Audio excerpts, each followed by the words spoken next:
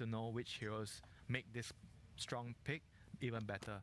And this is where I feel like for Vivo Keystars, where they don't really understand as well as the other teams, you know, they have their own way of drafting, they have their own way of playing, where they prioritize being comfortable a lot, but then they don't really pick it's more the about best. comfort than anything else. Yeah. Rather than picking the best combinations. I see. We have the schedule update as well, so let's start talking about it because there are still 6 teams left to decide where they're going to be going that upper or that lower. And our next matchup is going to be 9 Pandas BetBoom, one you were very interested in, Winter, because being an inter-regional matchup here at the road to the international means they could ignore the meta we've been seeing over the past 3 days, what's been forming there, and have that familiarity of opponent to be able to pick different things, maybe pick things that we haven't really seen, or to ban out things that kind of make you scratch your head a little bit because no other team is picking it. Yeah, I was happy that I left my away 20 region and ran away 20. You want to go back? Like, what do you like about that? About the interregional matchup. I feel like the interregional matchup. I feel like I think hero. It brings out a lot of heroes that I think hero might like heroes that both teams like. They might like. It might also mean that because they have a lot of crossover. It might also mean that because they have a lot of crossover heroes, we might see something different. If you don't get this hero, try to figure out okay, if we don't get this hero because they really like this hero, what can we do? Because they really like this hero. Like for example, what can we do against this hero? Like for example, in this game we saw to use Kitty Stars trying to use Necrophos, so we could see something along the lines. So or if they have no crossover, or if they have no crossover, like that's right. That's true, yeah, there is that realm as well. They could be playing at 2 very different sets of Dota there. But BetBoom, this is a roster that was very new this year. In fact, someone who has found success on BetBoom previously on a different roster is Toronto Tokyo. So we get to have a bit of a chat. We get to know a little bit more about his journey. It's my goal to be a stable team, to always be in top 3 teams, and to perform really stable and good in group stage also, because in my career it was like so many group stages that we was like tie-breaker games, and it's very stressful, to be honest, and I don't really like it. BBT have nothing to play for. They've already secured first place in the groups. Now in BetBoom we have a really stable way to make games easier, and we have a plan every game, which I feel like we lack in Spirit. When I was in Spirit, it's my opinion, so that's why I would say in a long way we will perform more stable.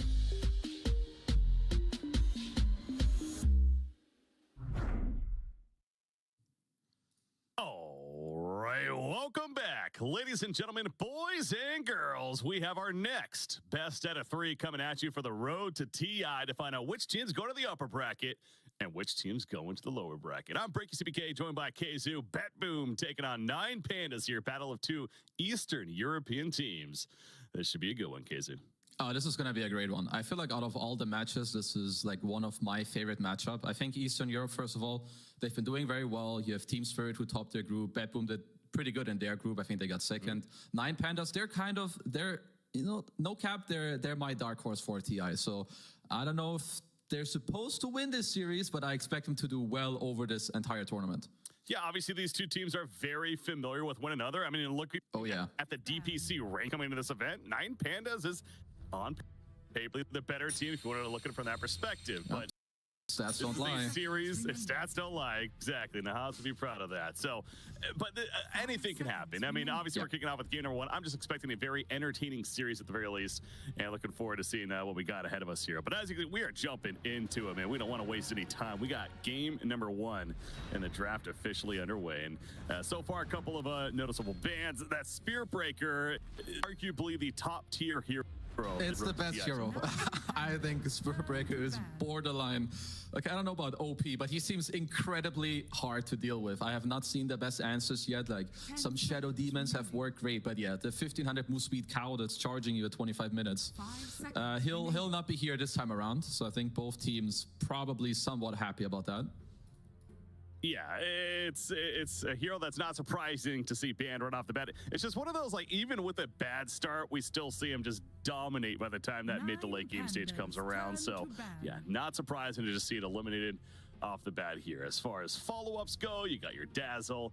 Enchantress, a little more of a niche ban, but specific teams, specific players, certainly more likely to play it on the side of BetBoom. They have history doing that. But that's the only one that maybe stands out so far. Other than that, pretty safe bans here. Yeah, I mean, the Muerta, just we've seen it in like quite a lot of games. I still feel like this hero is very strong.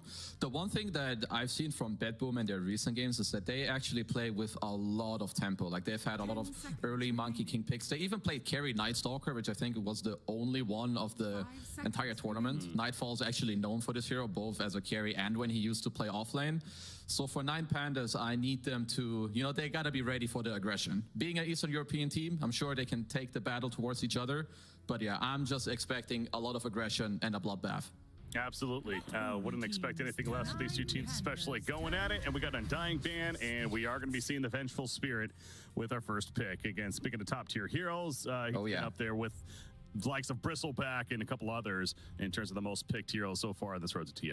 All right, Porcupine Man. He's obviously in this pool. Bristleback is, yeah, it's a hell of a hero. Let's, we can definitely be real about that. But yeah, Vengeful first pick, just overall solid, great hero on the meta, can save, gives you minus armor, good laning. I mean, there's just a great pick. Yeah. Yeah, so there's the Primal Beast, another pick that we expect to see in the earlier option if it's going to be picked up. We've been seeing a lot of the mid Primal Beast coming out. It's just one of the, again, these heroes that you're not necessarily too concerned about getting countered as a matchup in the mid lane. Just overall, usually going to be bringing a Primal Beast aspect to the table here. There's one thing that BetBoom have done lately against Primal, or especially in their last 2 games, is that they had a Monkey King against it twice when they played Asy'ari, and they destroyed them. Like, they just kept flexing it. This time around it's a bit different because their first pick, and 9 Pandas are able to play it on the side lane as well. But I think Monkey King is a hero you need to be careful about right now if you are 9 Pandas. Okay, so far, of course, not addressing it just yet, but they do have at least one more ban to throw the way of a potential Monkey King, but they go for the Treant Protector so far as the Templar Assassin ban comes out from BetBoom team over there. So a couple more bans from either side, and then we start the plethora of picks. But you mentioned, I mean, a hero like Bristleback is still also on the board. Is there either team you'd maybe lean towards as a possibility here? I guess it's fine for both. I think maybe it's not as good for BetBoom because I consider Primal Beast actually pretty good against Bristle, because later when you get the Aghanim's, you have a free break all the time, which destroys the Porcupine Man. But another hero that I'm looking at actually, especially with the TA ban, could be a potential Pangolier. I think even though Pango hasn't like the easiest or most clean matchup against Primal in the game, I still just see people pick Pango no matter what in any game. Yeah, Pango, of course, is just another one of those very solid heroes. And yeah, the matchup, sure, even if you get the Grimstroke, the blood hunt, you know, these counter picks, it's still considered a pretty powerful hero. Yeah, Soulbind pretty good though against him, so that'd be something to look out for if you're going to go the Pango, that Grimstroke matchup against it. But Chaos Knight, another carry hero that we certainly have been seeing a bit of popping up, is going to be taken up by 9 Pandas. So Monkey King is on the board, as you mentioned, KZU. We'll see if that does come up here. Yeah, that's definitely something that they can consider, so we'll have to see. I don't mind the CK ban. I think CK Venge, not just as a lane, but also in the game, is very scary. Like double minus armor, a lot of strong spells. They help each other like take Roche. So overall, I think decent ban. And I think here, if you're 9 Pandas, might want to look at your support heroes. There's already a few like banned in this game. There's always heroes like Dark Willow that feel pretty good. I think Antares is also a specialist when it comes to some heroes like Grimstroke, Skywrath, maybe even some techies. Because yeah, I would like to see a ranged hero here for 9 Pandas. Yeah, definitely going to dip into that reserve time quite a bit. But yeah, Dark Willow, the one hero that really stood out to me as far as those mentions. We've been seeing some really good Dark Willows throughout this event and that support role. Still no core Dark Willow yet. Yeah, they've been hinting at possibly, but that support Dark Willow is certainly great. And also Skywrath Mage being one of those options, a fantastic support hero, and is going to be picked up here by 9 Pandas. I do think that Sky is a bit of a like double-edged sword against Venge. I know that some people are like, oh, you know, I have this burst and heroes die very quickly. But if you get swap off, like Skywrath relies on dropping all your stuff and killing this hero. So if Venge is in position, he can always hard counter Skyref. So right now, this Primal Beast Skyref combo is not like really securing you a lot of kills. So I think Nine Pandas will need to build more on top of that. But yeah, BetBoom, I feel like they played the best Centaur in the game with Pure. This guy is a monster. He was the first one to play it again on this patch. I mean, this guy's 19 years young. He swapped to offlane in this year. And honestly, this guy is like a young miracle, in my opinion. Oh, that's quite the comment that right is heavy there. Praise. Right. That is heavy praise. Heavy praise, but heavy pressure comes along with that, absolutely. So yeah, we'll see if you're able to withhold that pressure right here by Gak. Going to be playing the Centaur, as you mentioned, most likely. Dark Willow, there's the Dark Willow support. Going to be happening from BetBoom as well. So yeah, another kind of defensive mechanic with Stampede, or potentially offensive if they want to. Same thing with the Fear of Dark Willow. The team fight overall so far looking pretty strong on the side of BetBoom. Oh yeah, I mean, this is just a very safe type of dual lane. Even back in the day, you saw this a lot when, okay, we don't see our matchup, let's just pick a solid dual lane. Centaur, Legion always came to mind. Think Dark Willow now. It's just a very good hero. Super annoying for Primal Beast with just like the brambles around in the game. You get your Shadow Realm off. Yeah, honestly, I think both teams have a very nice setup, but I do prefer BetBoom's foundation currently. Speaking of team fight, Warlock, one of the kings of team fight, of course, with that chaotic offering that it brings to the table, fatal bonds, etc. Fantastic hero for that aspect of the game, at least. Also a great babysit laner when it comes down to it, so understandable why Nine Pandas going that direction. Ooh, that's an alchemist. I have been thinking about Alk in some of these games, and I'm not too surprised to see Ramses pick it. I feel like he's one of the better alchemist players, and a player that still believes in it. The Warlock pick is I think it has a lot to do with them knowing that they did want an alchemist type hero, because Alk on his own against Centaur is not that good. Centaur has super high HP regen. He has Stampede later against your upheaval and to disengage from the golem. But with this combo of this alchemist, I think it comes together pretty nicely. There's only been, what is this, 18, 20, 22 heroes so far that have not been picked yet in this road to TI. We'll make it 21 because Alchemist has not been picked up until this right here. I'm a bit, the hero, no way he's this bad. Absolutely no way. So I'm at least happy to see it. I think the idea is that you have a lot of minus armor and many spells, at least early on. You have a secondary hero that goes in for your Skyref and Warlock, which we touched on earlier. Venge, if there's only one thing you have to worry about, it's super easy. But now you have this Alchemist who can go in. Centaur doesn't deal the most damage. So all in all, pretty happy with the Alch pick. All right, yeah, got a good babysit partner with the Warlock as mentioned as well, so things certainly coming together for Nine Pandas, albeit a bit different from what we've seen throughout this event. You sound pretty confident that why the Alchemist and why they were pretty confident with it too. Luna, BetBoom going to be confident with the Luna pick themselves. Okay, a lot of, I think, nice synergy when it comes to the mid-game. Also, similarly, you have Venge Luna, you have nice auras, for each other. You have solid laning. It gives you, this very mid-game-centric timing, which I feel like when you play against Alchemist, it's super nice if you can answer this, because now at 16, 17 minutes, when Ramses is going to have, his Radiance BKB, Radiance Blink, and they bring the fight to you, you have the option of answering it. Maybe you beat them, you can get the first Aegis, because that is where Alchemist needs to win the game. Minute 15 to 25, use his net worth and push the game forward. Yeah, Luna's certainly a core that wants her farm, but yeah, to your point, can certainly fight as well. Gets that Eclipse earlier on, and if a fight does break out, can be of assistance, absolutely. So, does make sense there from BetBoom. And yeah, again, Luna, not necessarily the core hero that we've been seeing a lot of the time, but it makes sense pick here. Yeah. Break it down that way. So, one more band to go. Okay, so it's gonna be BB team who have to pick first. I think it's still, likely what you're gonna see from both sides. Nine Pandas get to choose later where the primal goes, whether it's a mid or it's an off lane. I feel like something that BetBoom could still do is pick a Monkey King if they want. I know I touched on it earlier already. Oh, yeah. Of course, Nine Pandas can counter pick, but it puts Primal Beast into the off lane, which I feel like he shouldn't enjoy too much. Against these two heroes. If not that, then just anything aggressive for BetBoom that allows GPK to then move into the side lanes and a hero that the Dark Willow can play with. They take out OD with the final ban on the side of BetBoom, and as mentioned, it will be them picking first. So, yeah, Monkey King is a possibility. Saw the Kunkka as well as the Earth Spirit taken out. Yeah, very heavy on the mid-tier bans, of course. I do think Nine Pandas bans are pretty nice, because when you play against Skyref, you don't really want to have a puck, these low HP, high mobility heroes, because they just get silenced, as I kind of jinxed myself there a little bit. It is a risky pick, because Skyref can definitely own you early on. And that's why I think then to go back to the bans of 9 Pandas, they're so good, because I can assure you they would have loved to have a Kunkka, loved to have an Earth Spirit who's just like, yeah, I 1500 HP, bro, you're going to silence me, then what, golem me? Yeah, I'm just going to laugh it off. Well, it is interesting, too, when you look at the bans from BetBoom, because we're thinking Primal Beast is going to be mid, but the Storm Spirit, the OD, BetBoom also want to maybe just protect the puck, pick, I suppose, as well. But, yeah, pretty confident that 9 Pandas maybe last picking their mid hero instead.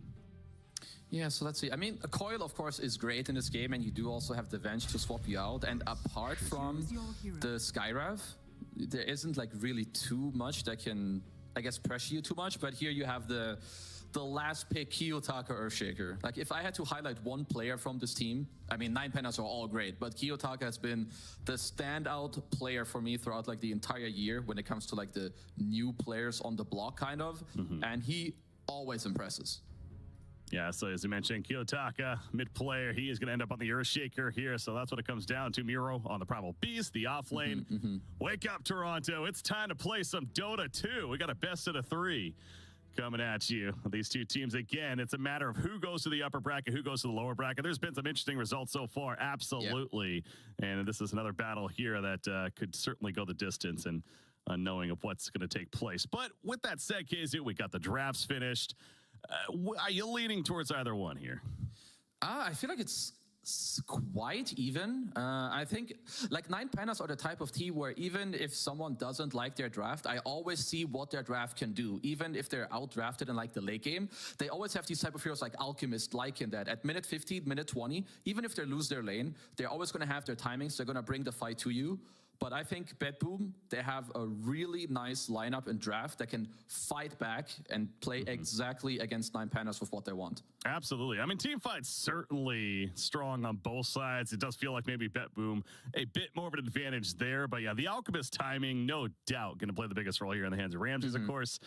And again, what a time to pick a hero that has not been picked yet throughout this road to TI, and a hero like Alchemist. But as you're explaining there and breaking down, and of course 9 Pandas confident with it too, it does have that sense as to why they went that direction here. But will it pay off? That's we're about to find out as we're going to load into game number 1 right now. But yeah, this should be a good one. Again, Primal Beast ends up adjusting to the offlane. You were mentioning that you don't necessarily usually want to see it in the offlane. You would rather have it in the mid, but 9 Pandas, they do make that adjustment in the end. Yeah, I would assume that they just wanted to swap it up. They're like, okay, Puck is going mid. I don't like Primal too much there. I don't really pressure him. Sure, I get my farm, but then the coil later is annoying, so they just go with the Shaker.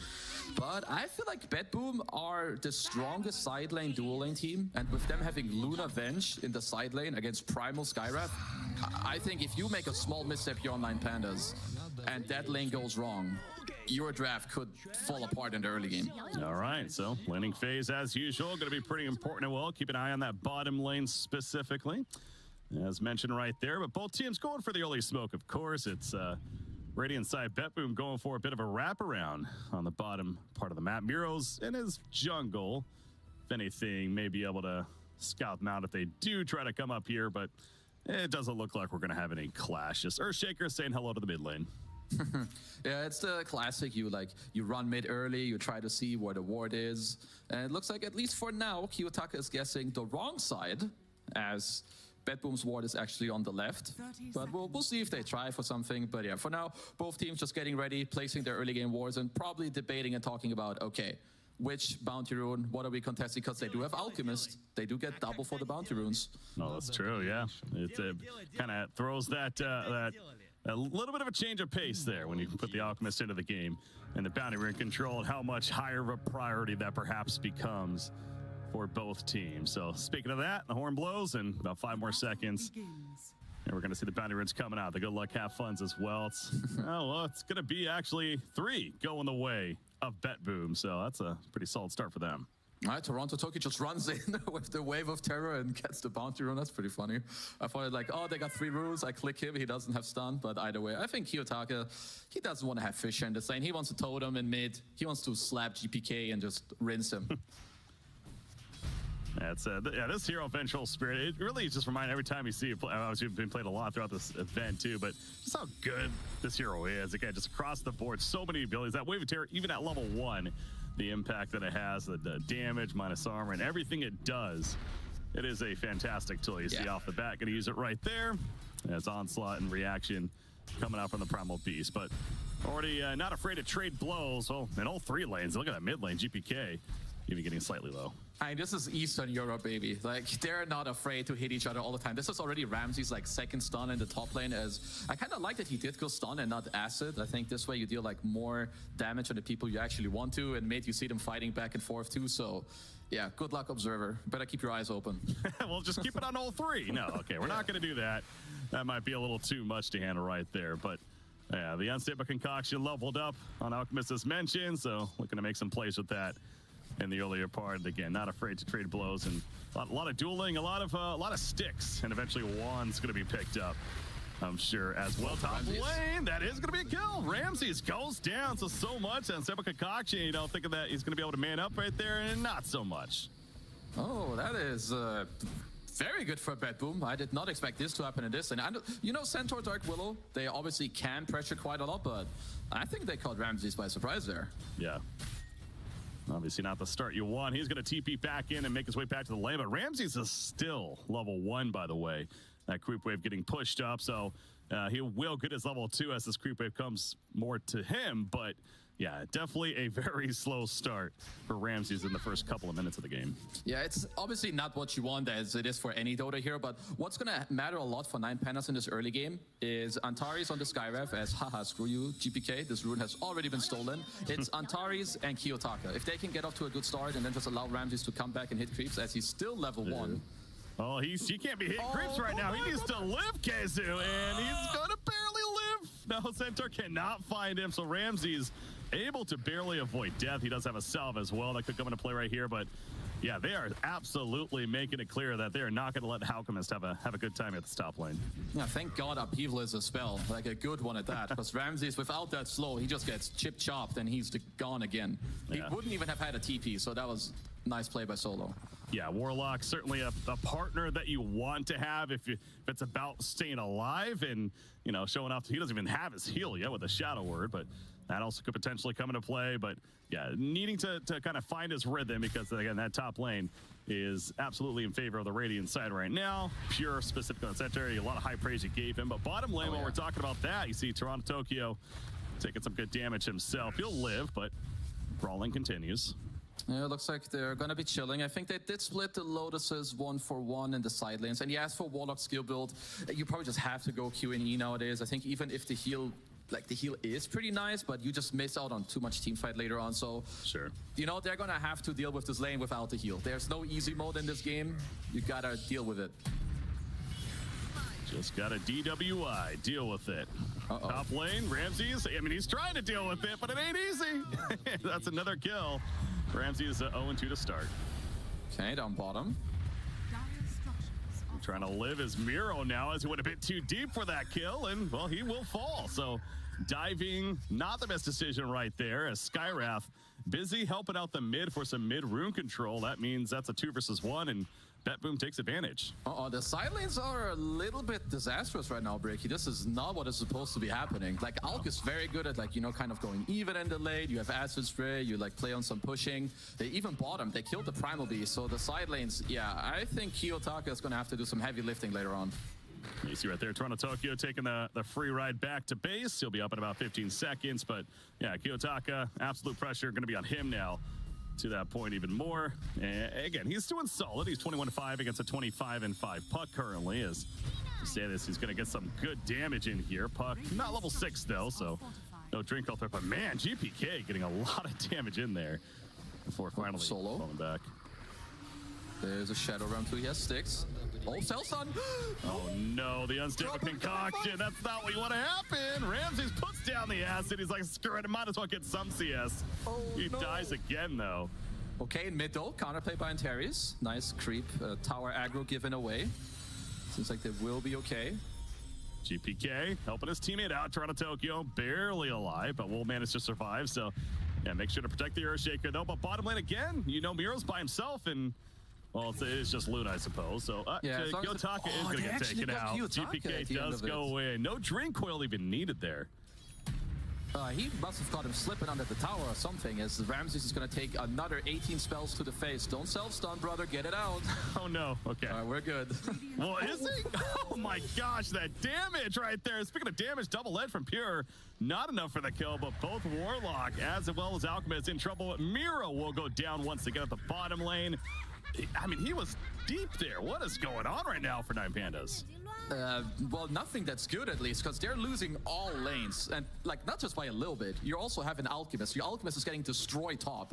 Your Luna has 1,000 gold more than the Primal Beast, and you're also slightly losing mid. Yeah. And the problem is not just that, but the levels. And another one. Yeah, DJ Khaled would be, you know. Yeah, he'd be proud. He'd be happy proud in this right game. there. It's an opportunity for him with another one, but... oh god, I can't believe I just said that. All right, so anyways, Alchemist going down though again. I mean, it's already been looking bad, and Alchemist is a hero case here that not to really rub it into Nine Pandas, but yeah, they did not like a slow start on Alchemist. All right, they need Wisdom Runes, stacks, get Shaker Blink, and then go for something, because right now everything is falling apart. Even this Observer they just placed. Let's see if Pure wants to pop the Stampede. I think not. I think it's a very wise choice. Oh, Ramsey just TP'd in. He's got to be careful soon. I mean, he's hugging the tower. Like, what more careful can he be, to be fair? But he is tanking a creep wave. And, yeah, you see Dark Willow coming in with a south position. There's a TP play. Alchemist, now level 6 himself, so he's doing his best. Concoction's done. Pure, though, there's the Stampede. Pure's in trouble himself. Toronto Tokyo wants the kill to make the kill happen on Alchemist. Those are big kills. Again, Vengeful falls, though, for it. But now Pure... Daddy is here. Yeah, he is definitely dead. Kiyotaka finally helping to put them on the board on the side of Nine Pandas. And that's at least got to feel good because they needed something. Kiyotaka is down here. He gated already. Yeah. Look at how fast he is. The Haste Rune helps. There we go. The Echo Slam. And there's another kill. So, well, you know what? We said Kiyotaka really needed to be able to step up this game with the silence going pretty awful. It's stepping up. Oh, honestly, winning stuff. Like, sure, this Alchemist has died four times. Him dying once more up top, honestly, who cares? You get, like, such big kills on your supports up there. You kill the Centaur. Kiyotaka gets into a top kill and a bottom one as well. Yeah, honestly, they're back. Ramses, you're just gonna go hit creeps, man. You're Alchemist. There's no crying aloud. Yeah, what's happened has happened. You're 0-5-1. Just shake it off. Exactly. Get those creep kills, and you'll be back eventually. Let Kiyotaka do his early to mid game thing, and you show up in the mid to late game. But 1,000 gold on Earthshaker currently, so that Blink Dagger, of course, going to be the focus now as far as progress being made there. But you know, here we haven't talked a whole lot about yet, Kizu, is this Luna down here at the bottom lane, and well, she's got her Morbid Mask. The Mask of Madness is coming along nicely. It feels like Nightfall, he's doing his job. Oh, he's going to be absolutely chilling in this game. He's also got a lot of levels. Like him being level 7 at minute 8 is really good. The more levels you have on Luna, the faster you farm. It's not even so much about the gold you have, but rather glaives, max out aura. So he's going to be A-OK. Mid-game BKB, that's all they're going to want on him. Yeah, also the Spark of Courage. Got to love this item. Helps Luna so much. Yeah, Nightfall's pretty happy in this game. Yeah, so is it really that BKB pickup where it's just like, okay, now we can really start making plays with a little of a thought, because that's going to be a golem even used for this. That's a kill the Vengeful support. Hey, they kill him. And nice transition into the tower kill, so I would say overall pretty worth it here. Ooh, Ramses. Is he in trouble again? He absolutely is. Concoction, he gets it off, but it just doesn't matter. I mean, that's just good heads up by Bedman, right? They see what happens bottom lane, Warlock especially being down there. They're like, okay, free kill yet again on Ramses. No, it's just really great stuff, and it has a lot to do with the vision. Observer pointed out, you have this deep ward. You know Alchemist is going to be around this area. It makes it easy for him to farm. They punish him there, but I got to go back to this bottom play. Like, there's a golem dropped, and that's only because of this earlier play at tier 1, but okay, Pure. Let's see if he can walk it off. 5 seconds on the onslaught. Kill. Obviously no Stampede for 50 seconds. Does he have Pulverize? He needs the mana. He's got a Soul Ring. Not going to be worth it, though. Mid lane. Not much happening. GPK. He wants to kill a Warlock and avoid a Sonic Concoction. Shadow Realm. It will connect. Now Alchemist trying to still do more. The Echo Slam on top of the puck. His silence is up, but is it enough? He is going to be able to phase shift, and he gets on out of there. So a lot used. The onslaught. Mace look at the kill. Yes, it is. Miro with the Kobe.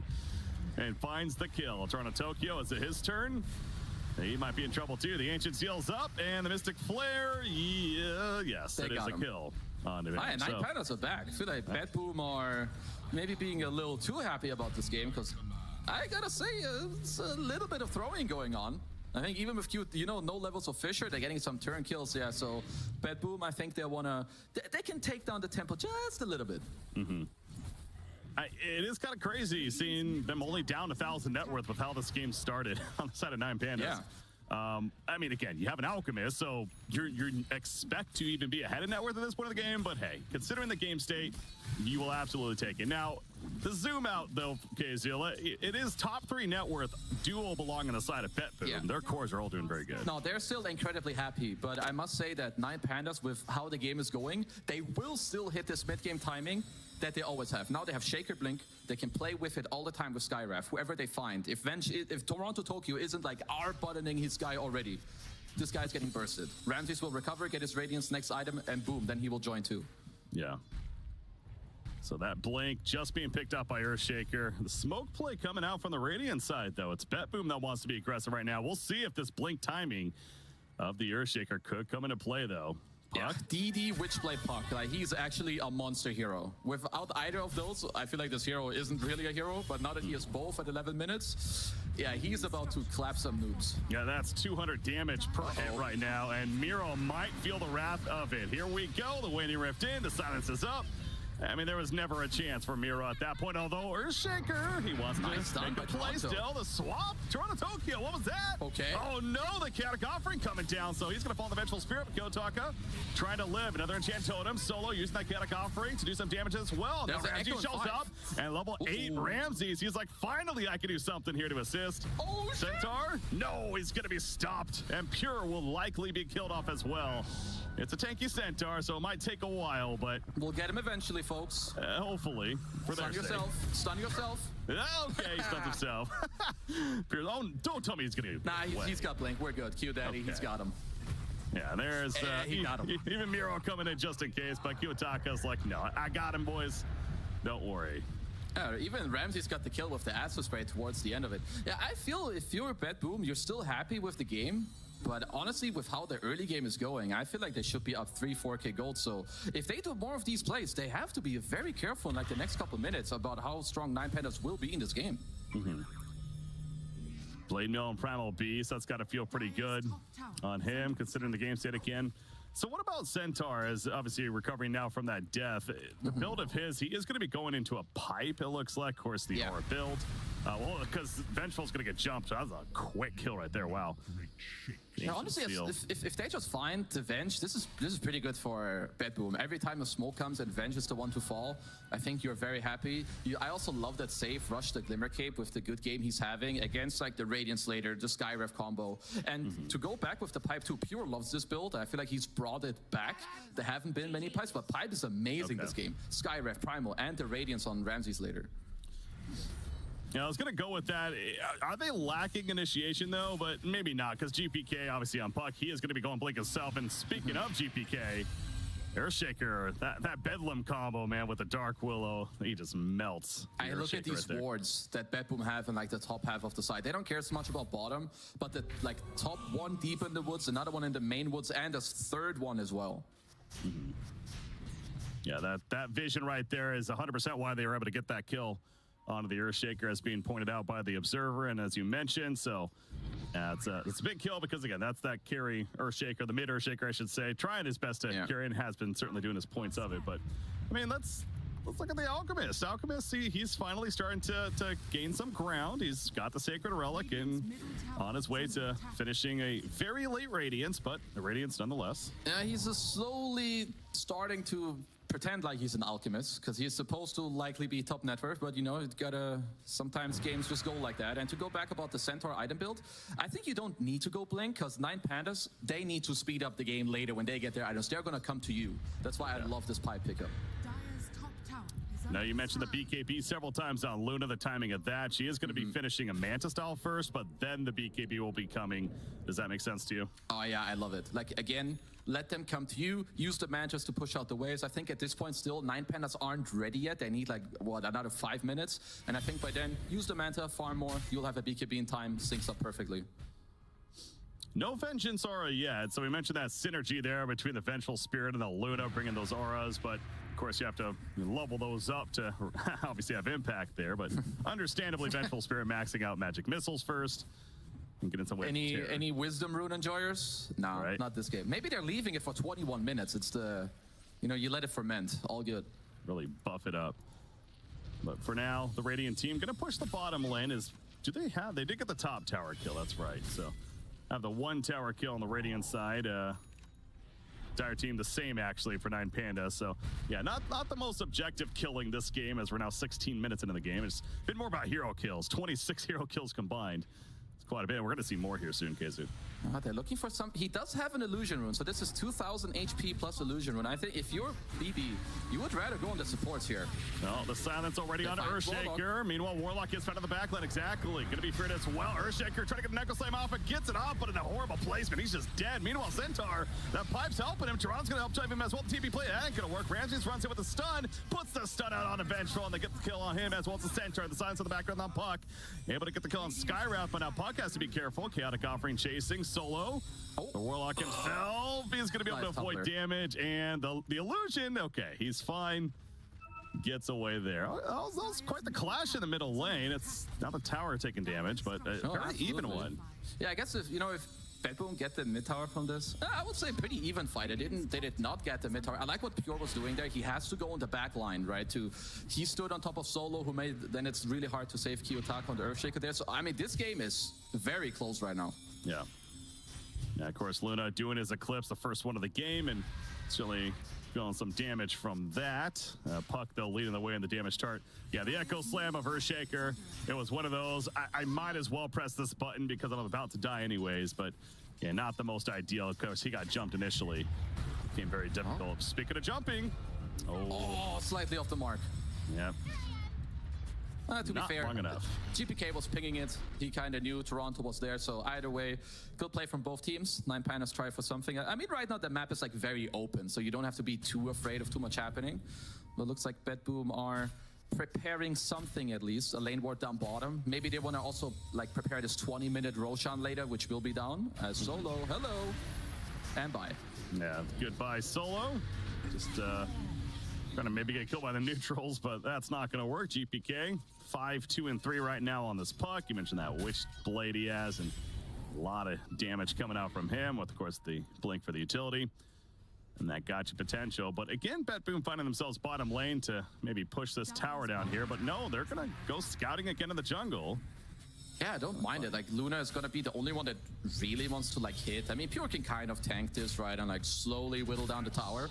I think right now their objective is not to 5-on-5, but still keep everyone farming and be ready for this timing later. Because 9 Pandas, they're slightly behind with an Alchemist, and even though they're not doing bad, if they don't win the next 1 or 2 fights, this late game, it's unobtainable for them. There's no way they will beat Bedboom. Well, to that point, Alchemist, BKB is just about finished. He is going to have it before the Luna at this rate, which again, considering the game state, that's really not too shabby there with the Radiance as well. But Luna, another, what is it, about 800 gold or so, and she'll have her own. So yeah, by the time the next fight happens, both those cores are going to be having the BKB.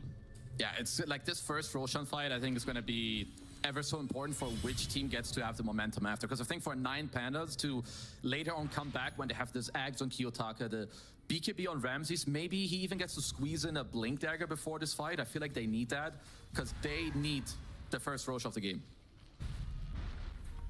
Centaur Blink, it is coming out. There you go. Going to be delivered. He mentioned Roshan, of course, currently top, but in about 30 seconds, we'll be heading towards that bottom lane to find his new home. So we'll see both teams, I'm sure, positioning around there. Earthshaker, about 250 gold, and he'll have an Ags to go with that that Blink. You know, we all know what that does. That extra mobility, pretty damn good. I mean, for now, like, I'm just looking at how 9 Pandas want to fight, and I don't think it's actually going to be that hard for them later. Like, if you, let's say your Alchemist gets a Blink, he goes in the back line, and then Shaker goes on someone else, and you drop the Flare there. Like, it's not going to be that easy for Toronto to save his teammates. Middle tower is under attack. Double damage picked up by the Earthshaker. The Ags not finished yet. Needs about 100 more gold. You know Kiyotaka's telling his team right now, he's like, guys, I need this Ags. Let me just farm these Ancients here real quickly. Oh, but will this timing work out? Bet you're coming. Pure's going in, gonna be exposed, jumps in and gets out to mitigate though. Mystic Flare comes out the pipe, gonna mitigate plenty of damage though. Now Skywrath in trouble. Skywrath blowing everything on the pipe center, not what you want to do. Chaotic Offering hits 3, pretty good, but Solo's in a bad spot too as he's caught by the Dream Quill. Stampede forward, and that's a dead Warlock, so supports are dead on the side of 9 Pandas, and they're scrambling. Ags delivered mid-fight to the Earthshaker, but again, the timing was just perfect by BetBoom. Yeah, I mean, 9 Pandas, sure, they got this Ags out of the 5, whatever, and you only lost 2 supports, but 9 Pandas draft cannot win a single fight unless they're initiating. They need to go in on like 2 multiple sides at the same time. This time, BetBoom, they just have their number. They go in, 9 Pandas aren't ready, 2 easy quick kills. Yeah. Wisdom Runes being pinked out. Of course, Radiant gets theirs, and it's going to be Skywrath. Antares will pick up his own, so both teams making that a priority, understandably. And so that fight happening, a slight advantage for BetBoom there, and yeah.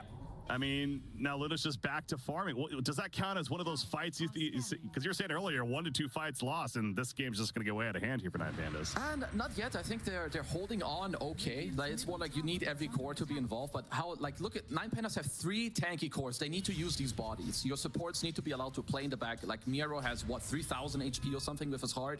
Use his body. He needs to get in there. Ramses as well. Kiyotaka. That is how they need to fight. Oh, that's an Echo Slam opening onto the pocket. It is the kill. 50 seconds. He is absolutely out of the game right now. Centaur Warrior, no gonna be pulverized. He's dead too. No Stampede, as mentioned, was locked down anyway, so that's exactly the find you need if you're 9 Pandas. Double kill for Miro, and that's going to be a free Roshan, very likely as well. Yeah. So talk about a shift, absolutely, in this game. Yeah, easy kill for Kiyotaka. Drops the tip on GPK. It's like, what up, bro? You think you're winning? Nope, double kill, and now they get the Roach. This is exactly what they need. I think BetBoom were not ready for this play. Like, they need to know that this first Roshan move is coming. But, you know, 9 Pandas, punish. Now they get the Aegis. Game's back to being very close. Very close in some ways. You could say a lead of sorts for 9 Pandas. So, yeah, maybe when everyone's there to fight, and Luna included, obviously she's going to be doing plenty of damage potentially in these fights, but you have now an Aegis on Earthshaker. They decide to give it to. What are your thoughts on that, by the way? I like that. I think it allows Shaker to like go more and more in. I feel like Alchemist with his Blink, BKB, and the Chemical Rage, it's not as easy for him to die. Whereas Kiyotaka, he doesn't have a BKB yet. So this Aegis kind of counts as a BKB, and it's going to help him to get to it later on.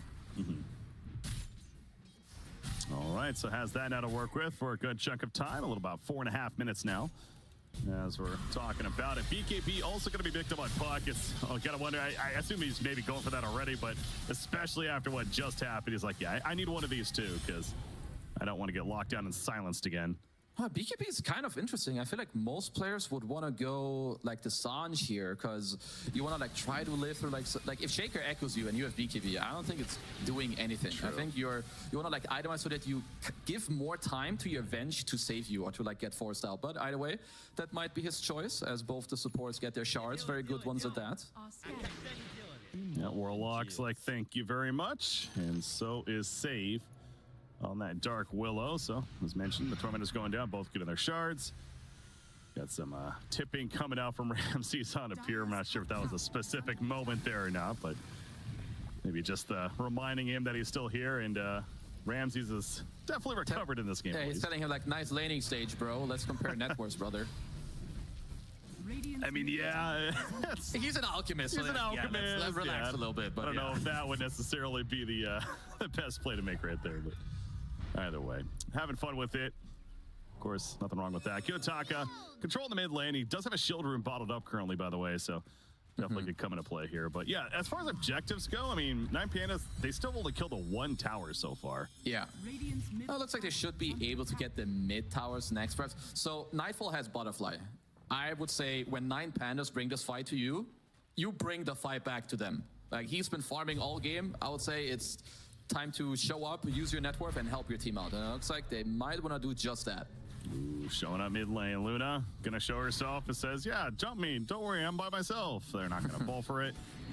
Just will send the illusions, and what seemed like potential fight setting up is going to instead be more of the same as far as sitting back and farming. Some more creeps. Luna, the butterfly now in hand, and just gonna figure out what she wants next. Of course, Satanic, it looks like gonna be the play. The classic split up of the Mask of Madness. Go both those items. I mean, 9 Pandas, they can continue to play slightly aggressive. I'm just looking at Ramsey's items. I think he could squeeze in this AC before the Aegis runs out and then allow them to smoke right before the Aegis expires to take another fight. I think for now they're pretty happy. Kiyotaka gets to finish the BKB as well. So I feel like 9 Pandas can definitely take a fight to Bedboom here. Yeah, not a lot of focus on this Primal Beast, but man, oh man, hard at Tarask. You got the own BKB coming along nicely too, so this is definitely at that point of a Primal Beast that's just going to be a very difficult kill to make happen. But yeah, both teams choosing to avoid each other right now. They're saying, let's just split push and go for our own objectives on the tower kills. It's a matter of who's going to react first to this. Yeah, I think Bedboom are okay with that, because if we look at their siege, theirs is way better. They're also pushing in mid and top at the same time. I mean, Kiyotaka's kind of trying to push back mid as it is. I do like the gem pickup here from 9 Pandas, putting on Miero. You're currently trying to slowly crumble the map for a BB. Take out their wards and try to pick them off, because I'm still of the idea that 9 Pandas, they want to speed it up. It's time to go take the fight to Bedboom. Both teams getting a creep wave push into the base and no one reacting. Yeah, that tells you something. It's like, okay, where is the other team right now? They're a little uncertain of what to do right here. I mean, Puck does eventually teleport back to the bottom and gonna start protecting that. But I mean, Dark Willow as well as Pure on the Centaur Warrior are still up here at the top lane to be a presence at least and help the creep wave get to the tier 3 tower. So now Earthshaker will show up though. Yeah, so I've been talking about it a lot, but I would really like 9 Pandas to use, well, the Aegis, whatever. They're not going to use it. They got a lot of farm out of it with it. But their cores are currently so tanky. And I think at this stage, Bedboom have a really hard time dealing with it. The longer you wait, the more gold they get to start dealing with this high HP that you have. So I really think this is your time to smash if you're 9 Pandas. Time to shine right here. If you're 9 Pandas, I mean, the Aegis, the only downside is the Aegis is about to wear off in 10 seconds. So there's that, but even without the Aegis, it still sounds like you're pretty confident that this is their timing. Looks like they saw that, but now 9 Pandas also see Bedboom. Let's see if there's if they will also smoke in vision. Oh, this could be nasty. Okay, Kiyotaka, he breaks. Yeah, he pops his illusion. Again, the Aegis just wore off. Obviously, they're aware of this too, so they both know. I mean, down here, it's Primal Beast going in with that blade. We mentioned how tanky he is. Puck, meanwhile, is just going to blink away. Concoction in, catches Centaur, the Stampede activated. Good team support with the Force Staff as well. There's the Echo Slam on Vengeful by himself. Not going to kill him initially, though, and a lot of damage in return. Catacomb are going to be coming as well. Vengeful with the swap. They want to kill the Earthshaker. Meanwhile, down here, Centaur trying to survive, but it's going to be too much damage to handle from the Alchemist. He's out for 50 seconds. The Earthshaker managed to live. Luna can't really fight this. The upheaval slow. It is damn annoying, but here comes the Eclipse, but the blade mail popped. You got to be careful. Nightfall needs to run, and doing just that, figuring that's not the fight to take. But 9 Pandas, definitely their fight. Eclipse for what? They just pop their BKBs. They don't give a damn. And now 9 Pandas up 5k gold. I mean, I love the way I don't even know if they were the ones who really engaged. I feel like Bedboom, kind of got separated. Maybe there was a nice Fisher while Pure went in, but you can just see this tempo from 9 Pandas. It's too much for Bedboom to handle right now. Yeah, absolutely is. And again, Alchemist, take a look at the overall damage recap of that fight. I mean, yeah, obviously led by Earthshaker, but Alchemist did over 2,000 damage himself as well. Certainly doing plenty. The point is, though, he's by all means a core that has recovered and is of serious threat too. So, and speaking of that, Luna. They are ready for this. The upheaval, the onslaught in. You mentioned OBKB, and that such a tanky Primal Beast. Luna has to man up though, and Alchemist will be killed off as a result. So he went too deep. The response was there for Bedboom. Primal Beast gets caught. Bramble Maze just gonna pulverize though in the center. Says, if you want to fight, let's go, baby. Pure Stampede. They finally get the kill. The Fatal Bond's ticking around, doing some good damage. Kiyotaka manages to axe out himself, but double kill for Nightfall. So this time it's Bedboom with the fight to win, as they managed to take it there. Oh, good stuff from Bedboom with how they responded.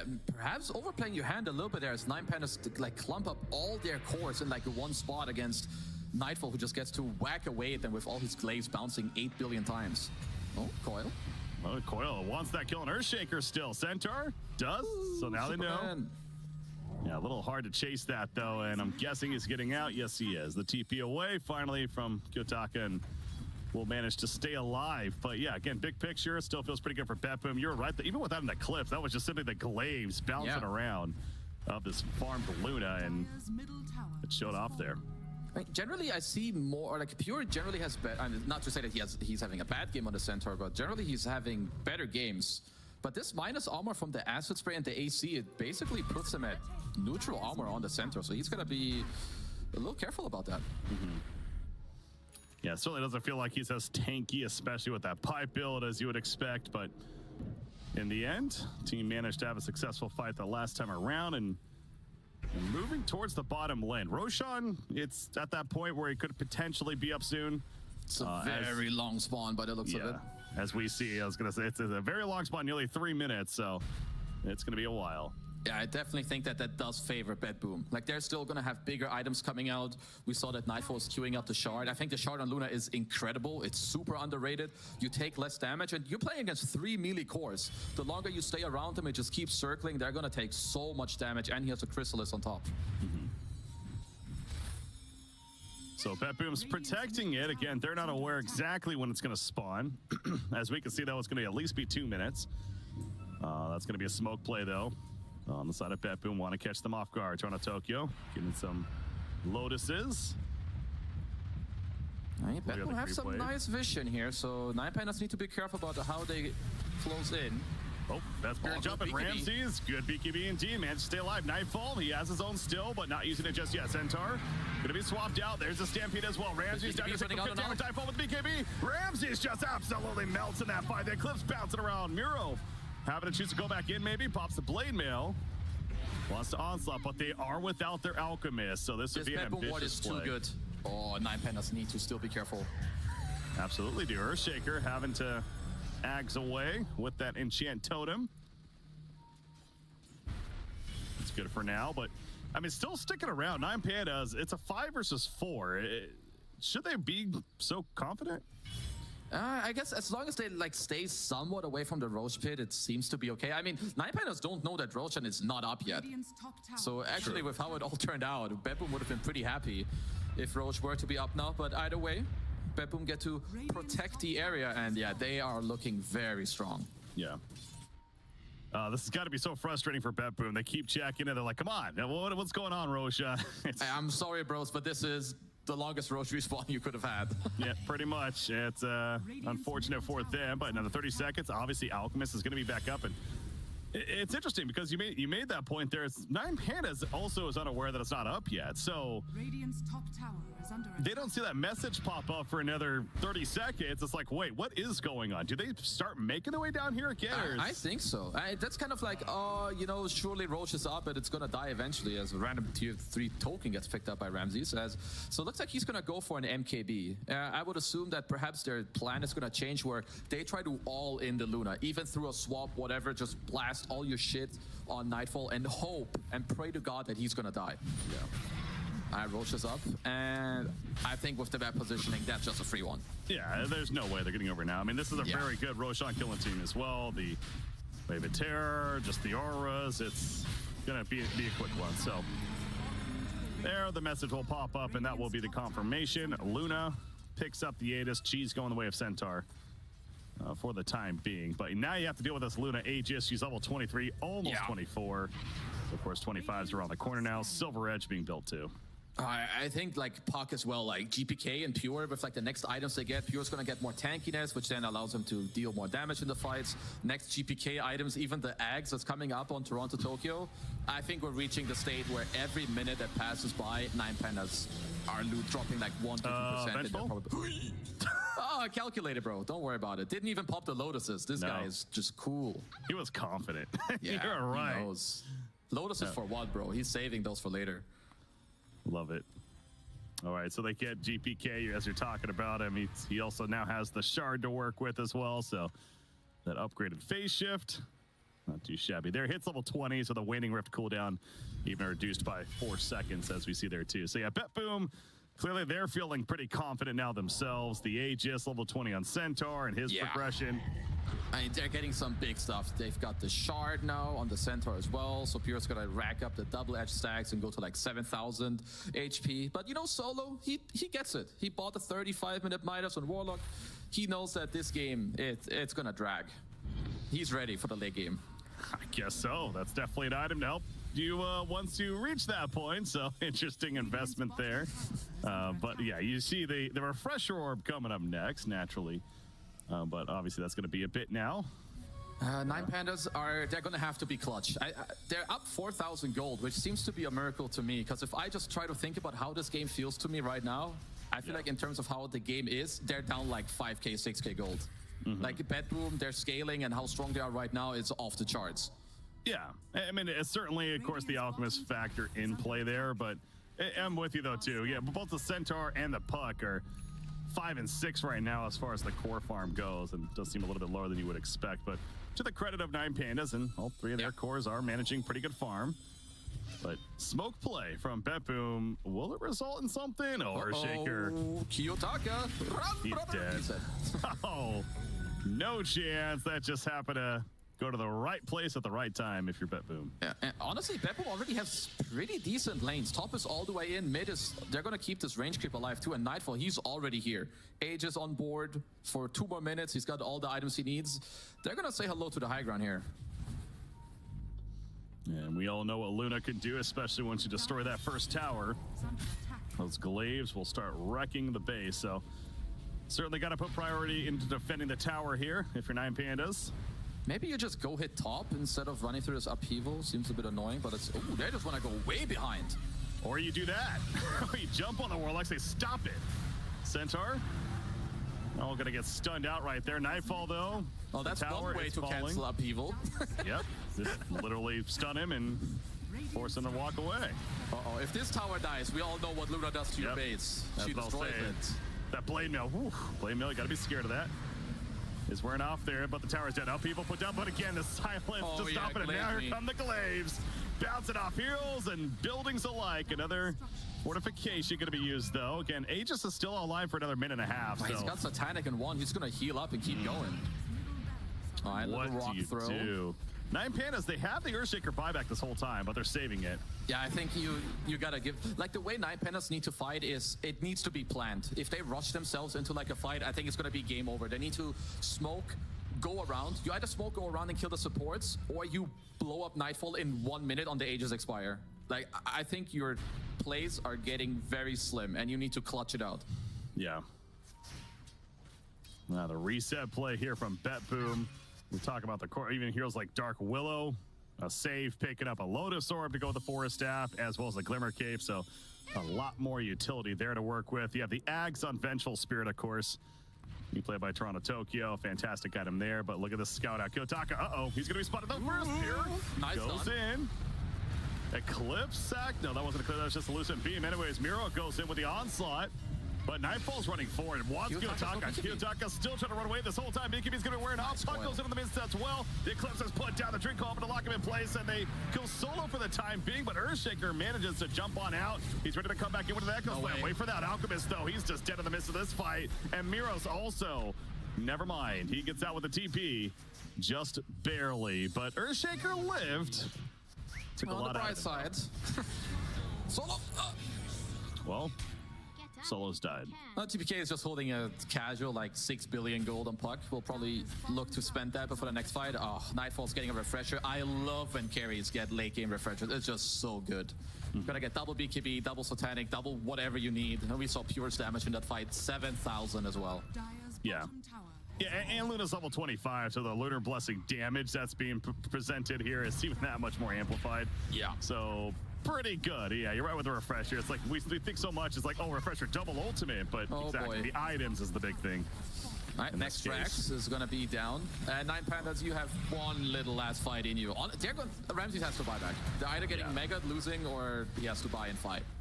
Miro's trying to play his best Axe impression, trying to taunt them. It's like, no, fight me. But Kiyotaka is looking for something. The blow up, the Echo Slam. Swap from Toronto, Tokyo. And here comes the Satanic Kill. There's the buyback from Ramses, but it's too little too late. The Eclipse, and down goes Primal Feast out for 85 seconds. Centaur, Alchemist wants to beat him down, but it's Alchemist that's going to be beat down for the dieback. They will kill Centaur, but at what cost? GPK will take out the Skywrath. He buys back immediately, as does Warlock, but the tower's going to fall, and the racks are exposed, and that means Mega Creeps. I mean, what a great drop from Toronto Tokyo, but if you're 9 Panda, maybe you can execute where Ramses buys back a bit earlier, you get to take the fight, but either way, they're going to look for a miracle spell usage. Maybe Antares can just kill everyone here on Skywrath. Just do it. No. They got the bench. Probably not, but hey, one can dream, and Dream Quell, speaking of that being used, GG. Warlock's dead, GG's are called, it's official, game 1, going the way of BetBoom here. This was an interesting one. I mean, 9 Pandas definitely, despite that horrendous start from Alchemist, still managed to have a pretty good game going into the mid-game stage. No, this game went like super back and forth, right? Like BetBoom's early game, incredible. They waited it in lanes, but 9 Panda's strongest suit is their mid game. That's why they strike back, and they did that even with this horrible, horrible early game. Then they just make like 1-2 mistakes, and I think eventually after like 30 minutes, they didn't truly know anymore how to fight together. But yeah, BetBoom scaling and their skills coming through as how they need to play together, it just showed. Yeah. See the reactions right there. Of course, frustration on the side of 9 Pandas and the opposite on the side of BetBoom, as you would expect. But in the end, fantastic game number 1 by both of these teams. We're going to throw it away to the panel to talk more about it. Let's break it down. Let's have a chat. It's a game 1 in this best of 3. BetBoom looking fantastic there. Some great saves. I was a bit worried at the start, Lizard, with some of Toronto Tokyo's Venge swaps, but they came in clutch. Luna picking up that refresher orb for herself at the end there too. Big game changer. Otherwise, we could have been seeing this going to maybe 70 minutes. Yeah.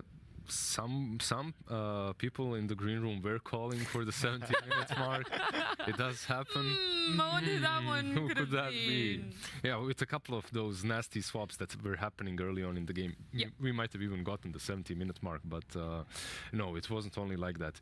There was one mistake when Toronto Tokyo swaps the Shaker into his teammates. The other swaps were pretty much on point, especially this last one. While the high ground push was happening, he actually swaps the Luna at the nick of time to save her life. Yeah, just clutched it up there. Although seeing the Primal, how he's able to farm, the amount of health that he had towards the late game, I was a bit worried that BetBoom wouldn't have had the damage to be able to actually take them down, and especially with the Alk having some farm after the rough start that he had. Yeah, I mean, that's why the Centaur decided to go Kaya, Sinch and Kaya, so he felt like he needed love that Kaya, don't you? Yeah, he needed to do damage in the game. You know, the Luna alone wasn't going to cut it. So I felt like not everybody liked the item, but I felt like it was reasonable given the situation. And the Centaur also did a really, really good job in the early game slowing down the Elk. Like, Ramses was so poor, you know, from the laning phase itself. Yeah, this is one of those games when you're playing an Alchemist game on a team like 9 Pandas and you never break, what did you say, 5k gold lead?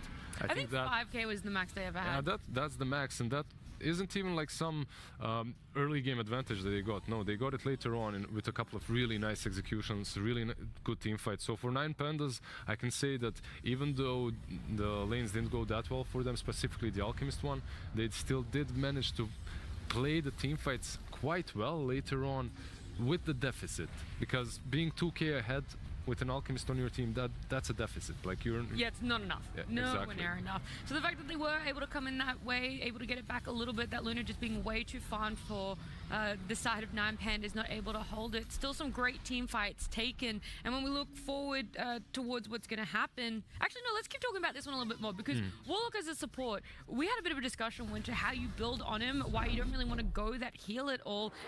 But BetBoom had a lot of answers. You got a lot of different stuns on the side, a lot of backlines as well.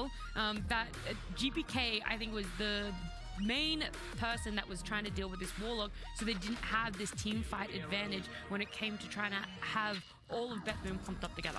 Yeah, I mean, I was surprised that they picked Warlock here, because they picked Warlock after seeing, I think it was the Centaur, Venge. Yeah, it was Venge, Centaur they saw, and then Warlock. Yeah, I don't like to pick Warlock if I'm playing into a lineup where it's hard for me to channel my up hero. I mean, the Puck was picked later, but even before that, playing against the Bench and the Stampede is not it's not ideal, you know, for Warlock. And when you look at 9 Pandas, you're seeing these two supports, you think, okay, they have Warlock and a Skyrat, completely the outskirts type of supports that are they can never really initiate on their own. They can't give info. They wait for the info to be given to them. When you see the 3 cores, these 3 cores are giving those, right? Like you have Earthshaker, you have Primal Beast, you have Alchemist. The problem occurs, however, when GPK jumping you first. And he was doing that 90% of the time. That puck always jumps the Warlock, always jumps the Skyrat, and they just disappear from the team fight 5 seconds in. Yeah. I mean, on the other hand, I think it would have been a totally different game if the Elk had a decent start. Because you mentioned it's Warlock and Skyrath, right? They can't really do anything without the cores jumping in first. So imagine if the Elk had a normal game. He's going to have Radiance and Dagger, BKB at a reasonable time. And then it becomes a different game for the supports, because then somebody else can actually go in. And I was talking about like how, as Warlock, you like to be greedy with your build. Maybe you get the drums, and if you are snowballing from the lane, or at least you have a decent start, it makes a huge amount of difference for a hero like Warlock. Yeah, so it's not even just shutting down the Alk, but it's the fact that you're doing it in tandem with Warlock, which is a support that if you get that little bit of gold at the start, it is very easy to snowball just yourself but your team. Yeah, I feel like the Alchemist wasn't really an issue in 90% of these fights. He didn't really do a lot. If they were getting any kills, they were due to Fatal Bonds, Earthshaker, maybe a little bit of Primal Beast. The Alchemist just never really came online. What they would do, of course, Alchemist is still difficult to kill. So what they would do is they would bait out the BKB, fall back a little bit, kite him around. The moment that BKB is out, so is Alchemist, like he just dies. Yeah, that's the worst, when you feel your characters being kited around. Did you see any of those picks that went to the ones that are a little bit out of meta, maybe some bands that you're like, oh, this must be because they know each other so well, that they're both Eastern European teams, they've had all DPC together. This is more a team specific rather than a meta or a counter. Probably the Undying. I think Undying is not exactly a very popular hero. We saw, I think it was Gladiators did pick him one game, but the hero is definitely not a top tier hero anymore. It's more specific to how Solo likes to play. Like everybody remembers his triple stacking, Blood Grenade, Undying running around. And maybe it's also another hero that you mentioned and noticed during the draft. That's the OD, right? He also got banned out in this series. So there are definitely some niche bans happening when it comes to picks. Maybe Alchemist is a little bit out there, not really a hero that's picked a lot. Got picked up this game, didn't really work. Yeah, I mean, obviously outside of him having a good game, why isn't Alk being seen in the meta? What struggles is he facing up that clearly prevailed in this game, but might also prevail in a game that he's not shut down as early in laning? When he came back into the meta, he was just ridiculously broken in the laning stage. Oh yeah, this was back in Berlin major time. Exactly. Medusa and Alchemist every single game. Even some players buying travels super early on. It was crazy times. But I believe he did suffer some nerfs, and the offlane changed a little bit. You don't have these zoo heroes anymore on the offlane. You have the passive got nerfed, so you didn't get as much gold. I think then they nerfed what else did they nerf? I can't remember. I think it was the stun as well that got nerfed, so his laning wasn't as strong as before. Plus, you have these like centaurs now, and all the bulky boys on the offlane. They're there to dominate. They're not just to farm and then fall back to ancients. Yeah, I mean, if you pick Alchemist, you're gonna have to make sure the Elk gets a good start. If the Elk doesn't get a good start, then you're gonna struggle a lot with the hero. It's a very timing-based carry. He needs to hit his timing. He needs to be able to snowball fast enough, because he's not going to scale very well late game. Sure, you can always talk about how he can buy agonyms for his teammates, but then he's not going to be able to carry the game. Then you're going to have to rely on another hero. I know we're in the middle of our Bet Boom 9 Panda series, and we will come back and talk about these teams a little bit, but at the end of our first best of 3, LGD did it 2-0. We didn't have time to catch up with them, but I do know that Slacks has been able to go and catch up with LGD, so let's listen in. Let's have a look at what he got to ask the LGD players. What's up, everybody? We were going to go into LGD's room, aka Team Hot Dog, but they were having a team meeting. In fact, they're still having a team meeting, but we need to celebrate their victory, and what better way to do it than an all-American feast. They love this American food. We even got a Seattle dog in the middle. You ready, Helen? Are you going to go in there? Let's go. Who's going to eat the Seattle dog, you think? We'll find out. Okay, fantastic. Let's head in there, everybody. Hello. Congratulations. 恭喜恭喜你们进入胜者组。 We got you hot dogs! All right. 为了庆祝，我们给你们准备了热狗。能吃能吃，可以吃，真吃。 Hot dogs, please. 真的是想。All right, fine. 我不吃。It's very important. There's one in the middle called a Seattle dog. Now, this is a very normal American treat. It's got sour cream, jalapenos, onions. Who will eat the Seattle dog? 我们准备了一个很特殊的，就是本地口味的西雅图热狗，然后是有奶油、cheese， 然后还有辣椒的。有没有勇士？有没有勇士挑战一下？牛哥。Will you eat the Seattle dog, New? 牛哥可以尝试一下吗？我现在尝一口。I will try it right now. Let's go, baby! All right, real review. Here we go, New.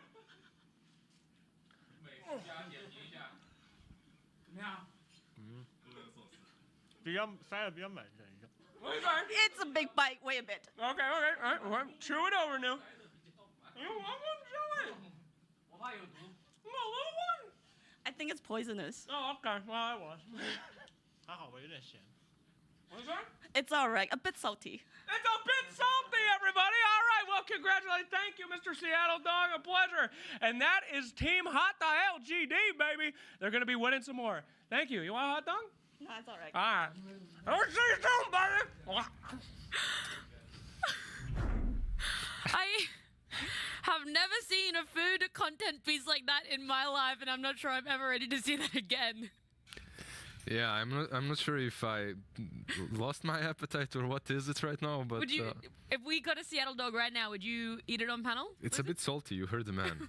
You wouldn't want to try for yourself? Of course I would. I'll try it. Yeah? I'll try it. I'm so lost about the hot dog thing because it's just a very funny rebranding. You know, we're very used to PSG, LGD. PSG ended up going over to Quest, and now we're seeing LGD with the hot dogs. Great bit. I love it that Slack's got them to try the Seattle dog.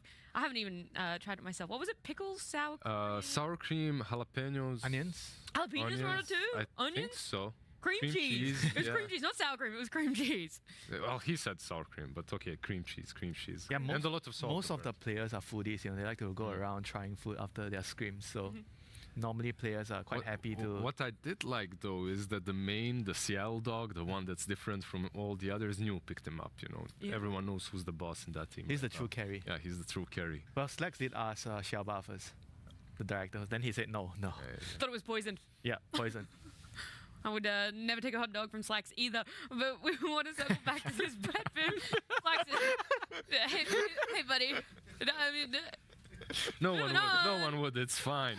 Well, let's just stay on air because I don't know if Slacks is gonna maybe poison my lunch after this one. But Nine Pandas, he's walking away. He doesn't want to hear any more of it. Game number 2 will be coming up very soon. Nine Pandas need to bounce back. This team have come up against each other a lot. It's a best of 3. It's very possible to bounce back from it because they know each other very well. In fact, one player a lot of us know that we've seen around in the scene many times is Solo on Nine Pandas. So let's hear a little bit more about him, his journey, and him as a Dota player.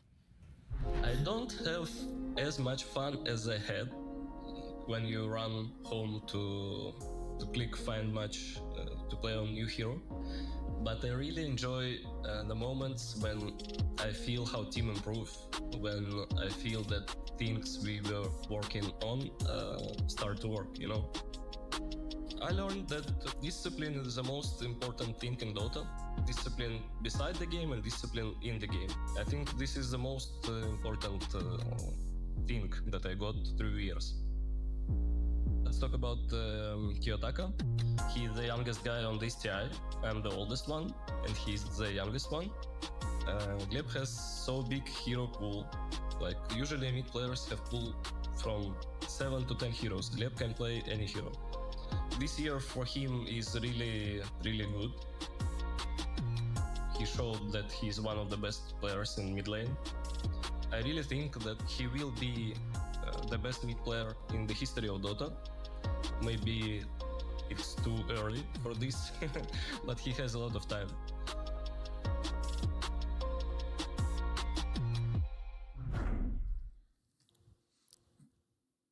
All right, welcome. welcome back. Ladies and gentlemen, boys and girls, we got game number 2 going to be coming at you. Of course, BetBoom up 1-0 in this best out of 3 series. It's eventually taking care of business, but the first game, you know, is quite the roller coaster ride, especially if you're a Nine Pandas fan.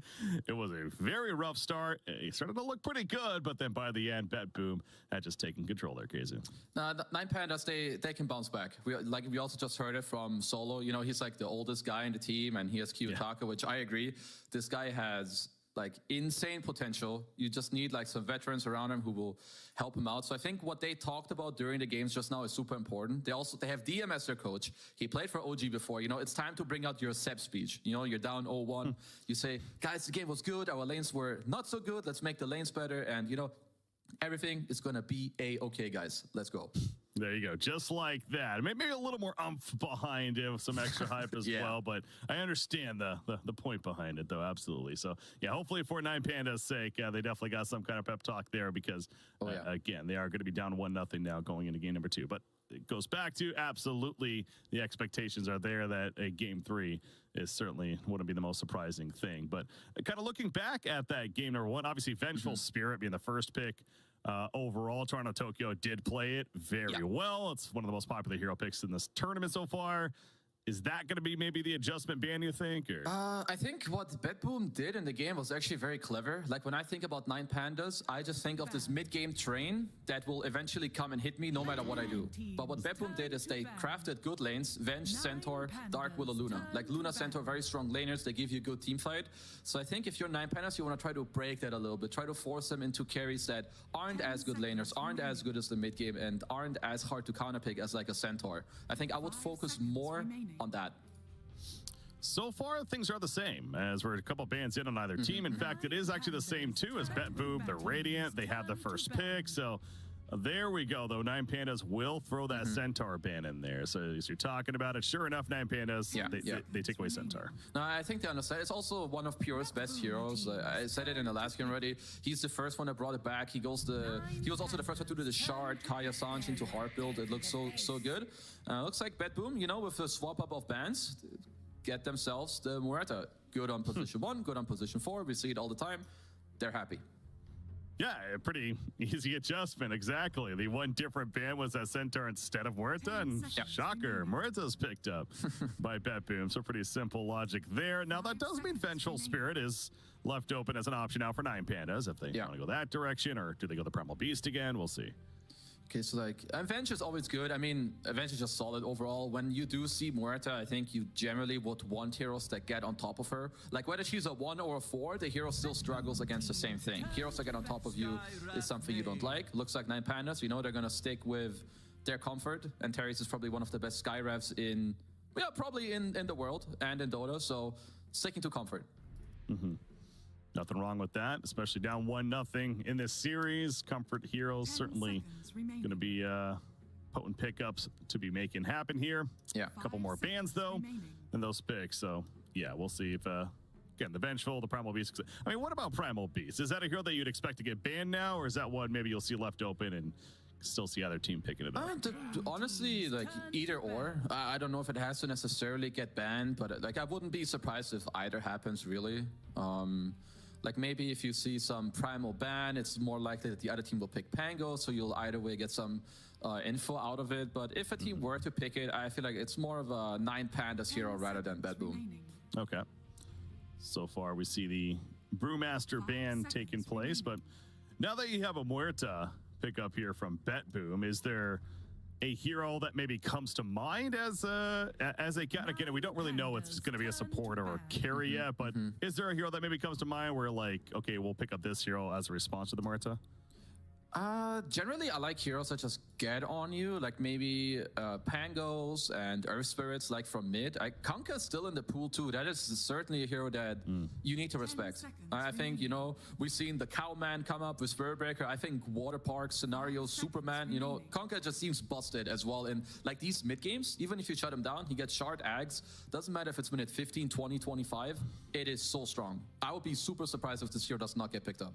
Yeah, well, it's still one more ban to go from Nine Pandas, but yeah, especially if he makes it through the banning phase, certainly could see that high priority for one of these two teams. And, well, it is made through as the Naga Siren ban is going to come up from Nine Pandas with their final one. So now here come the 3 picks for either side. And you mentioned Kunkka being left open. That's got to at least be on the mind, if not certain pick here for one of these teams. Yeah, no, for sure. Like, this hero is just very good. Same with like your Pangos and Earth Spirits. You know, they're just very mobile. They can run around the map. They're just solid picks. You can also flex like some of them. I mean, we'll see. Nine Pandas are very good when it comes to like setting up their draft. Like that's usually what I feel like they don't get outdrafted very often because they always have like this mid-game timing where we saw it last game. Bad early game, they can still bring the fight to you. God, that's right. Vengeful Spirit even left open still as well. And sure enough, BetBoom will get that, and they go with the Clockwork, classic combo. I hope Onterius is just tired, because otherwise that facial expression was him not being as happy about these picks. But I must say, you know, people often say like, oh, this hero's unpickable, this hero's unplayable. This is a goated Clockwork pick. Both of these supports just feed to you. They can't really cast their spells. You go in for your team. This basically already makes Muerta as well a carry, at least for the most part. So you've got the Venge to back her up. Yeah, I am really liking BetBoom's foundation of the draft so far.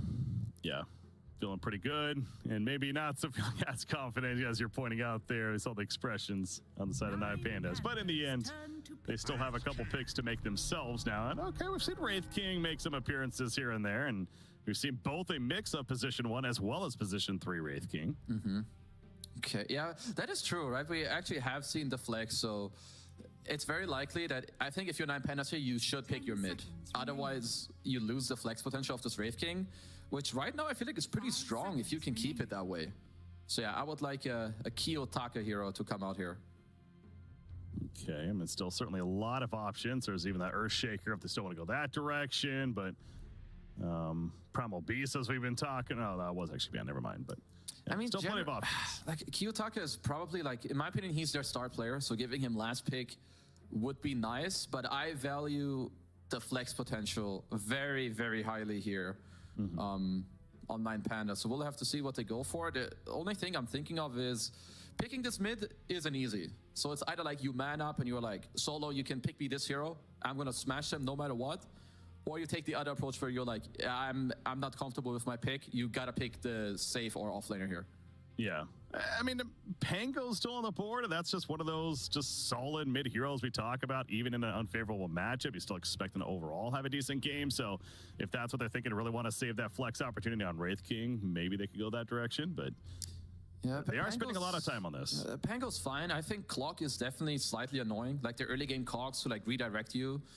I mean, I wouldn't say it's a hard counter, but it's certainly something that's not super easy and you don't see your matchup. And you can tell that Nine Pandas, they're using, this is the hardest pick in their draft by far. They've already used more than 1 minute of reserve. Wow. They are sold on this Alchemist, Kezu. Oh, they just run it back. Okay. Back to back. First time appearances with this hero. Not the prettiest game one with it, so. No, 4, 10, 8. I feel like you're getting Legion Commandered here by Pure. So, so one thing, you have Wraith King Alchemist. I think, yeah, you're building towards the draft in a mid-game again where you just have 3 tanky cores or at least 2 that will go in and try to get their stuff happening, but you have a lot of overlap between these 2 heroes, and I must say I like this pick a lot as well. Why is that? Lone Druid pickup coming out for BetBoom. So I think Lone Druid, right now you have 9 Pandas who have 2 side lane cores that heavily rely on their laning. You have a double melee safe lane most likely with Alk ET. I think Lone Druid is super annoying up there. It also makes it easy for Clock to go in the off lane. If you're with Venge, it makes the lane even stronger. And when you play against ET Alk, you love to have a hero where you can protect each other. Savage Roar can absolutely just destroy when they go on you. Yeah. Well, again, I'm almost in shock, honestly, by the fact that Nine Pandas to go a hero like Alchemist back-to-back games. The first game just did not do well. And clearly, they have something in mind. I mean, you even said with that first pick in the first game when it happened, it's like, you know, you see the potential. You're surprised here that he hasn't been played yet. But man, to have such a rough game one, they don't care, bro. This is Eastern European Dota, 9 Panda. Ramsey's gonna back down from his hero. Nah, man, he's gonna say. No. You know, we messed up. We shouldn't have died 8 times, which, you know, that's a correct assessment. I don't mind it. But yeah, you're going to need Kiyotaka. He's getting the last pick. They're setting him up for success. Ramses, he's not the hard carry of this team, and he will not be the hard carry of this game. They're setting up Kiyotaka right now. Maybe some you know, last pick Tinker, Arc Warden, whatever it may be, something nasty has to come out here for 9Pandas. Sure. Oh, that means it's going to be very heavy on the mid bans here, of course, because, yeah, both teams very likely to go that mid hero, as the position 1 and 3 on either side have been picked up. Very likely, at least. So, I mean, so far, they're getting Pango, I think. If you're not banning Pango on 9Pandas, that is way too good of a pick for a Bad Boom team. Like, what does Muerta and Lone Druid want? They want people to go in for them. What does, like, Alchemist and Wraith King hate? Some dude that disrupts the fight, same with ET Skyrev? I think you've got to ban this hero if you're 9Pandas. Well, what about Kunkka? I mean, you gave a lot of praise to Kunkka as well. He's still never available. mind if you're banning. Yeah, they're getting one of the two at this point, I think, and they are just phenomenal. So if you're 9Pandas, you have to think of this already. Like, maybe now if you're a BB, you try to set up this Pango pick for yourself. So they do eventually ban Kunkka with a final ban. So now to your point, Pango seems pretty likely for the side of Bet Boom. Unless they have some other kind of logic they're looking to work down towards. But they do got a lot of time to figure this out here with this final ban. Then again, they have the pick to follow. It will be 9Pandas, though, with that final overall pick. The chance to respond themselves. But, yeah, seems like the draft is coming together pretty nicely. More so for the side of Bet Boom, but 9Pandas certainly is capable. Yeah, let's see. I don't know what else they've played a lot on. I mean, GPK, they have a really huge hero pool, some of these mid players. So they banned Storm. GPK loves the other heroes. I think this was way too obvious. I hope that 9Pandas have a good idea, because I think this is a very incredible last pick. Yeah. Yeah, because now it's like, what hero do you get to play up against Pango? But then also a hero, as you're mentioning, you really want it to be that carry hero, because you're not necessarily going to rely on Alchemist to be that carry for you as this game scales on. So you want that. Who is that? You mentioned Tinker as a possibility. I mean, does that still stand here? Honestly, this clock pick is super annoying, because a lot of these heroes Kiyotaka would maybe want, like some Arc Warden Tinkers. They're very annoying. Okay, Lina gives you high range. I still think that she kind of struggles in the game against Clock and Venge. Anyone that puts you out of position or can touch you is annoying for you, but getting this high range hero who can win mid is kind of what they needed. I mean, Lina certainly can. Kiyotaka queues up on it quickly, and there you go. So yeah, it's a Lina final pick up against the Pango, but yeah, confidence certainly for that Pango pick, as you kept on going back to, and let's not forget too, this isn't Muerta now position 1 as well. Again, we've been seeing this as well as a support option, but just to be clear on that, Muerta position 1 in the hands of Nightfall. You think that's setting up to be a good game for the Muerta as well? Yeah, I think this is a dirty Muerta game. Like, they should have good lanes. 9Pandas, this is a very similar game to game 1. At 15 to 20 minutes, they need to get these Blink Daggers, get their timings, and keep pushing the game forward, and they need to build a big lead. Because again, when Pango gets a second, third item, when Lone Druid keeps scaling, you have the Muerta who's going to keep scaling. Their scale is too strong. So 9Pandas have a good early game, push it forward, get this Aegis, be ahead. So again, a big issue last game was Ramses getting locked down on that Alchemist, kill after kill after kill taking place. You mentioned Lone Druid, a great laner, likely to be paired up with the Clockwork here. What is it going to be? Elder Titan pairing up with the Alchemist on the other side? So. You see that going better for Ramses at least? It's got to go better. I feel like no matter what lane you tell me, he's not supposed to die 4 times. It's got to go at least a little bit better. There's also maybe something where like you try to bring the Skyrav like to your safe lane and like go for 1 or 2 cheeky kills. Lone Druid is a very, like, this hero can get his game ruined pretty quickly. So Bad Boom need to make sure that there's no small misplays going on, don't overplay. But if they play clean, I think they will make it very hard for 9Pandas in his early game. Yeah. This is going to be loading into game number 2. Another good one coming at us here. Of course, 1-0 lead right now for Bet Boom. They would love to take care of business and finish it right here, right now. But on the other side, 9Pandas trying to make that game number 3, which has been rare so far in these day 3 and 4 group stage matches. Only the 1 series previously of the 5 that have been played have gone the distance. So going to continue that trend at least. I mean, I want to see it. It looks like 9Pandas are missing 1 player, unless that PC in the back doesn't belong to one. Looks like it's Wraith King. Might be on the toilet. All right, looks like he's back. He's moving. There you go. Yeah, Miro's back and running down toward the bottom lane, so we're good. All good. Had Tips to come out.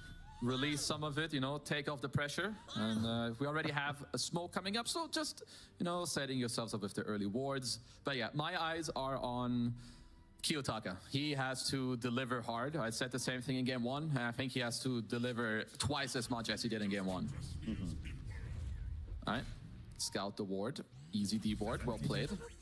There you go. Toronto Tokyo getting credit for that there, but yeah, good D ward off the bat. Mentioned last game was a 3-for-1 bounty rune advantage as well for Bet Boom, remember. Not saying that that's really what set the tone of the game, but you know, you have an alchemist, you do trying to at least get the split there yourself, so. Bet Boom have very good rune control, or like even this early like rune fighting. Wraith King wants to skill skeletons, and that spell is just worthless on the rune. It does nothing. You have Lone Druid who counters like 2 heroes. You have Deadshot to push a hero away. So let's see, it's possible for them to get a 3-1 split. Oh, Ramses. Let's see who wins the click battle, Bear or Goblin Man. Hey. He did it. Well played. Ramses there too you good. Go. Yeah, too good. So the split is there, so slightly better at least for the side of 9 Pandas this time around. But yeah, into the lanes we go. You mentioned that mid lane is going to be absolutely key for you. Kiyotaka matched up against GPK, of course, Lena versus Pango. But yeah, certainly a lot of eyes also going to be on that top lane. Eh? This Alchemist, Ramses. I mean, fantastic player, of course. We know that that was one of those performances where you certainly do not expect that. Hey, he's been known for his alchemist, like dating back to like what, some Kiev major with the old Virtus Pro where he also played with solo. So, you know, this kid knows what he's doing. And Kiyotaka in the mid lane, Lena versus Pango. This is a heavily Lena favorite lane. Always has been. I don't think this will ever change. So he should be off to a great start. Yeah. You already see plenty of damage coming out in that mid lane matchup, but yeah, looking forward to seeing him having that good start continued. As Courier going down at the bottom lane, that's Antares on Skywrath Mage is going to take some damage from Toronto Tokyo as they're off into the jungle, letting their carries do their thing in the lane, which right now Nightfall is actually getting some pretty free farm for the time being. Yeah, he should be pretty good. Like, what I've seen from these Wraith King lanes is that, I mean, they're level 1, all they want is get skellies. Maybe they get level 2 before you, use the skellies, pop a stun, but Wraith King is kind of like Venomancer. He needs level 3 with 4 skeletons, and then then his lane begins. Before that, he's just a creep who wants to get gold. So, expect Nightfall to have, a very good time for most of this earlier on laning phase, what I'm hearing there. Mid lane, Lena is going to do some good damage again to GPK as the creep wave pushing in his face, but living life on the edge there of sorts, popping some bottle charges, however. Oh, shield crash. Yeah, Kiyotaka's getting low there, jeez. They're both, this is just the good old classic. He's gonna be a bit careful, bottle is here, so they'll be fine. So first water runes are coming up. Honestly, both mid laners doing pretty well. I think both of them are happy. Gonna have, of course, the water rune refill. And they're going to be chilling. Well, again, a big thing with last game as well with the Alchemist Ramsey, he died at level 1, remember, in the laning phase, and he was level 1 for the first, like, 2 minutes of the game. So the fact that he's already 2.5 here, obviously, it's much, much better start. And that can certainly snowball the other way. It's kind of the point that I was getting at there. So, yeah, now this time around, already a bit different. And his CS is reflecting, too. 12-0, compared to the Lone Druid, that's 10-2. Currently bottom lanes. Blood grenades. Okay, that is going to be a kill. Blood grenade for it. They did actually get the last take. And yeah, something to look in the mid lane. Looks like no GPK was able to get all the CS, but it was Kiyotaka who got the double bottle refill. I think this top lane for Bet Boom gets so infinitely stronger when they get level 3 on both the heroes. 2 levels roots, but also much more double level in the battery assault. All right, so look for a bit more aggressive play perhaps once that nice play by Pure. Love that. He skills Savage Roar. Actually, doesn't even have the lifesteal. Pushes him away, and because the bear counts as a hero nowadays, you can take a Lotus. Oh, yeah. Snatches it from the Elder Titan. Not too shabby, actually. GPK, again, getting low in the mid lane, but he will survive that bottle.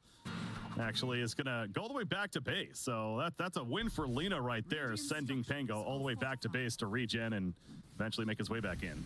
Absolutely, and I see Terry's pinging in the bottom lane. I think now that they have double range creep, they have skelly charges, they want to push in the lane, and I think go for a dive with the 4 skeletons, even solo. This is a classic solo move, baby. He has 2 blood grenades already. He has no mana, but he's just gonna go straight up bottom with the blood grenade. It's diving time, bros. There we go, but I was gonna say this, TP in, Clockwork actually, so Pango does go back to the mid lane, but Clockwork here as well. The calling is down. Did Solo go too deep? It looks like maybe. Dead shot on him. The fear kicks in. Solo's trying to get out of the cogs, but it's just too damn difficult. They do kill the Vengeful in response, though. So both teams losing a support there. Okay, I mean, very good response by Safe. The one problem for 9Pandas is, I think if the top lane continues as a 1-on-1, Pure will eat Ramses for breakfast.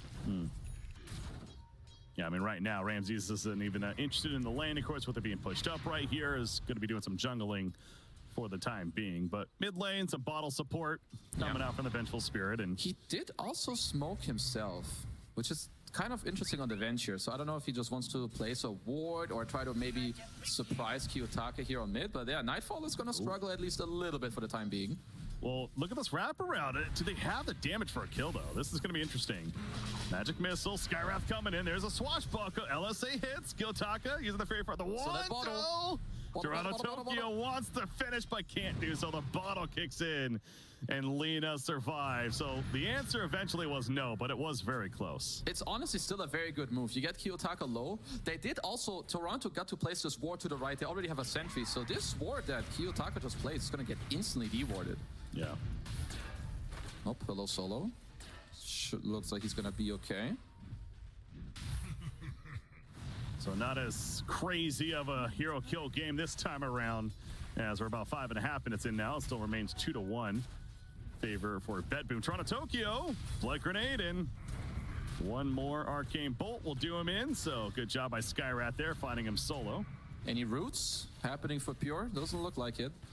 Well, 9Pandas top lane, they need to hope to get as much as possible, because when this Lone Druid gets a Diffusal, ain't no way that anyone is going to lane here.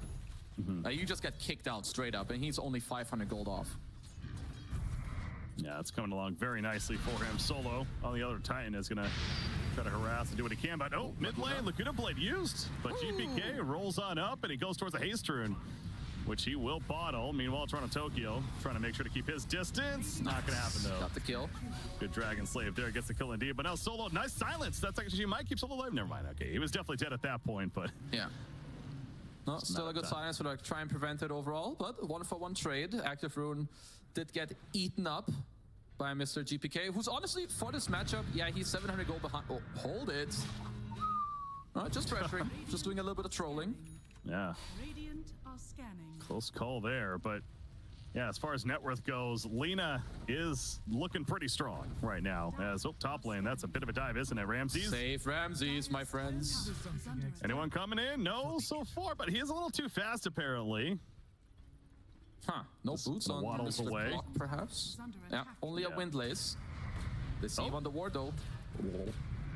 Runs right back into him. Pure now hoping for the root on Elder Titan, maybe. Gonna turn his attention, get the Saboteur onto the Alchemist. Oh, the bear, plus 300. That's nice. That matters a lot, but there's a Diffusal. True. Right, never mind, still chilling. Mid lane just being pushed in during all this, by the way. Tower's still plenty alive, I suppose, but yeah, Lina rotation. They are doing okay there, but it looks like this bot tower is suffering and during all this meantime, right? You just have all the skeletons. Toronto's been absent from this lane for a long time, and Moreto's not the best one at defending this tower. As you say that, it looks like 9Pandas also picking up on it, whether it's vision or just spider senses tingling. They are going to start falling back because supports were running over to that bottom lane, and both Wraith King as well as the Skywrath Mage, they make their way back to safety. So instead, focus back on the mid lane. Kiyotaka, he pushes up here maybe, but 8-minute runes are coming in, so actually both teams fighting around the bottom rune specifically. Rolling Thunder committed. GPK wants to make sure to control it, but it's top, and that's going to be a region. Going to get there first? Nope. He will not make it. Yeah, you just got to kind of use your ult to try. I'm surprised he didn't run in for the bottle. I guess he's a bit too afraid, doesn't see the support, so we'll somewhat understand it as 9Pandas are still around. Just want to get the tower, and honestly, yeah, they're just going to get it, right? No glyphs, Skelly's popped. Looks like an easy one. So as I was kind of getting at earlier, this has been a much slower game in terms of hero kills compared to game number 1. Does that favor maybe 9Pandas more this time around? Oh, 9Pandas are doing great right now. If they can keep, like, their Wraith King is top net worth as is Alchemist. I think they got through the lanes nicely. Kiyotaka, of course, is slightly ahead of mid. The only thing that they cannot do is buy 2 Radiances, because right now both Miro and Ramses have it queued up. So I think Miro is going to have to just go armlet into Blink. But I love this play down bottom. They take the tier 1 tower. Now he has a stacked hard camp. He's going to pull it back. And Nightfall, he's going to get bamboozled in 30 seconds when there's no wave showing up down bottom. Yeah. That is interesting. I mean, yeah, still has it queued up, but certainly can expect a bit of a change right there. So, Bounty Rune spawn though. And yeah, where it's gotta kill the range creeps at least, but Wraith King doing a good job of that control. You mentioned his net worth, very impressive right now. Just a matter of what he ends up using that towards. Another 1,800 gold saved up on him currently. But Alchemist does have the one component at least, as you'd expect. No surprise here, going to Radiant, Sacred Relic, 2,500 gold saved up. That's actually a kill onto Vengeful. Kiyotaka finds him. Easy peasy. With the very early Aether Lens, of course, like mid lane, I think Kiyotaka's going to have a great game. It's going to be up to Save and Toronto Tokyo, I think, to really slow down his game later when you get this hook shot. So getting level 6s on all of these supports is going to be very crucial for both teams. Some nice stack killing going on for Ramses. That's what the Alchemist loves more than anything in the world. Creeps. Yummy. He's thinking feasting on the creeps right there. Hey, you mentioned Lena with the 8th lens. The follow-up of the Boots of Travel will be the play for Kiyotaka. So a lot of map control. Makes sense to you? Oh, absolutely. Like the move speed, you need it. Make it harder for Clock to hook you. Make it harder for like Pango and Venge to really, you know, bridge the gap between you and them. So Travels is great. As for now, it looks like the game is slowing down a bit. I think 9 Pandas, if they hit their timings nicely, then this certainly will benefit them the most. Absolutely. Another Diffusal will be the play on Pango. Not the most surprising, of course, pretty typical item for him, but we're going to have that to go with the Bear as well, having it from earlier on in this game. Miro has his courier on the side shop for the relic, and Ramses is currently flying out his to buy his too. I really hope we're not getting some double Sacred Relic action going on. I mean, yeah, like they have to. Obviously, you have an Alchemist. I mean, he's 100% going Radiant, so there's no way they're just overlooking that, right? And maybe they're just doing a little bit of trolling, you know, hashtag for the viewers, you know, let us believe that maybe they're stupid. Of course they're not. Again, he hasn't committed to anything yet, but it is definitely interesting to speculate on, I suppose. All right, anyways, Lena figuring out some more of the jungle there. Meanwhile, enhancing her farm, of course, get towards those Boots of Travel. Lone Druid, where does he go next? Yeah, Lone Druid, you just go like Diffusal, then generally you go Echo Saber, you can do Echo into Harpoon. A lot of the times you want Shard on yourself because it will Dispel, which is great. And if you get Silence, you can still use it on your Bear and Dispel like all the random stuff from you. So that's likely where he's going to be headed. Ooh, they're looking on Ramses, man. Double damage activated on Pango as well. Big opportunity here. He can smell this one. Or can he? Hookshot? He can't. Yeah, there's no chance for Ramses. Elder Titan, the sleep, I mean, it's going to help him, but there's just no chance. The 4 heroes being there, the double damage Pango, he was never getting out of that one. I'm sorry to say it again, but it's the moment of truth when Miro kills his next creep if he's also buying Relic. Okay. Yeah, he's sitting on 3,300 gold, so here we go. We'll know for sure soon. Shield Rune at least on Kiyotaka. I think they do have the Radiance completed on Ramses. Likely he's going to want to go for another item, but like 15, 16, 17 minutes, I think this is certainly where 9 Pandas will want to just get in there and go ham. Okay, he did go the Sacred Relic. So now it's like, does he go Nullifier? I mean, well, apparently double Radiance is so good that you just go for it, because I refuse to believe that. Yeah, I don't know. I think this is a mistake, but maybe the gameplay is for the next 50 minutes. Alchemist plays top, he burns everything. Wraith King stays bottom, he farms everything there with his Radiance. And then like they take 2 separate fights where Alchemist keeps burning 3 heroes and Wraith King goes on the other 2. Maybe it's the next level stuff. Yeah, well, again, to be fair, like this is the back-to-back games they're picking up Alchemist, which hadn't been picked up yet so far in these group stages. So maybe there is something to this, the idea that they've been working on this theory, practicing it, etc. A double Radiant strategy being part of it, and perhaps there's something there too. So yeah, I mean, it's definitely going to be seen though from the looks of it. But anyways, enough of that. Smoke play coming in, this time from the Dire team. And Therese, though, he finds himself in a pretty bad spot. He's going to be swapped in aggressively, and that means it's likely his death level Pango. GPK's having a little trouble there. getting stuck on the stairs, but eventually Swashbuckle to kill him. Yep, don't drive drunk, guys. It's all good. Sometimes you get stuck in a wall. Even happens to the best Pango players. Now let's say, so I'm looking. 9 Pandas, they're up 3k gold. Rafgamz has not decided to, like, he's not showing us what he's building next. I feel like you could maybe go Blink and speed up the game. Like maybe you could go 2 Blink daggers on both the Wraith King and Auk and like speed it up. If you want to chill a bit, then you're gonna go the BKB first, keep farming on your Auk, then he goes Blink, and then you fight. Well, you see Pure just controlling that top part of the map on the Lone Druid, as of course Wisdom Rune going to be picked up, at least by Skywrath, and Toronto Tokyo here on Vengeful, doing the same for his team, so both teams making that a priority, certainly after they spawn. But yeah, again, both teams very content on just playing a lot of more of a passive style, get that farm. I mean, at least for the meantime, if 9 Pandas can stop Kiyotaka from dying, I mean, currently he has not been in too much pressure. Like, if he can keep up his game good, and he's gonna get, like, what, a good timing on his Aghanims later with the other stuff as well. He has the Lance Travels already. Looks like he's going Force, as Miro's in some trouble. Wow, that's a lot of damage, man. That Pango Swashbuckle, it just cuts right through him. And can they get the Reincarnate at least? No, they cannot. The support is here. It's a Swash. The dead shot hit as well, but it doesn't matter. They lose Vengeful, and now GPK. Oh no, he's in a bad spot. He's gonna have mana though, so never mind, he'll be fine. Kiyotaka's looking. I don't know if he knows that save is around. Now he does. It's a hard one to hit. Good sidestep. Well, only the Vengeful dead, but again, that was them trying to kill the Wraith King, which they couldn't even pop his Reincarnation. Yeah, it looked. It was definitely a little deep. They did not yet have the Pango roll, I think, at the initial engage there. It looks like Bedboom are definitely trailing behind a little bit. Okay, they might spot Ramses on this ward up there.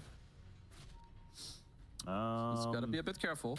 Yeah, they see the creeps, if anything. They know he's up here, and yeah, save. He's going to hook shot in. Uh-oh, Daddy. There. Cogs make it a little awkward.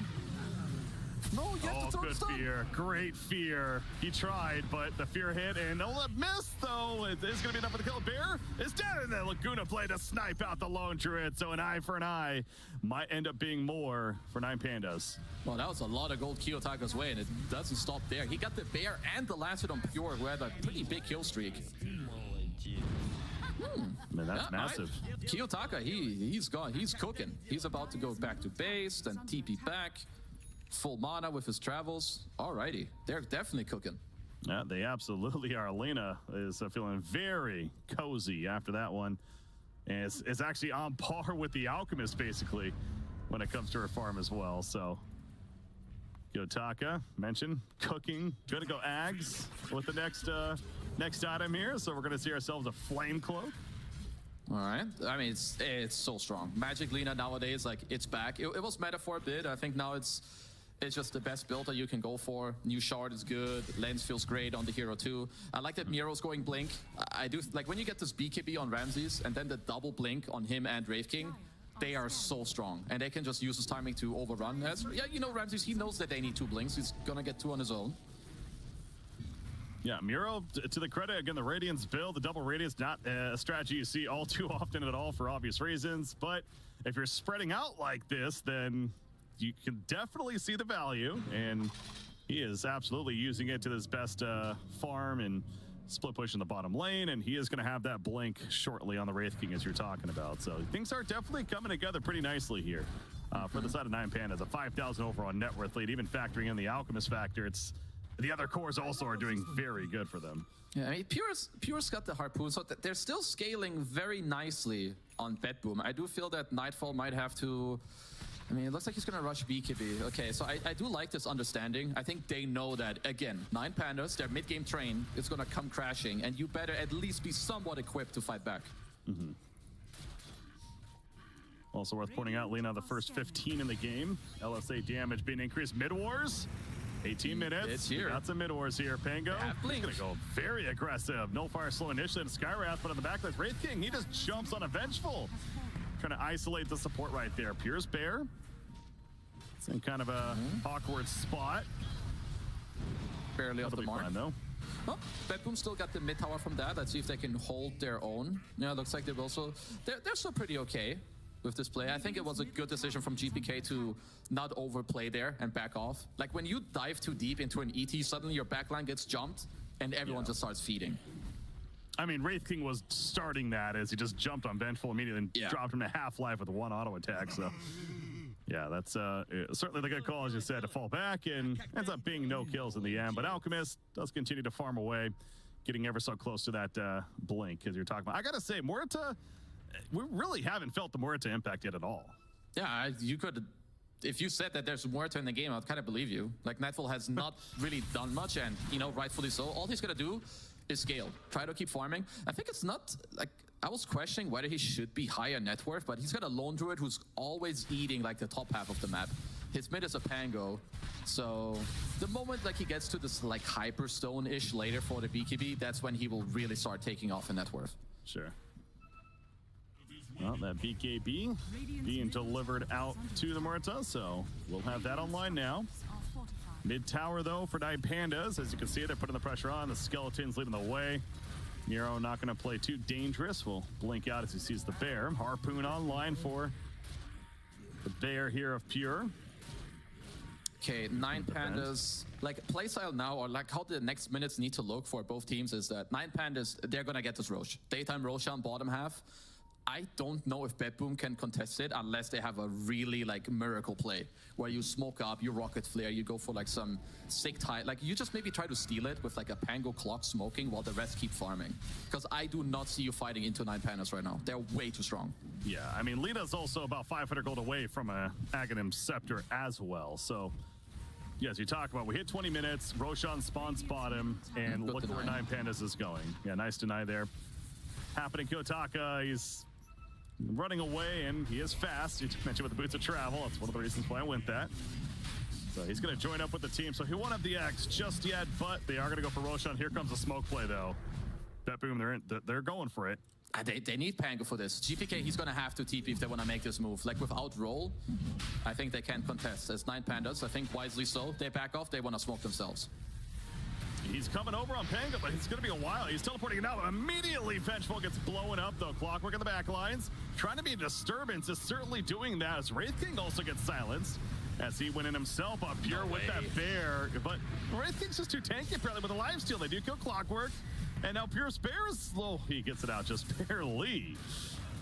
Survives right there. But damage certainly done by Nine Pandas, and now they're going to reset and just try to finish up Alchemist, or even the Roshan now with Alchemist. Yeah, I mean, Nine Pandas are super chillin'. I don't think there's any way as Bedboom that you ever get to contest it like that. I love that Nine Pandas even stop it and like they bring the fight to you to not let anything random happen. Like just remove all the random RNG from Bedboom being able to do some sneaky stuff. So yeah, just well done by them.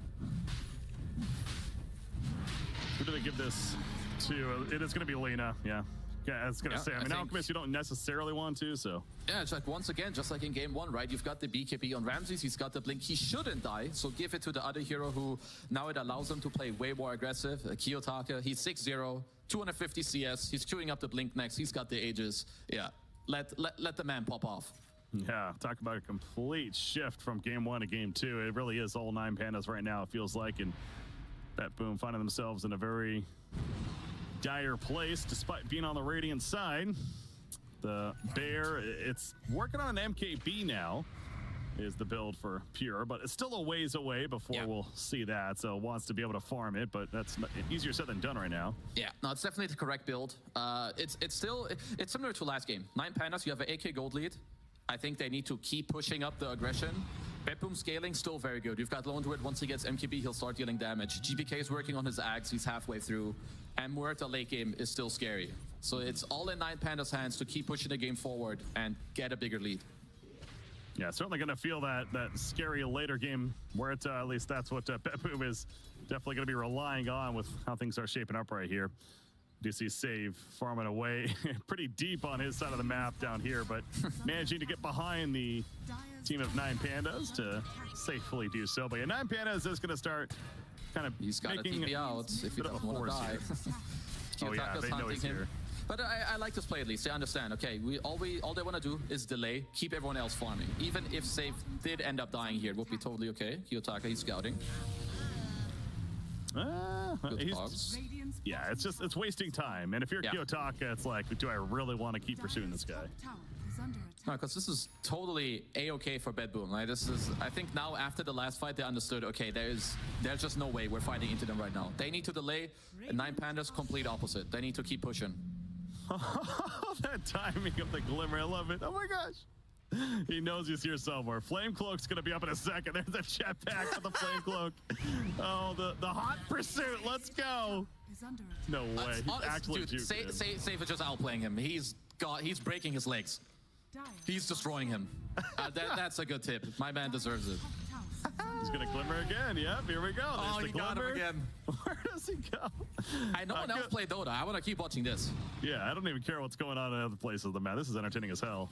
He's going to cut another wave soon. I mean, he's got Philly stone. You know, he's going to get the 4 soon. Looks like 9 Pandas, you know, the other ones, they don't care about any of this. They're closing in on Pure, though. Can he sniff it out? He can. Yeah.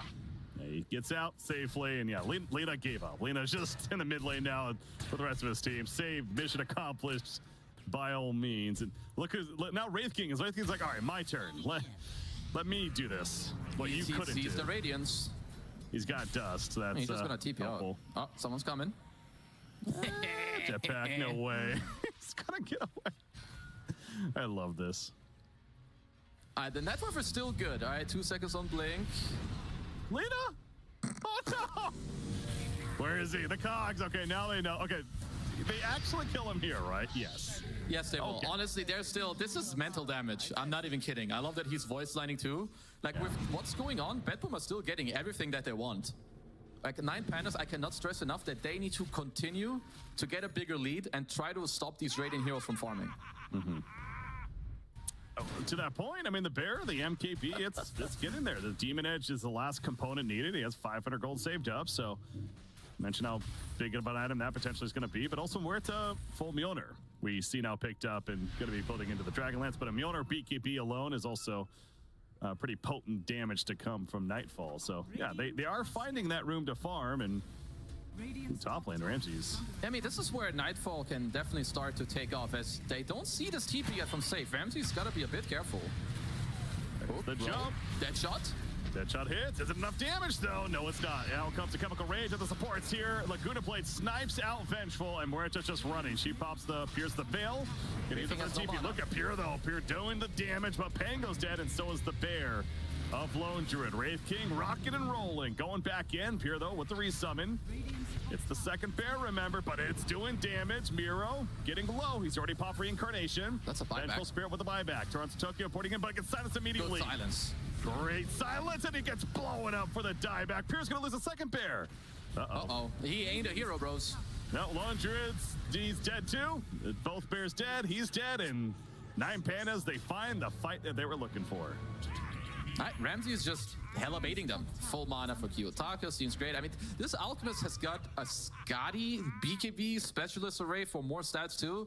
Yeah, that is a hard kill. I don't necessarily blame them to go for it, but yeah, the moment that kill doesn't like get off in the start, the fight's over.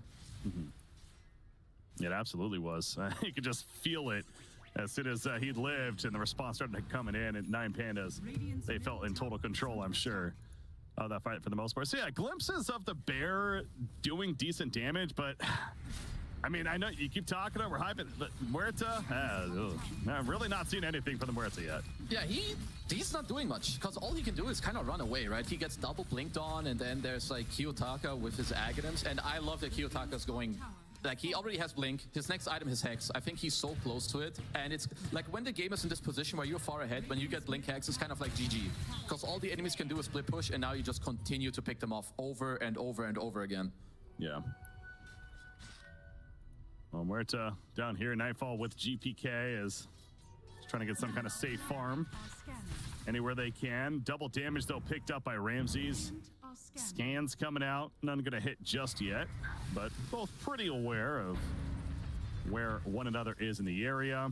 We see Solo or even here the Boots of Bearing going off right there, so great utility to have. Yeah, that's gotta be Solo's favorite item, and I think it's such a good item for this team too, because they like to go together in the mid game, get each other sped up, give this attack speed to each other. Okay, Toronto Tokyo, he did get level 2 swap from the Wisdom Rune, because I feel right now there's only 2 ways Bedboom can fight. either A, you swap someone into you and you blow him the hell out of this game with a Pango roll you coordinated, or you have to go around and kill the supports.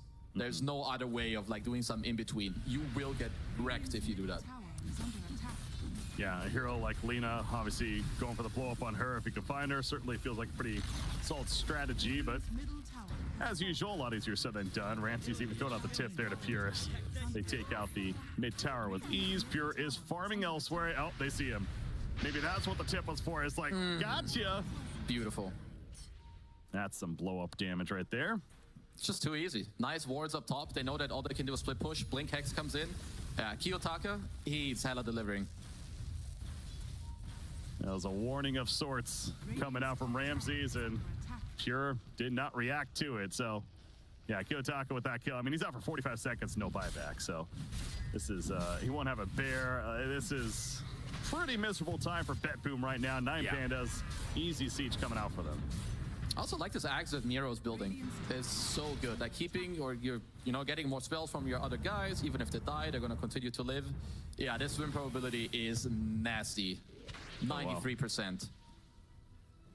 Well, it's still not going to be enough for the siege, though. I mean, again, certainly the argument of 9 Pandas is no hurry. They don't need to break the base right here. So they are going to play it safe, fall back, and Roshan's up in a minute 15. So I'm sure that's going to be where they're keeping their eyes at. No, honest, 9 Pandas, they showed up this game. I was not sure if they could do it, and they're... Nightfall. Okay, getting locked down on Lena. This isn't necessarily the blow up here, but it's a lot of damage. Marissa shows up, and he is dead. 85 seconds, no buyback. That is a lot of gold, my friend, though. Yeah. Wow, that's like 2,000 plus gold, yeah. I still for only 6,000 experience, and yeah, luckily for BetBoom, it all went to the Murata. Okay, well, again, the overall net worth nearly stole about 20K, but that kill alone was basically about 2,800 gold swing towards BetBoom. So you got to start somewhere as far as climbing that Mount Everest, and well, they're at the base still, but kind of up the base now. I mean, that's also a big momentum swing, and not just that. Yeah, sure, 9 Pandas are still doing great, and of course they're by far the favorites to win this game. But this kill could lead into BetBoom like getting Roshan control area. It's spawning within 10 seconds. It's daytime. They're already around. So it's gonna give them like a nicer setup for the upcoming fight. And Roshan's up, or he's gonna spawn here. So if they actually manage to nuke down Roshan quickly, that's massive. 20 seconds for Lena. I mean, they kill it very fast. They have sword on everything. I do think if you're 9 Pandas, yeah, I like that you're running close. You want to start, like, screwing with them a little bit. Definitely one of these fights where so much can be determined and how we play out here. Save, doing annoying clockwork things, and Roshan is dead. A just picked up by Nightfall. And he has the cheese as well, and they're going to get out. No damage done in response. Oh, okay, yeah, he's fine. Yeah, that's why you've got to be careful about some of these plays. This one death, it turns into more. Oh, nicely done by BetBoom. Perhaps a little lucky that Roshan does respawn in time. Yeah, we saw the long respawn last game. This time wasn't the fastest, but it was just quick enough to allow them. But hey, they gave themselves the chances. They gave themselves the good odds there with that kill on Lena. Of that window of him not being alive to do much, and obviously, it just happened to work out for them. So, yeah, exactly. In Aegis on Murata, that feels really good because not only that, but just more damage has even been built since then. Has a Chrysalis. We're going to see a Silver Edge. We're going to see a Tormentor kill. I mean, that win probability is certainly shifted now. Yeah, at least for sure, right? You've got the level 20 talent as well on Nightfall, where he just gets higher chance on the Gunslinger. Whereas, yeah, I think BetBoom got a little unlucky with the shard on the Bear, where it's kind of like a lasso in a way, like a baby lasso. I've not seen it yet in a real game, but it's gonna look funny if he remembers to use it. Well, Pure, as far as the Bear item build goes, again, the MKB has been completed, so a lot of damage coming out from that. We haven't really mentioned Pango too much in a while, but he has the Ags as well as the Shard. The Scepter that as well as the Shard. Going to be working on Basher, but still a ways before Pango will have that online, but we've also seen Clockwork with the jetpack, and he's almost got his own Ags. He actually is about 1,500 gold away from an Ag Scepter on Clockwork with that overclocking. Nine Pandas are doing great. I don't want to cope too hard, but Bedboom's scaling, again, is very strong. Like the Axe rockets later, you've got a Solar Crest on the Muerta. Like Nine Pandas, you've got this Wraith King Alk who are super strong right now in the mid game, and they still scale okay, but nearly no way as good as the Radiant draft. Not the bear. Savage Roar used, and Pure gonna make sure to keep the bear alive, at least trying. Laguna Blade even committed. They are gonna kill it. So plus 300, going the way of Lina. Second bear summoned. Like, the bear isn't actually that tanky. I think Pure's gonna need, like, what, more Wraith Bands to stack it up on you, give maybe another one to your bear, share that armor in between you and him. Because, yeah, the bear is still something that is criminally underrated when you play against lone. It's always in the front, it's not that tanky. Love that play from Nine Pandas. Just take it out. Apparently there's no in-game audio happening. So I'm sure they're working on that, though. We're going to get that fixed ASAP for you guys. We'll do our best sound effects in the meantime. Beep, boop, beep, boop. Yeah, it's clockwork. He's coming in. Yeah, we have reached the state where we only have one Radiance. Ramses did go for the split, so they just got them both to scale. I like that. Yeah. I think you've got the Nullifier against some of, you know, the Glimmer Capes, the Force Staffs, and what have you. So nice split, nice pickup. Makes sense. How about that? Both teams smoking S5 at the exact same time, essentially. Wrapping around, and obviously they're not going to run into one another, but the Radiant, Betboom, they'll find themselves killing the tier 1 bottom. They want to take this fight. That's a rainbow TP right there. It is. Do they engage? Betboom's not going to force it, though. Oh, the Lina's going, and they want this bear. Remember, this will be the second bear kill. And they blow up the Lone Druid. Lone Druid's out. Vengeful Spirit going to be picked up as well. GP getting the backlash. They try to go for the turn kill to Lina, but Lina's still plenty tanky. Meanwhile, Clockwork, he's been a distraction. Laguna Blade on him. He goes down. Nightfall TP's out in the midst of everyone. That is a beautiful pick for Nine Pandas. No, great. They just get Pure again. The burst is way too strong. I mean, even if they don't burst Pure and they just get to go on the bear, even that is just good enough. So Kiyotaka still, his hero is incredibly strong. I still think the same thing as before. If Betboom want to fight, they need to be the ones engaging. They have a good ward, though, on Kiyotaka right now, if he doesn't back off fast enough. They're pinging him out, but there you go. There's the back out. You know, getting greedy. Not really. Yeah, he's fine. Kiyotaka very aware. He is level 25 as well, by the way. So that Laguna Blade damage is now pure. That's pretty damn good. Oh, yeah. No resistance needed to be worried about there. And we're going to start seeing some sieging finally from Nine Pandas. Despite Muerta, the one with the age, is still for another 30 seconds. They know the ward is there, but yeah, that's a tough one to click at this point. So Kiyotaka, he wants to wait. And yeah, every time you die as lone, he will only come up with one bear. Like, if that one goes out of position and they just, like, what, Mystic, Flare, Laguna, Stomp it, like, they just kill the bear without committing. Or they force Toronto to swap it and then he has to die. Yeah. So the map control being very restricted by Nine Pandas, as you'd expect with the game state here. You mentioned that split up from Alchemist earlier of the item, and sure enough, there's the other component, of course, the full Butterfly now completed to go with the Nullifier. So yeah, this Alchemist is certainly a wrecking ball himself of plenty of damage he's outputting. Oh yeah. Next item for him is going to be the Swift Blink, so he's still got a little bit to scale. Can upgrade the Blink, get a Moonshot, and start ferrying out some Aghanim Scepters. Wraith King joining up with the team. Nine Pandas not looking to relieve the pressure. They're looking to keep it going. And Wraith King, oh, he gets stunned by the swashbuckle of Pango, who has that basher now. Not a good sign. When you place this high ground ward, you see them slowly walk into it, and you still have to give it up. It kind of goes to show you how weak Betboom feel. Yeah, they had to retreat. I mean, the Lone Druid still has another 50 seconds before another bear summon's ready, so yeah, I'm sure that's a big part of it there.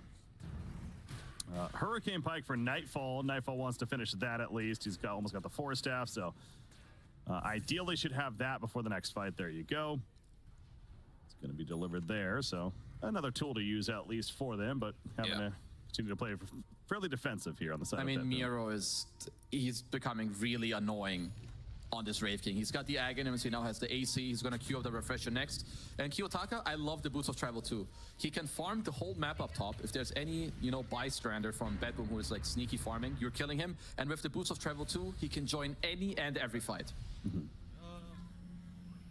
Wrap around Nightfall, trying to find the angle. They know Alchemist is nearby with the acid spray being put down.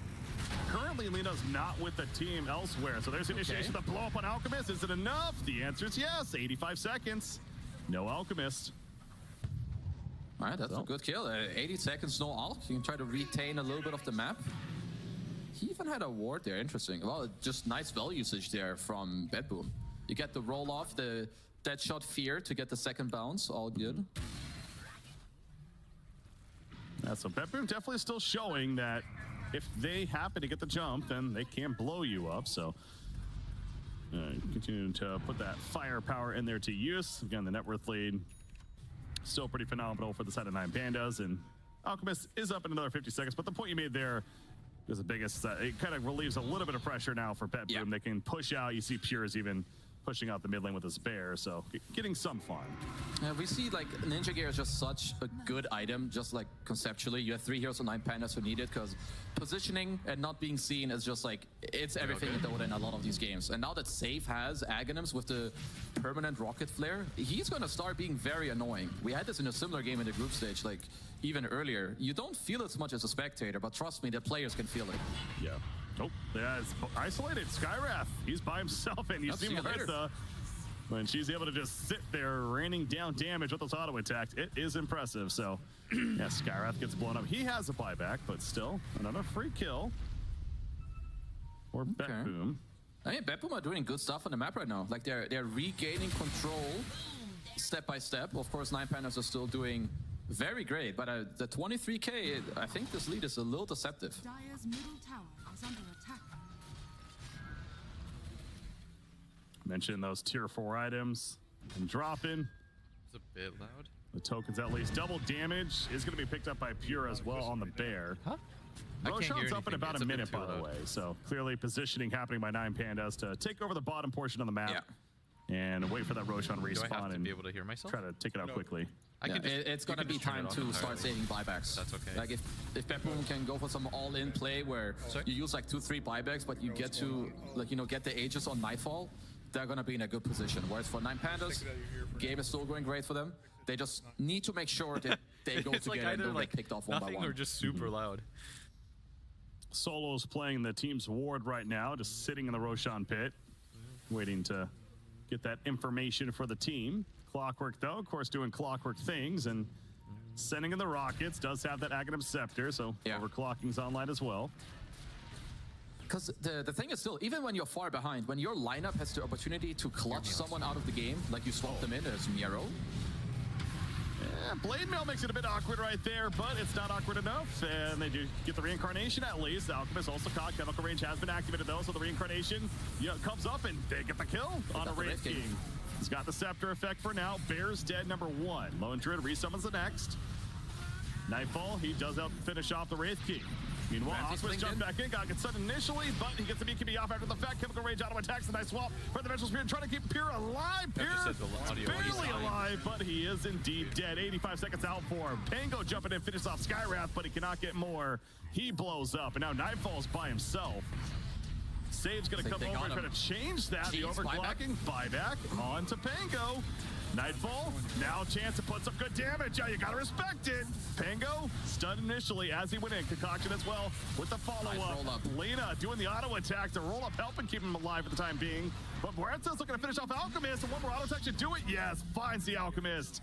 And Nightfall is unstoppable currently. Lena, though, with a dieback kill. On to Pango. 1 versus 1. Muerta says, fight me, bro. Okay, he does kill the Pango, and he forces another buyback from the Clockwork. Clockwork does not have hookshot for 15 seconds. Okay, so after all is said and done, just look at Kiyotaki. He dealt like half the damage. The Nightfall as well. They're really dishing out a lot, but with this dieback on GPK, this should give 9 Pandas the next Roshan. Ooh, they do catch Lena. See the flame flow going up, the pushback as well. Solo coming in with the Earth Splitter. That's a great Earth Splitter position. Clockwork's going to melt as a result. Nightfall realizes it's a lost cause and will teleport out with the BKB. But as you mentioned, a dieback on Clockwork, and I think Roshan now is going to be a kill by 9 Pandas. Solo called it in the pre-game content, whatever you want to call it, the Kiyotaka, he's going to be the best mid player one day. He's already showing why he says that. Almost level 30 as well, by the way. So that Laguna Blade damage is pure. It's also going to be a minus 25-second cooldown. So that's got to feel pretty good. And just picked up Refresher on top of that. So yeah, this last pick, Lina Keizu, is looking really good. It's just looking like the perfect pick. He's stealing. Oh, are you serious? I mean, that's just right. GG? Is that it? Like, could be game. They could have buybacks, you know, you never know. Nine Pandas don't know that they don't have buybacks, but that's pretty funny. Tormentor never ceases to just impress, man. As far as it's still to this day, it's been in the game for so long. It's like it still catches players off guard with how much damage it returns sometimes. That's not what you expected. It was a pretty funny voice line. Yeah, I think as two people, you can't really kill the Torm like that, boys. It's not Torment time. No. To be fair, obviously they're desperate in this case. You know, they are just trying something pretty radical, trying to at least get the Tormentor kill. Whether they get it or not, though, you know, maybe wouldn't have made a difference. Either way, it's just 9 Pandas. They know that this game is all theirs for the taking now. Well, at least that sets up Slacks to run into another team later and be like, guys, so you know how the Tormentors work? Okay, Safe is looking to stall. 30 seconds on Nightfall. Let's see if they can do it. There's some rolling. Safe's dead, so not so much there. Although Pure, okay. Oh, they do kill the Elder Titan. Okay, save Bear is up save there. Brian. 30 seconds on the Resurrection, so they are going to save the Bear, just barely. Okay, tier 4 is falling. That should do it. 9 Pandas going for the Ancient. That Boom is out of firepower at this point. They're just going to call GG, and it is official. KEZU, we got a game number 3 coming at us. We do. I mean, I knew that we were going to be in for a good series. You know, with the last pick, Lina, Kiyotaka really delivering. You know, I questioned the double Radiance, but it just got them all the farm they needed. And eventually, you know, the 9 Pandas train, after a way better early game in game 2, it was just way too hard for Bedboom to handle it. Yeah, you talk. I mean, again, Lina. It's the last pick, Lina. You mentioned how great of a Pango game this potentially was. It was a great pick for Bedboom when they picked it up there. He called it. It just made sense. Lanes felt like they're potentially going to be set up pretty well. But you know, how about the perseverance by 9 Pandas? The game 1, the Alchemist pick, a hero we hadn't seen yet, to then do it in game 2 again, kind of scratching our head a little bit. Okay, you know, we see a little bit more. Yeah, when it doesn't die 5 times in the laning phase, maybe there's something more to it. Yeah, I think that's really where all the credit should go to. I fully agree with you. You know, this is just how 9 Pandas play. They want these heroes who hit this mid-game timing. Sure, it didn't work out game 1. You know, that was more of a playing error rather than a draft error. So they do it again. I think Bedboom didn't really get to go together so nicely. Maybe the lone with the Muerta, you know, not the nicest synergy, but yeah, 9 Pandas. I think game 3, this Alchemist is going to be on the radar again. Absolutely something to be of concern now. We'll let the panel figure all that out. We got a game 3 panel. How about that? I'm very excited for game number 3. I'm excited also to break down this game 2 because we knew the interregional between the Eastern Europe teams, between Bedboom and 9 Pandas was going to be something. But a little extra to help us break this one down and look towards the next game is an extra guest on the couch. We pulled in Blitz. Hello. It's so nice to have you on a broadcast. It's been some time. We've gotten you for interviews here and there, but now we get to really delve into the mind of Liquid's coach here. Yeah. I mean, it's been, I think, 4 years. I figured if I came back, it'd be like to do it with Cap, but I don't like him very much anymore. But I wanted to do it with the 2 most jacked dudes in the Dota scene. It's like I couldn't think of a better panel, so. It makes sense. It really does make sense. Well, let's talk about this game 2 then. Let's make your return something special because 9 Pandas, they were able to bring it back in a overwhelming fashion. I thought Bedboom were going to have it because the lanes were looking pretty good for themselves. Alk having that slightly better of a game Lizard.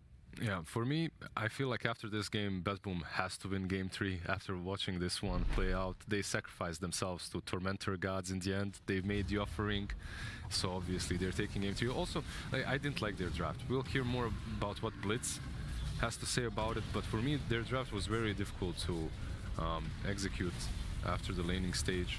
Clock and Ven just 2 supports with Lone Druid and Pango. I just didn't see the oomph I didn't see the kill potential. Even when you look at 9 Pandas, they went for what, Winter? Like 2 Radiances? It still worked very easily for them. Yeah. We talked about how important it is to find the right hero combinations, the power couples that we were talking about earlier today, and it just felt like they didn't really have much synergy between their heroes, like Muerta and Lone Druid. Like they both have very, very different timings in the game. Lone Druid wants to play a lot more focus on the early game. Muerta wants to farm and play the long game.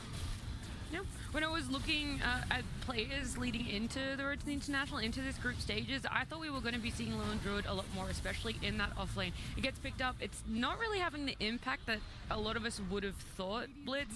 But on top of that, what Winter's saying is it's very disconnected from Muerta. So the fact that they pick her up first and then Lone Druid later, do you think the Lone Druid is kind of an issue, or they were so hell-bent on seeing Muerta as a busted hero that it's available, let's try and pick it up for ourselves?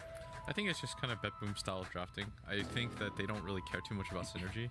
I think since these guys have been in the scene, like something that they really think about in terms of drafting is like how will our lanes go, which I know a lot of people bring up, but it's totally true. When you draft against them, it's something that you can see as like the forefront. They don't really try and play between lanes or anything like that. It's like your 2 supports, yeah, I mean that's why you have Venge and Clockwork, because they'll make moves around the map. But the 3 cores don't really have any synergy. No one's going to really move to anybody. Even if GPK plays Pangolier, he's not like, let's say, Quinn or Gunnar or something like that, where he's just going to go up and down the lanes and cause chaos. Like, he's hoping that his 2 side laners just stomp their lanes, and then nobody really has to make a move to anybody. Then at some point they get together as 5 and they're really strong and they kind of just run you over. And when that doesn't happen, the games will look like this, where it's super disconnected. They get like 8 kills or something like that. Nothing really happens on the map. So when it gets going, it's like the sickest thing you've ever seen. It's so frustrating to play against.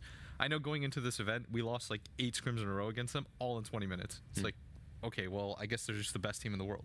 They're just like, there is nothing more we can do. They're this team that will run over you. But 9 Pandas were able to bring this one back. We talked about that lanes. It's very evident game 1. That's how BetBoom won it. They were able to shut down Alk. In game 2, they didn't shut him down as much. But I also want to focus on the supports of the 9 Pandas. They double up for the Skywrath. But this time around, we're seeing an Elder Titan coming out.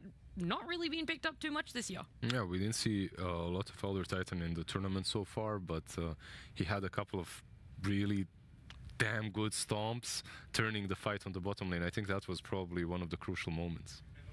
How comfortable do you have to be as a ET player, Blitz? Is this like a kind of a bread and butter hero pick, or you think that he has a place in the meta and in drafts right now that we could be seeing him more as the month progresses? No, I think it's a really cool hero, because I think most people have caught on to the concept that all these heroes are like hard to kill and he removes armor, so he'll always have some value. And I mean, supports that provide you teamfight are just always going to be really nice, especially at TI, because I don't know, like Winter, you're the only one that's played at this TI, but you must know that teamfight heroes always feel nice to play at TI. That's why like Rubik's and Earthshakers and all that just always make an appearance. Yeah, it just makes it so that it's easier to play the game whenever you have like a lot of team fight. As long as you don't lose the lane too much and your heroes get levels and you win team fights, it's easy to play the game. Now, in retrospect, do you like the Lina pick? Because even though we didn't cover the draft for game 2, you had this question mark about the Lina. She was that last pick.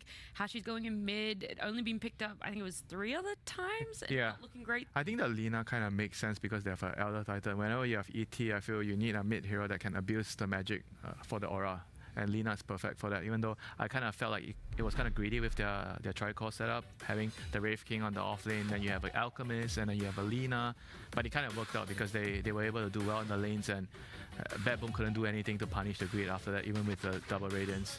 Comparing the mid laners here, my goodness, Kiyotaka 18-1-7. He was always sitting just underneath Alk on that network graph as well. So a massive, impressive display for him there on Alina. With the bans coming out, they went for that Undying again, Winter, that you talked about. Anything else now from these 2 games that you think the game 3 really is going to be its own niche meta again?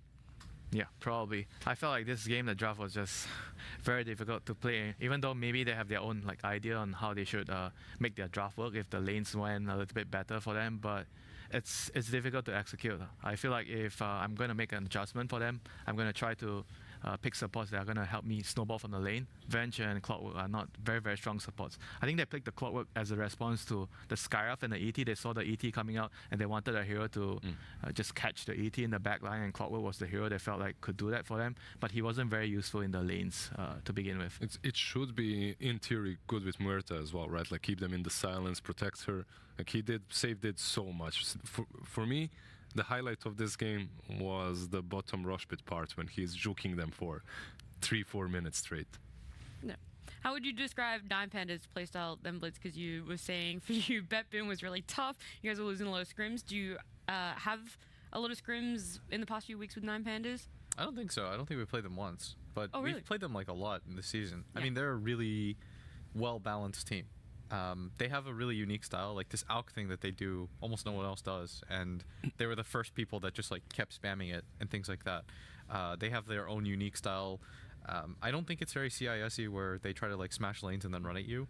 I think they're like a weird cross between Spirit and Bet Boom, because for me, Spirit is always the team that will smash you in team fights. Like they're very good about vision and they smash you in team fights. For me, Bet Boom is a team that smashes you in lanes and then snowballs. And Nine Pandas is some weird like amalgamation between the two of them. I also thought the Lina pick wasn't going to be very good, by the way. I felt like she doesn't play between the two cores. There's she's not going to come for ALK because ALK just wants to farm the top side for 20 minutes. What are you going to do with a Wraith King offlane? And Wraith King offlane won't go to her. So it's almost like they sort of matched Bet Boom style. They're like, okay, you want to play 3 lanes? We'll just pick 3 slightly better lanes. Nobody has to move. Like we'll win this like weird like standoff or something like that. Yeah, it wouldn't work if the early game wasn't so good for them. Like I felt like if the supports were able to get a lot more better levels from the early game, especially like Clockwork, I think that the Lina could actually be targetable and you can punish her. But because they had a really bad start, then like Clockwork as a hero, you don't really want to play from behind. I feel like every time when I'm playing Clockwork, at least, you know, I want to be on a lane where I can get kills, and after that I get level 6 quickly and I can roam around. And he wasn't able to do that game. It's indicative, right? Like you're playing versus Skyrat and Lina and you're still unable to get kills as Clockwork. Something is not right, something's wrong. Yeah, they just had a lot of burst towards that later part of the game. I think even though you know when you see Sky, when you see Lina, that's exactly what teams are going for, but it still blew my mind to see someone just vanish like that, especially that Vengeful Spirit port Toronto Tokyo towards the end, just vanished, brought back, had the exact same thing happen to him again. But this ALK is a big question. We heard Breaky and KASIH talking about it right at the end of game 2. Nine Pandas have gone back to it twice now. Game 1 didn't work out, game 2 did. Do you expect them, Blitz, to triple down and pick it up just yet again, or should Bet Boom really be proactive and take it out? I mean, it's hard to take it out right now. Like when you draft these bans, especially in the second phase, they're not easy because most of the time you have to target out a support or you have to target out a pair. That's why, for the most part, everyone's getting the carry heroes that they want right now in these drafts. It's just impossible. Whereas like supports, I mean, it's also kind of complicated just because there are 5 really good supports right now in the meta, which I won't say because we're still in the tournament. Of course. It's tough to like devote that many bans to that many different things. Like this Lina also cooked. Yeah. And maybe this ET is also a problem. And so it's hard to say. I mean, you see it all the time. Like Spear picks Breaker both games against. What is it? Shopify yesterday. And we can see it from the outside. We're like, why don't they just ban it? But it's really hard because you don't really know what people talk about in between games. Maybe they're saying outside after the game, they're like, well, laning against this ALK is free every single time. And if their team really cares about lanes, then ALK theoretically shouldn't really be an issue, right? Because this hero doesn't stomp a lane or anything like that. So maybe their takeaway from it is maybe our safe lane needs to be stronger because our off lane was okay. Like Lone Druid got a lot of farm. But I could see them go down that route as well, where they're just like, ALK's not a big problem. The lane is free, so it just has to go down to our safe lane. For me, the difference was in that game 1, when they locked down the Alchemist, they could blow him up from 100 to 0 instantly, right? Post BKBs. This game, maybe it was a little bit more difficult, but the difference was also that Alchemist wasn't the true position 1 carry. It was the Lina, right? Eventually, Lina was the one that took over the game. That was, even though Alchemist dies, Lina wins the team fight. They didn't have that in game 1. Yeah, the Wraith King, you know, you could say that about him as well. The biggest difference it felt in those first phase bans was that Nine Pandas were willing to let the Muerta through, right? They picked it up for themselves over on Bet Boom, but what they banned out instead was that Centaur. So do you think there is the most amount of range and flexibility in offlane picks right now? And that's why if you're going to substitute a carry being let in, it's more than likely going to be for off lane what feels like a tanky boy to be banned out instead. I mean, it's also a question of whether they have enough damage. You know, with the Centaur in the first game, and we could see from his build where he went Kaya, he feel like he needs to actually do damage. And in the second game when he was lone druid, like he couldn't really do a lot of burst damage with the hero, so the supports couldn't really do anything. If they would pick the lone druid again, maybe they have to try to switch and pick supports that have a lot of burst damage. You know, like they feel like Venge and Clockwork, they are a little bit too passive. They are kind of like the same hero. They wanna like set up, but they don't really provide a lot of damage. Yeah. I mean, you see one lineup, like, runs at you, somebody dies instantly. The other lineup, long fights, not going to benefit you. Can't kill anyone, yeah. Do you think it would make a difference if he had gone for Radiance on the lone druid and tried for the long game instead of the Diffusal? I mean, it's hard, because I feel like their lineup would just be way too slow. Like, somebody needs to fight on that team. Like, the Pango's not doing great. Morta needs so much time in this kind of game to come back. I don't think it's easy. Like, I was trying to figure out, like, what goes differently here, but I just feel like maybe the supports probably have to collapse on mid a lot more, because there's no way Lina should get away with this free of a game. You have Pango, Venge, Clock. Like, this hero should feel pressure at all times. Like, historically, Clockwork was the counter to Lina as a support. You just run at her non-stop and just hunt her down. But if you can't do it in this game, it's going to be real rough. Yeah, that's something that maybe it's a playstyle, maybe it's a draft thing. Just don't let through, because it feels like we can't make those changes just yet. But look, Blitz, we've got you. We thought we would use you for everything you're worth. We're going to be doing the draft here. We're going to be talking about it. I will try, and because I know my You can skirt around things. Because my team's watching, and they'll get mad if I leak some stuff. So we'll try. Don't leak it. Just say everything that you don't think. Yeah. No. We'll get Winter to say everything, and then Blitz will be like. You have to pretend you're playing a pub. You know, not in Winter's a straight up genius, so it's not hard. Like on a positive note, when it comes to the last game, Bad Boom, even though they lost, and their lanes didn't go that well, they still had a pretty close game, right? They almost won it at some point. Like on the bottom lane, those team fights, they still outperformed. I actually thought they were gonna kind of turn it around before the Tormentor play. There's until that. I mean, they got a chance because they got Roche somehow. Yeah, I mean, that was sick. And then, but still, it's all about those little things, right? Dota happens, man. The 1%. Sometimes you just forget. Sometimes it creeps up on you that Tormentor does too much damage. But not too many change-ups for BetBoom in those first bits of bans in the draft. Sorry, except the Alg. We talked about it. It's taken out the Undying, Invoker, Spirit Breaker, the staples of what they've banned in the last two games. And then over on 9 Pandas, they're still looking exactly the same as well. Dazzle, Ench, and Centaur. Trian doesn't really have a high win rate, right, in this tournament so far. I believe he's struggling a little bit. I feel like we picked him 3 times and won all 3. But I love you the honestly hero. might be one of the only teams then, because I looked and it was like sub 50%, I'm pretty sure. I mean, the hero is really, really annoying, to be honest. Like, you have to know what heroes to pick around him to make him very useful. Like, at least from my experience, if I'm playing Trian, I would like to have like a lineup that's gonna be less greedy, so we can abuse my living armor in the early game and my leech seed.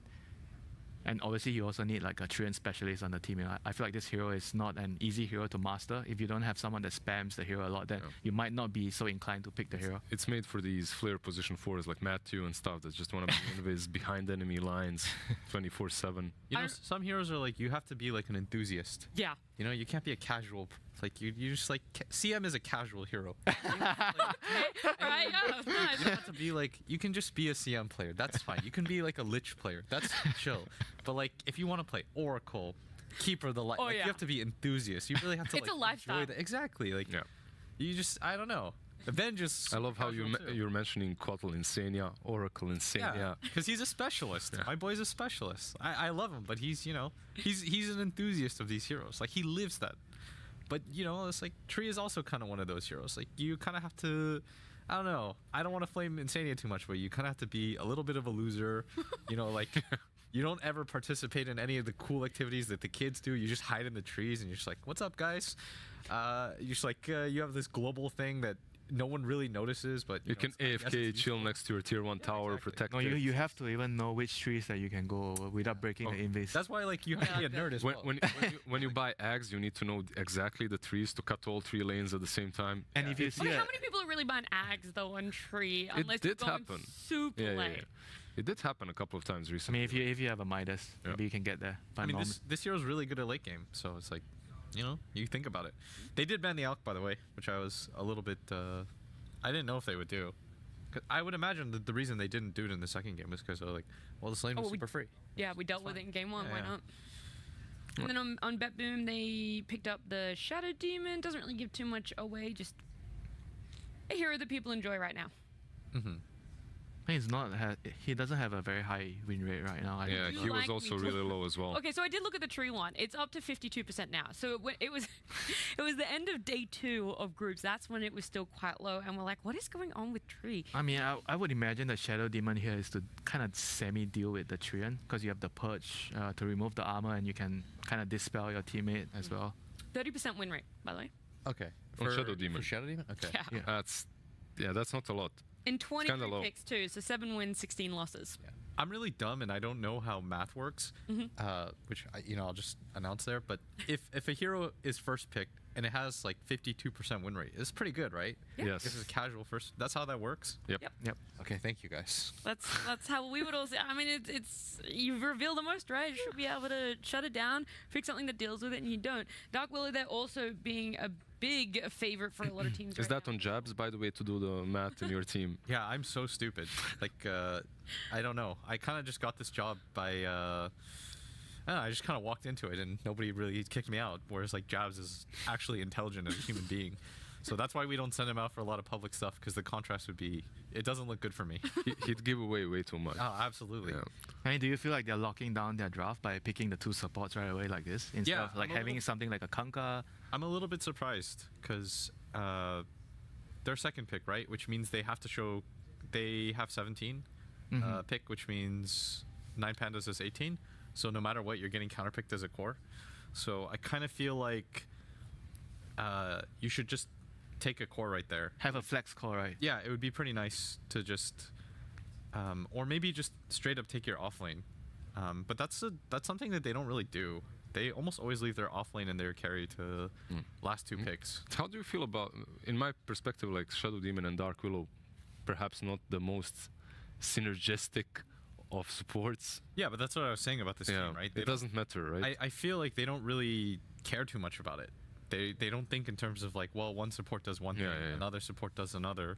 I feel like this team just thinks like, oh, they're cool heroes. Hey, there's a high win rate on this. I kind of know this hero. Let's pick it up for myself. I really cannot understate how sick this team is. Like, they're so individually skilled.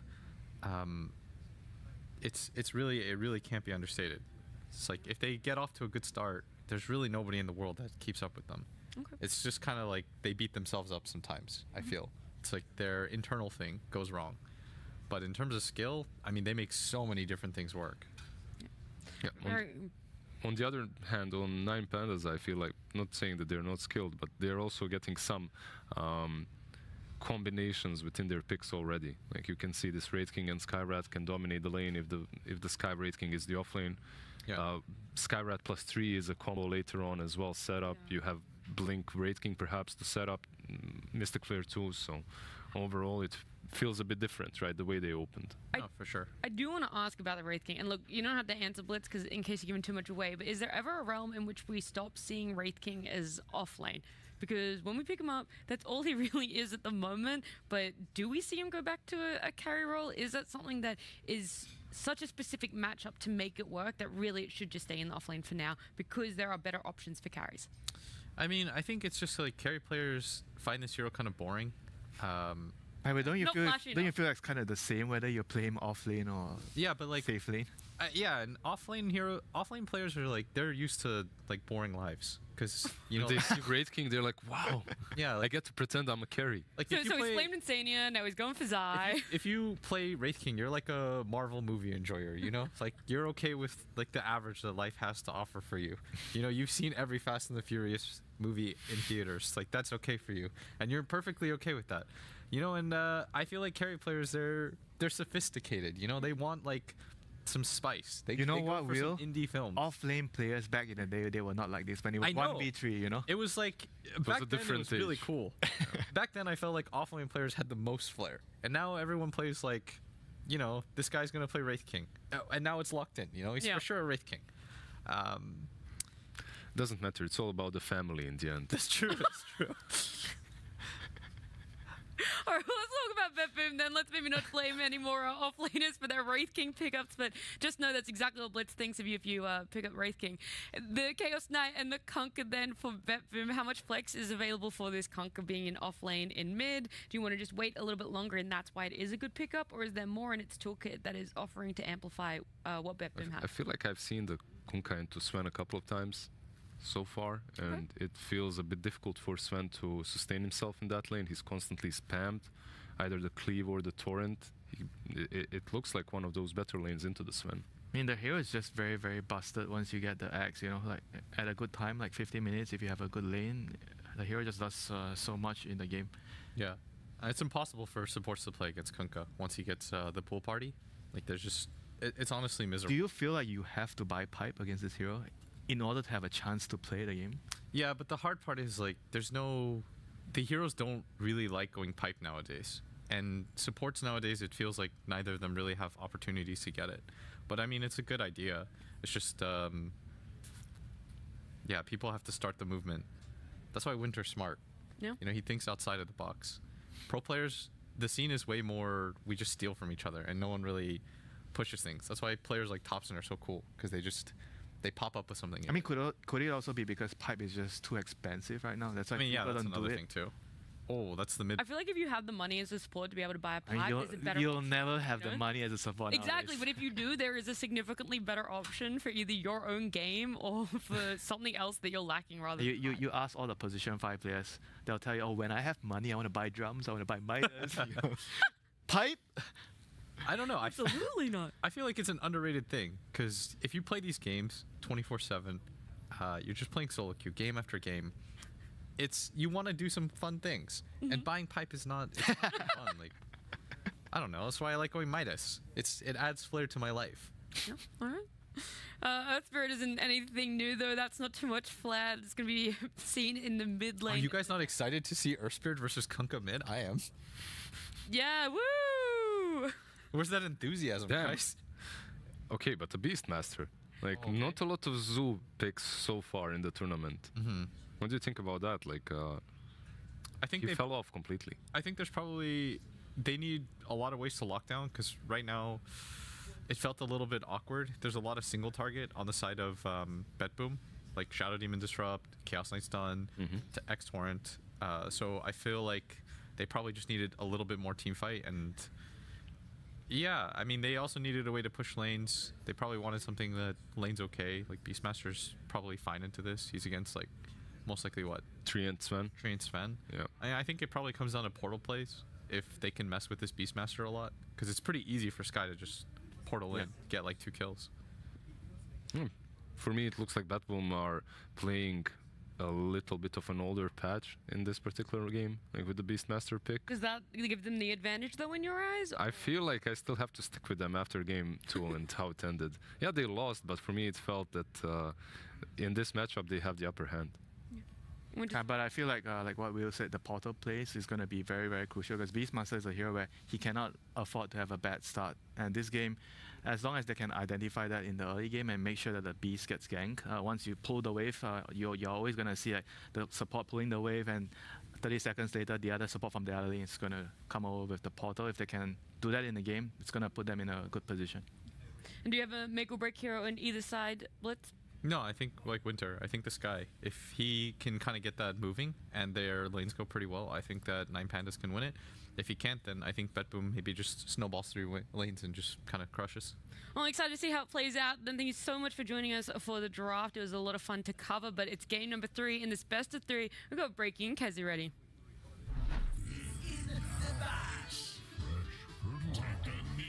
Here we go. Game number 3, Betboom versus 9 Pandas. What a fun draft. I always love seeing the evolution in a best of 3 series, especially going into game 3 KSU. And you could definitely feel it in this one, from then the banning of eventually the Alchemist, the Shadow Demon response to the Treant. We have Kunkka making the appearance, all the way to a final pick Beastmaster. I mean, what's your take on all of this? I think it's great that they did ban the Alchemist. I feel like that hero had to kind of get out. I think 9 Pandas will have a very similar draft. Like, I feel like it never really changes all that much. much. And I agree with the panel. I think Antares in this early game, he's got to do quite a bit. Same with Kiyotaka. Like, they need to slow down this Beastmaster at least a little bit. Because I think later, the mid-game of Bedboom is, honestly, it's pretty nasty. Also, the SD shard later, it's going to purge all of Earth Spirit spells. Magnetize, he's going to purge it. Spirit Vessel, it's also going to purge the Overgrowth and the Silences. So I think this SD shard later in the game is going to be top 1 priority for Bedboom. Yeah. Shadow Demon has proven already to be one of the more top-tier supports for that reason alone. And then this is a game, as you're suggesting, there's many reasons, even to as more why this game it's going to be great. Toronto Tokyo certainly bringing a lot of value to the table here on this hero, but still got to execute. And so far off the bat, it's a 2-for-2 bounty rune exchange. But I also want to talk about Beastmaster. I mean, again, Pure going to be playing the Beastmaster this game. Last pick. What do you think? I think it's pretty good for their draft. I think they already had a lot of team fight with like the Kunkka Water Park, and you have CK. I think trying to help enable your CK in this mid game is really important. So I think instead of like trying to go another core that like out carries Sven from the offlane, just pick a hero that makes the Sven game harder. And I think Beast does exactly that. And then, of course, our mid matchup, it's the Earth Spirit, Kiyotaka, going up against Kunkka. We mentioned multiple times about the Kunkka possibility. We're finally seeing it here. He cut the tree. GPK just placed a branch. Oh, I'm sorry, it might be a kill bottom. Well, bottom lane, yeah. Antares is actually going to go down there. Nightfall getting credit for the kill. It's just chaos all over. Who would have thought? All right, so first blood for Bedboom. That's great, but Kiyotaka just did a dirty play in mid. He kept spamming the Quelling Blade because he knew GPK is going to place a branch to eat it with his Tango. He just ate it straight out of his face. Well, there you go. Some mind games coming out right there. You see a top lane Treant, speaking of mind games, running down save on that Dark Willow. But yeah, it's Eastern European Dota. We saw this especially in game 1. I mean, not afraid to clash right off the bat. And well, so far, Bedboom having that slight advantage as they get the first blood. And also about this top lane, Beast is pretty annoying for Treant. Like, unless Tree has a lane where he can kill, like just spamming axes and cutting down all these trees and then having the Boar and the Hawk is honestly very annoying. Like, the level 2-3 timing here for Bedboom is very strong. Yeah, you see right there, both heroes even running into that Bramble Maze, trying to put pressure on Pure, but in the end, we'll be fine there as far as that top lane goes. Poison's coming out at the bottom from Shadow Demon. Gonna even start doing some pulling with it, but mid lane, ooh, Kiyotaka getting low, but I know that these players, of course, they know their limits, so not gonna be a kill, but they've played this matchup 8 billion times. As I see GPK is getting a blood grenade on Kunkka. I don't know if he will stick to that. I do like seeing, you know, unconventional things coming out later. But either way, I think I've seen this Kunkka and Earth Spirit matchup like quite a few times. And I think if Kiyotaka decides to go for a Vessel, that can really destroy Kunkka in the mid game. Yeah, Earth Spirit's certainly a fun hero to watch. It's been a fun hero throughout Dota history in the support role. It's been extra fun in this carry mid role that we've seen make many appearances already throughout this tournament. And, you know, you and I were commentating a game where we had an Earth Spirit that was like 15-0 start, I want to say. I mean, it was just bonkers. So Kiyotaka certainly has potential to start off strong, but a hero that feels like it fits his play style pretty well. Oh, absolutely. It's just like a flashy mid hero that can like scale a lot. I still think Earth Spirit is one of the best mids in Dota 2 right now, like just as a hero. But you know, you've got two of the best mid players just going at it. Continuing to do so as it's 18-3 Kunkka, 14-2 Earth Spirit. So the slight advantage for the Kunkka so far, and maybe kill potentially coming up. Both again manning up, knowing their limits though, and eventually we'll walk back from one another after trading a couple more blows right there. Bottom lane though, looked like a possible kill opportunity down here. Skywrath again in trouble. Nightfall with the outer pull in, 3 stacks of that poison. It's not going to be enough, so staying alive. Not quite enough, but it does show you, like, CK is a great pick here. He gets to sustain himself against the skeletons and, like, Wraith King's harass. Same with Sky, but he also threatens to kill, and that is what Skywrath hates the most. All these PAs, Weavers, Chaos Knights, so just already showing why that pick was very good for them. Yeah, how about the all 3 carries, of course, even on this Radiant side, and Bedboom. They are top of the CS charts right now, all having a very good time. At least Wraith King kind of standing out as the one that's, you know, it's not going so well for him. No, mid lane. I think they got him. They do. They do. Okay, good rotation coming out from the Skywrath. This just happens sometimes. You're so focused on your 1v1 mid, you just kind of lose track of the map, and without anyone saying anything, yeah, just nice rotation from 9 Pandas. Yeah, Solo even rotating down into the bottom lane. I figured Wraithking was going to be alone, but never mind. Trant was down there, so now they know Sven's by himself, at least was for a little bit, and they take advantage there at the top lane. Beastmaster increasing what's already a very good start. This lane positioning up top is pretty annoying, I think, for 9 Pandas. Like, there's only a hard camp, but they don't get to pull it. There's 2 levels in Boar now. I think if Bebas can continue to play aggressive, they can start to slowly be very annoying in this lane. Oh, 9 Pandas going pretty aggressive right here. Blood Grenade even coming out. Just grasp, and that is a kill. Solo credit for it, but yeah, speaking of playing aggressive, Beastmaster Pure, he didn't expect that. No, absolutely not. He's owning this lane in both the CS 28-10, but they just made that look very easy. Simply right-click him down and clearly show him with their abilities coming together. They have more than enough damage, so Beastmaster, he'll TP back in. But Earth Spirit is making his way up here, trying to maybe time this. If they can kill him again after using the TP, that would be massive.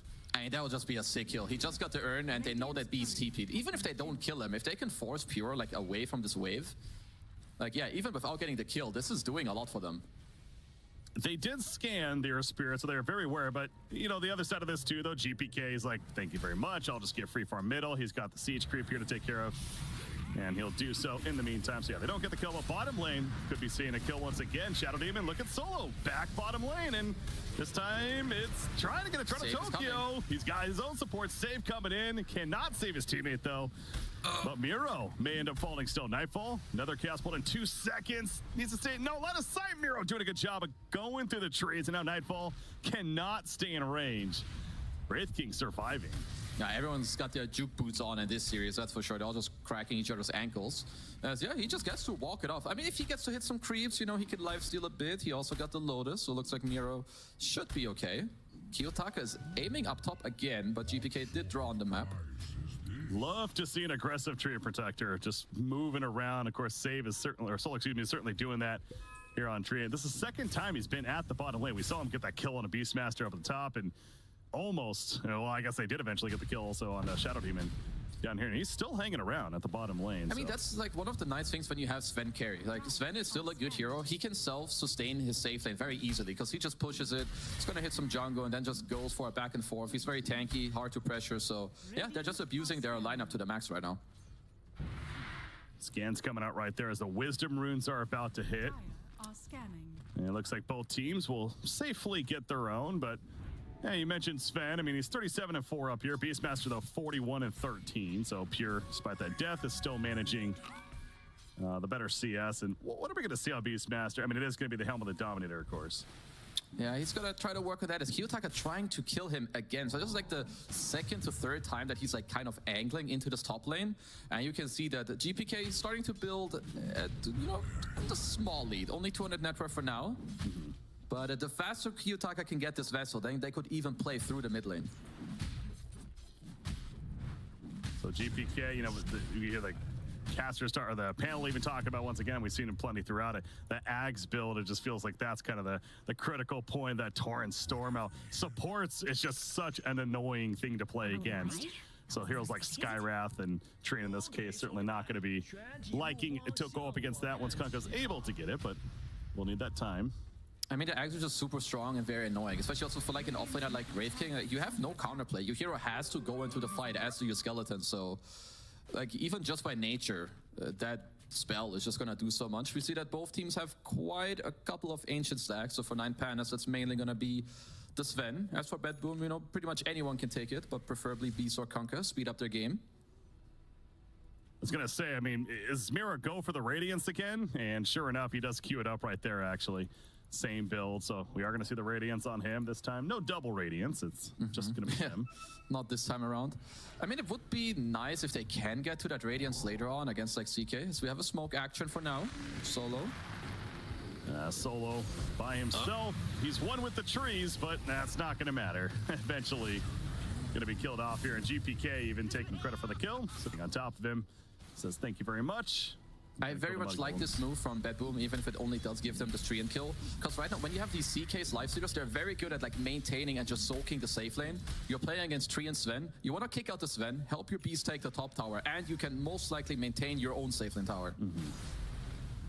Ooh, look at this counter smoke though. Kiyotaka and Antares, they're making the way towards the top lane. I love that play in return. The vessel is up, but no charge yet. So they need, ideally, they just get any kill. Even if you just kill a support here, it's so big to just get this vessel charge for then the future kill.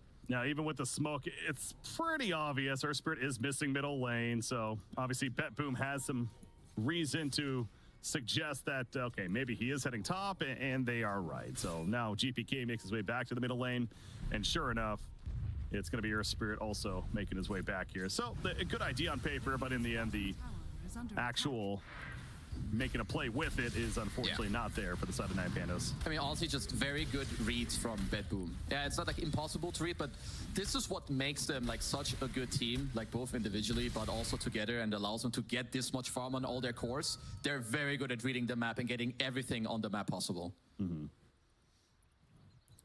Free pull and having look at a stack over there being shown off. Stacks throughout the jungle, especially on that dire side for Nine Pandas. So Sven, he's got his Mask of Madness picked up. It's just a matter of time before he eventually makes his way over there to have some fun and really increase that net worth of his. Top lane, though, Kunkka is setting up. I mean, right now, if you're any of the supports, you are just begging your cores, please, kill the Ancients, kill these stacks. I want gold, I want XP, I want my level 6s, because they're all just waiting. Like, all these supports just want to play Dota, and they're barely level 6. Oh, GPK trying to be patient up at the top lane. Doesn't really get the chance, though, to make a play. You do see Beastmaster there. He is taken out, at least softening them up in the meantime with those level 4 wild axes, but eventually going to start killing them. Bottom lane, though. I mean, Nine Pandas, they see this. They have a very aggressive ward. Okay, double TP, X mark, onto Solo. There's Solo going to get pulled in. It will pop over growth, but it's just going to delay the inevitable. And Solo's killed. So a lot of heroes showing up down here at the bottom lane, and ends up being a train kill. Yeah, honestly, both teams are just happy with this. Sure, you know, tower ends up dying, but in the meantime, Nine Pandas, your Sven is farming top, your Sky is getting levels mid, no one really died, so game just continues. Everyone's just getting all the gold that they need and want. You still look back at Beastmaster, he's still working at these the stack here with the wild axes. And there you go, pure Pogo sticking in, and eventually is going to start cleaning up. Now he gets scanned, by the way. They scanned him. Oh, this is big. Yeah, he gets all those kills, but just like that, it's going to be killed himself. However, Antares needs to be careful now. This Helper Smasher of the Beastmaster is doing plenty of damage, and obviously Shadow Demon TPing in, disruption, and they are able to set up the turn kill. So they at least make something happen out of it. Kiyotaka does get out. He also gets so Vessel charges, Haste Rune, you kill the Beastmaster. Great play for them. Now this makes like the future smoke. Like honestly, they could try to get onto like GPK in this mid lane. Like opening and going together for a mid play could be pretty good.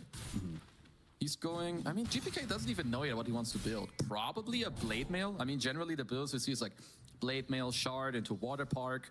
But we'll have to see if he wants to do some adjustment. Love the Water Park right there. Yeah, okay, there you go. There's going to be the purchase, the right click of the full Blade Mail. So right on that at least. And that will be delivered out. So he's going to start heading towards the top lane. It seems like a couple others, Toronto, Tokyo included, making their way up there too. But look at Sven. Yeah, thank you very much. The support's like, yes, we can breathe. It's a nice stack there and takes that out. Yes, I mean, everyone is just kind of getting what they want at this point. Sure, you know, you did get this 1 kill on Pure, but he's just farming every ancient camp that's like available on the map. I think BetBoom soon would love to take this top tier 1 tower, like open up the map a little bit. Because now that Nine Pandas took theirs on bottom, it's getting a little annoying for them to play this map. Yeah, Sven gonna head to his right as well, and there's that other stack waiting over there of the Ancient. So he's already been top net worth. It's gonna get that much better. But Chaos Knight, to his credit, certainly keeping up. Nightfall is building an Echo Saber of his own. He went the Armlet first, of course. So both position 1s especially are certainly performing at hell. Even the mids, I mean, really all cores of this game are actually doing pretty damn good.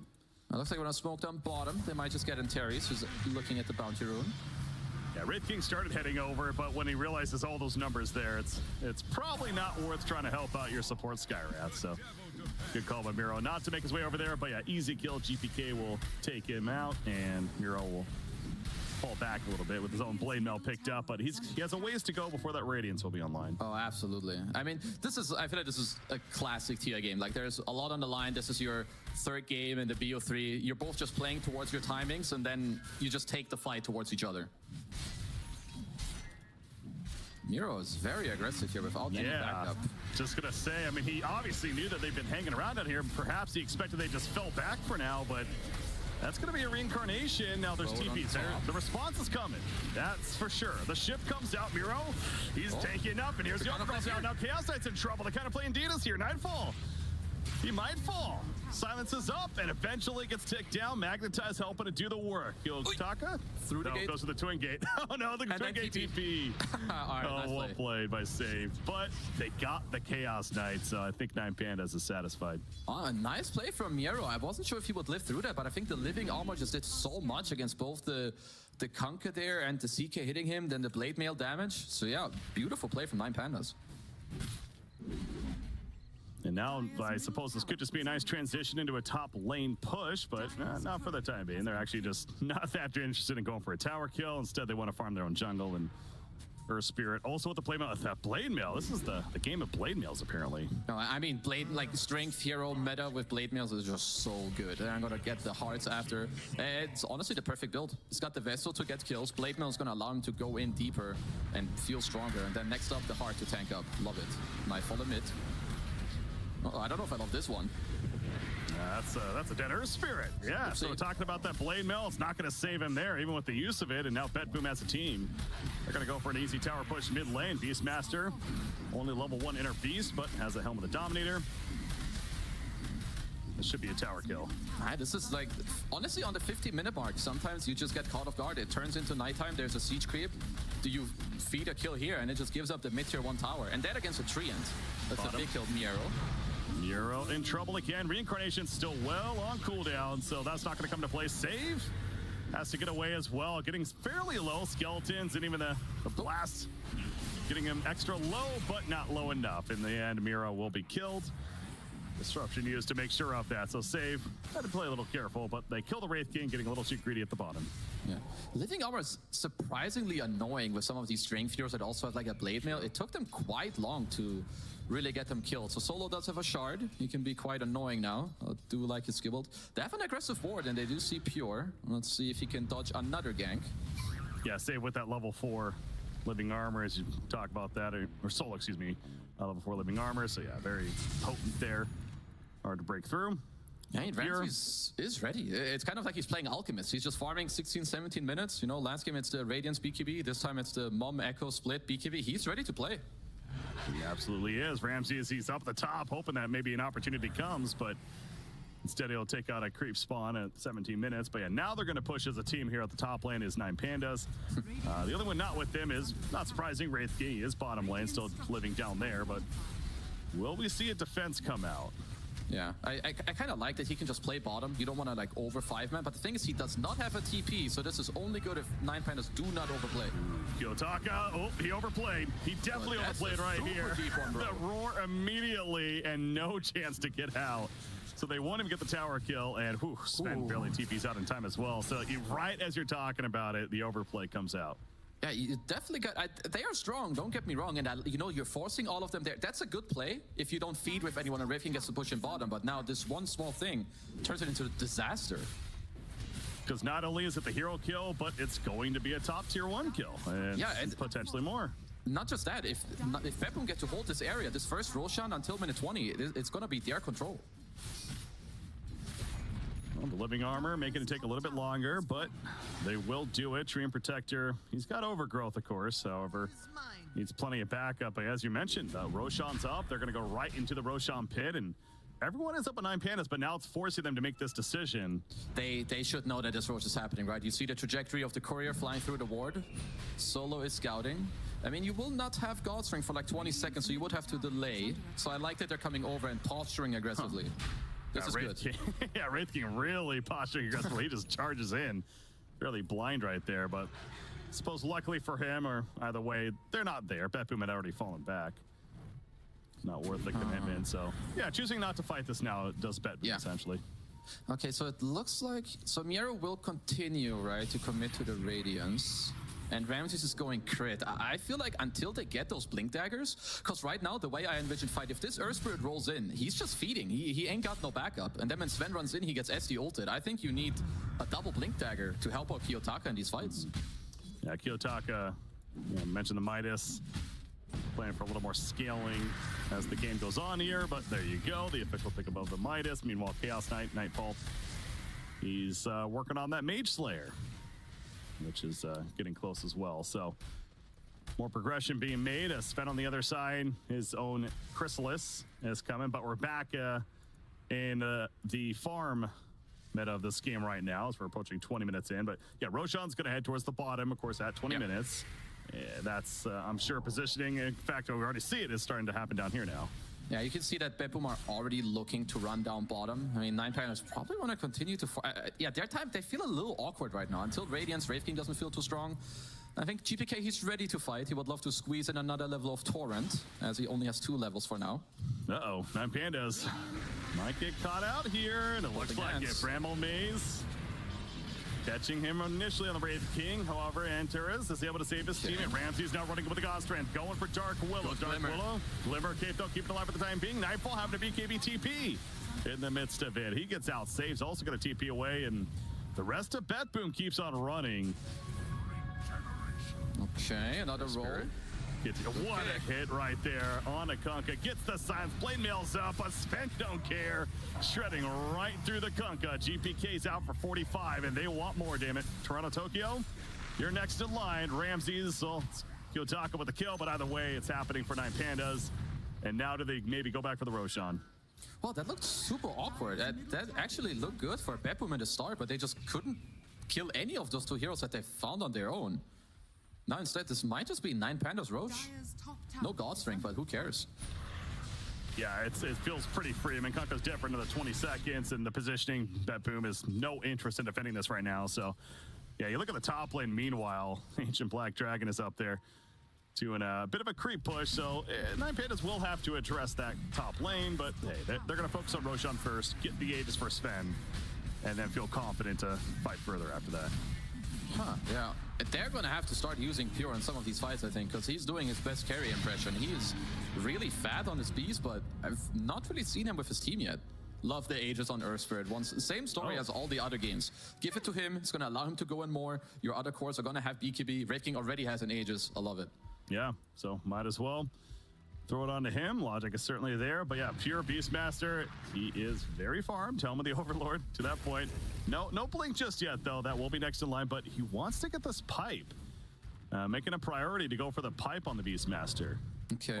Well, I guess like once you get pipe, you kind of neglect or negate a lot of the damage from anyone that isn't Sven.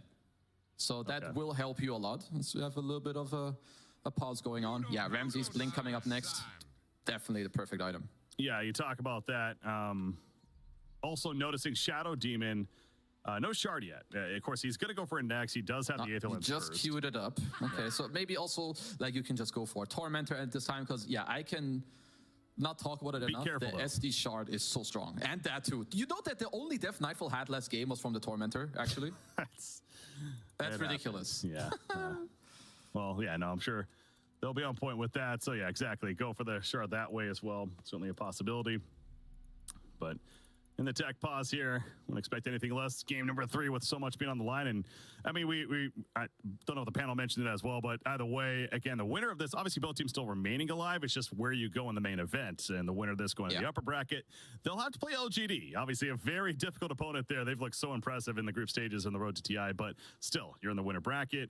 Losing team will have to play Vivid Keys from South America there. So those are the matchups that are set to be. Yeah, honestly, both those teams looking pretty good. I think even Keith Star is looking better than people expect. LGD are, yeah, a scary one. But for now, let's make sure that all the players feel comfortable. Because it's still anyone's game at this point. I'd say 9 Pandas definitely in the driver's seat a little bit. Have Aegis and most of the items they do want. Yeah, so pretty early on in this one. I mean, it's obviously that last fight went very well for 9 Pandas, getting in the Roshan and everything, but would you say that they're in the lead, or is this still kind of a coin flip for you right now? I would say that 9 Pandas are slightly in the lead. Like, especially because a lot of the time it just also depends on momentum. They have this Aegis now, they are about to get Radiance, and I've not been very inspired by the last few minutes of Betboom. I gotta say, like, Nightfall's had this BKB for a long time. They've had Water Park and like all the timings on Pure, and they have not done much with that. And you got to wonder if that mental game's coming into play. Again, knowing what is on the line here, this being TI after all the road to TI and the pressure, etc. However you want to look at it. But either way, going to wait for the rejoin here of Ramses. And we'll be good to advance on once the issue is figured out. But yeah, Sven, he is feeling extra powerful right now. You mentioned the Aegis in the hands of Earth Spirit. Yeah. He's got the Blade Mail with the Spirit Vessel. So yeah, he's going to work on a BKB himself next too. So no surprise here. A lot of BKBs making an appearance. I do think from a standpoint where this game like drags out and people get to play like near perfect Dota, this SD is going to be super annoying to deal with the Sven, and I feel like the water park kind of deals with the rest while CK gets to hit. It's still very hard to execute, but if this game drags, I will slightly prefer Boom. As Toronto Tokyo reading some notes. Wonder what it says. All right, pause very useful, of course. Yeah, exactly. Yeah, taking advantage. Hey, we're gonna pause. Might as well, you know, look at a couple other things here in the meantime. So, all right, here we go. Back into game number 3, though. You mentioned also the Radiance and Wraith King. It feels a little bit, you know, not the best hero until then. 1, 2, 3. He got it. Okay. Whew. There we go. He knew. He didn't. He don't need to rush it when you know you're gonna get it. This guy's good. That's why he's a TI winner. There you go. Toronto Tokyo manages to get it, and that demonic cleanse now on Alliance. Yeah, definitely one of the stronger shards in the game for sure. Earth Spirit, Roar, no. Can't. I got the ulta from SD, but Roar slightly too long on the wind up there. Yeah, so Earth Spirit will survive for the time being. And it kind of goes back to the, you know, not going the blink just yet. He is prioritizing it next, but Pure going that pipe.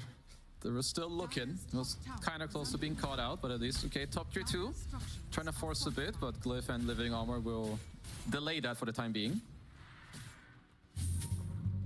Bottom lane pressure. You got, meanwhile, mid lane, Kunkka doing Kunkka things. GPK using the X on himself. They're on the creep wave. Before going back into the dire jungle there. Meanwhile, Gotaka pushing mid tower with Antares nearby. Got them pinging it out. Boom is, but Nightfall the one doing so. Pure teleports in. Trying to get a good angle, but really can't find it. They don't know where everyone else is, so. Yeah, maybe a bit late on this. I think we're going to have to start dealing with some of the waves. Like bottom is a little bit annoying. In the meantime, for 9 Pandas, top lane is annoying. So I think we'll see both teams perhaps defend their lanes and potentially smoke into each other.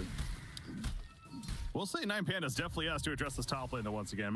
Beastmaster Furies. I think that's what Bebas are banking on. Like this is where you can go for plays. You're like, they're gonna defend top. Someone might TP there.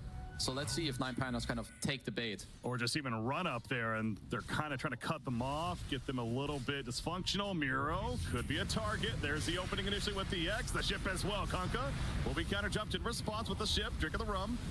For the time being, the Torrent Storm also going around every which way. Reincarnation onto the Wraith King. You're the perk down as well. Kyotaka, though, the magnetized in the midst of it. A bit awkward indeed. Who's a better for so far? Fear on the Wraith King. Wraith King will die. Well, maybe not actually. Okay, yeah. He gets away some way, somehow. But now Nightfall trying to run away. Kunkka's dead in the midst of it. They're getting him. Nightfall's dead. The stun from Sven is too much. Finally, the God Strike going to be used by Rams. He's not even activated until just now. But absolutely, it's 9 Pandas with the victory in the fight here. They take out Shadow Demon, and Beastmaster eventually gets run down too. Triple kill for Ramses. You said it. It was kind of a funky, awkward fight. I mean, that's it's just so deep. Like when you also think about it, like Earth Spirit and Wraith King, they both have Aegis. It takes so long to kind of go through them. Ramses didn't even have God Strength until like 20 seconds into the fight because they used it for farming. That's how hard they won this fight. They didn't even need Sven at full power. Yeah, that's 9 Pandas got to feel really, really good after that one. Let's go to the pause there. Up until that fight, it's just, okay, maybe a coin flip, still not definitely favoring 9 Pandas now. I mean, look at Sven too. Ramses, 20,000 net worth almost here, just under 20,000. No one's even close to him now. And yeah, you're right. The fact he didn't even pop God Strength until the fight was essentially already over says something as well. He didn't need it. And like even killing Wraith King, you just spawn like all these stupid illusions. You have to like hit through his blade mail. That's not the fight they want to take at all. And now if you're BetBoom, you got to figure out how to really calm this down and start playing the bit of a comeback game. And I mean, I look back at Pure on the Beastmaster, that tool of initiation, the blink, still feels like it's going to be promising. He's trying to farm it right now. About 800 gold saved up, but get in there at least. Yeah, honestly, it's starting to feel very awkward for them. Like, until he has this blink, I don't think they're going to want to fight. So it's going to be like another 1 or 2 minutes of a bit of a stalemate for them. I think 9 Pandas could definitely use that timing. Even GPK, they've done a very good job at kiting the water park. They see it, they just let Wraith King tank it, they dance a bit, 5 seconds later, boom, then the fight starts for 9 Pandas. Yeah, Kiyotaka, the Aegis reclaimed. As he just continues to farm up in the jungle over here. He's working on his own BKB. Of course, the Octarine car online. We just see the constant rolling boulder, the mobility that he gets with this hero, especially with the Octarine core, is just absurd. Can be anywhere on the map, it feels like, at any time. Tonka trying to build a heart. The more I see this Wraith King, I feel like this hero is actually very annoying to deal with in this state. Because even if he doesn't have the best laning, there's so much space on this bottom map. He just keeps summoning skeletons. You run into him, he has some stupid Aegis. He buys Aghanims, and then he helps. Yeah, it's just very annoying. Dota is all about options. And when you suddenly remove an option of attacking a hero or a part of the map, his push is very awkward to deal with. Yeah, that's always been the niche of this hero for all the time with Wraith King. It's a second life, and it's how do you deal with that? And exactly, it's all that last fight. I mean, yes, they blew him up quickly for the first life, but you have to wait for him to actually come back up and then try to kill him again. And that buys so much time for the opposition to then respond, and as they certainly did, and we saw. So, Satanic just finished by Sven meanwhile, so Ramses, why not get bigger and better? He also has a Titan Sliver, so talk about he is so strong. He also has the Warcry armor. He could even think about buying the Shard later, so it's undispellable to help his team against the SD ult. But honestly, yeah, 9 Pandas, they're playing great, they're moving nicely, and they're hardcore in the driver's seat right now. BetBoom, you need to pull over that vehicle some way, somehow. Ramses pick up the room before sending the illusions out. I also love the double Lotus Orb on 9 Pandas on both their supports. Put it on Sven. If he gets roared, Beast is gonna fire it back at himself. You can take off the Terrorize Fear against the Brambles, so he doesn't have to BKB early. It's amazing. Just a lot of armor for them too. I mean, there's a lot of physical damage coming out from the Radiant team, hero like Chaos Knight especially. So why not get a little chunkier when it comes to the armor? Good tool to have there. Wraith King, speaking of good tools, that Axe, it's going to be delivered now. So he's going to have his own Axe Scepter. Ismiro also picks up that Wisdom Rune. And that's just another annoying ability that BetBoom is going to have to try to deal with in these fights. I must say that this is some new tech. I was not aware how strong this Wraith King is. After seeing these 2 games, I think it's definitely reaching S tier territory.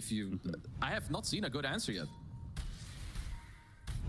Well, Sven starting to march down the mid lane now. Gonna kill an illusion at least, but Roshan, 8 seconds on the red timer, so the potential for Roshan's spawn is coming up. It will be to the south eventually here, as we're going to be coming up in daytime in about 30 seconds. Not the lizard. Oh, see ya. Easy 250 for Antares. Also, I mean, Kiyotaka has a BKB. They've got the Ags on Wraith King. Ramses is probably nearly full slotted. I think they're all super chilling right now. They're so happy with the state of the game. Yeah, you can see BetBoom is, they understand that they're behind, I'm sure, too. And what's the next obvious point of contention? That Roshan, 2 minutes spawn on Roshan. You also look at that win probability there. Oh, they see them and they're coming in smoke. That's Shadow Demon, likely dead. You cannot do that, my friend. Gonna find him. Chaos Knight is locked down up here just north, so they kill Shadow Demon. Chaos Knight forced to fight by getting the Lotus Orb Reflection. He stuns himself, and he's gonna get completely turned on. An immediate smoke. 9 Pandas is feeling it. Oh yeah, I love the back-to-back smoke as well. Just keep speeding it up, catch anyone. They're not allowed to be anywhere on this entire map. Beautiful ward catches them out initially. Arcane Rune Earth Spirit. It's time. Oh, jeez. With an Octarine core, that's absurd. Radiant structures are fortified. Yeah, this tower, it's going to melt the fortification, but you still have 28 seconds on Chaos Knight. I mean, without CK, you really do not have a lot of threatening damage. on the Radiant side. Did he God Strength in the fight to kill them, or did he use it to farm? I'm a bit surprised we're not getting racks of this, but either way, 9Panda still incredibly happy with this play. 1 minute for Roche, so let's just use this time, clear the map, keep good positioning. Yep, there's another ward being taken down. Yeah, if they can get the next Roche. Whew, the 9Pandas are cooking. Yeah, I think he used the God Strength to help him kill that Shadow Demon, maybe expecting a bit more of a fight, but either way, it's going to be back up in about 14 more seconds now. Now, as we see, Roshan still has a little over 30 seconds before making an appearance, but they're going to be camping the area as 9Pandas at least. I mean, Save is still having a flawless game, 1-0-6 on the Dark Willow, but there's honestly only so much he can do. Like, they cannot contest the second Roche. I think it's impossible. Not even worth trying. I don't think so. Yeah, I mean, I guess then the next best is just push top lane like they're doing and force a response out of 9Pandas. Yeah, like get as much gold and XP as you can. Like maybe try to set up the map in a way where there's a small chance 9Pandas will react in a bad way and you can capitalize off that. But yeah, contesting this, it's a no-go. You just straight up lose the game. The immediate spawn is just going to attack, and double damage rune does spawn at the bottom rune, and actually 9Pandas has vision of that area. They know it's there. Bebas does not. But this will be that Roshan as mentioned. You do see the top lane is taking the pressure. It's going to get a little bit of chip damage into the tower, but no heroes are attacking. It's just really the creep wave, so. And also, like, Treant kind of, like, removes the fact of where you have to, like, care too much about it. Like, even if this tower takes 99% damage, you will just heal it back to full. Kiyotaka is going to push the wave. Ramses goes mid. They're going to wait for God Strength in, like, 30 seconds. Push in waves and just go smoke. Yeah, once again, our Spirit, the candidate for that Aegis, as well as the Cheese. Sven, he's just feeling godlike, understandably. You just look at his inventory. Bad Boom are going for their own smoke. Okay, they're really hoping to find someone off guard here. And desperate times call for desperate plays. Nightfall. Who do they find? They see Skyrath there for a split second. And it's not the prime target, but it's a target. Now the Lotus reaction again, making it a bit awkward. Mystic Flare put down. They're going to go for Trina as well. Trina will get blown up, but lockdown is pure in the back line. So he gets overgrowth, and now Miro sitting on top of him with Ramses. Ramses wants Nightfall, though. He's trying to find him. Can't find him just yet, but actually looking okay for BetBoom right now. Curse Crown Miro going to be stunned. Pull back with the X-Duel. Pure finally taking some good damage there from Sven, but Ramses can't finish him. The fear kicks in, and the BKB is worn off. Ramses does have Satanic. Actually doing okay. GPK will far. GPK is going to get run down. The Blade Mill ain't going to save him there. He's out for a minute. So it's kind of like 2 for 2. I think SD did buyback in this fight as the Treant Protector. But, you know, God Strength is down, so they get to hold a little more. But yeah, that was... I'm starting to... Like, this was the best case scenario fight for BetBoom. They find both supports, and even then, they barely, like, scraped an even fight. I mean, the fact that Enters was able to even get off the Lotus Orb as he got jumped right there, I think that is a big reason. That's why I went not too shabby. Pure, he has no clue. Ramses. I mean, no with God Strength. Yeah, I don't know if... Yeah, that seems like the smart play there, because with support coming, that would have been very risky. You just kind of check in, of course. Did get the shard now, I do like it. You kind of want to get that against, you know, SD. Can't really purge it. You help your entire team, like, so much. Like, now they have to work through Warcry, through the Wraith King Axe, the Living Armor as well. Yeah, it's dirty. And Sven will be our first hero to hit level 25 in this game at this rate. He's 24.5 right now, so something else we'll have to consider. Yeah, he's gonna get so much more damage.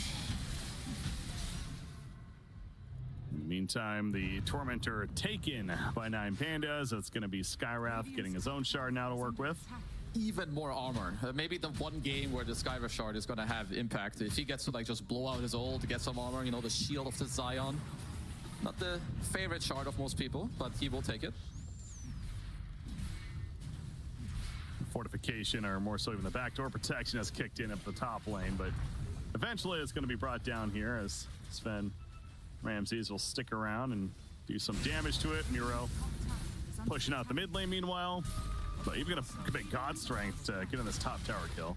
Yeah, might as well. Let's just speed up the game as Kiyotaka is chilling and / also looking that they're not biting. I mean, again, how can you attack this Earth Spirit? He has like 3k HP and an Aegis.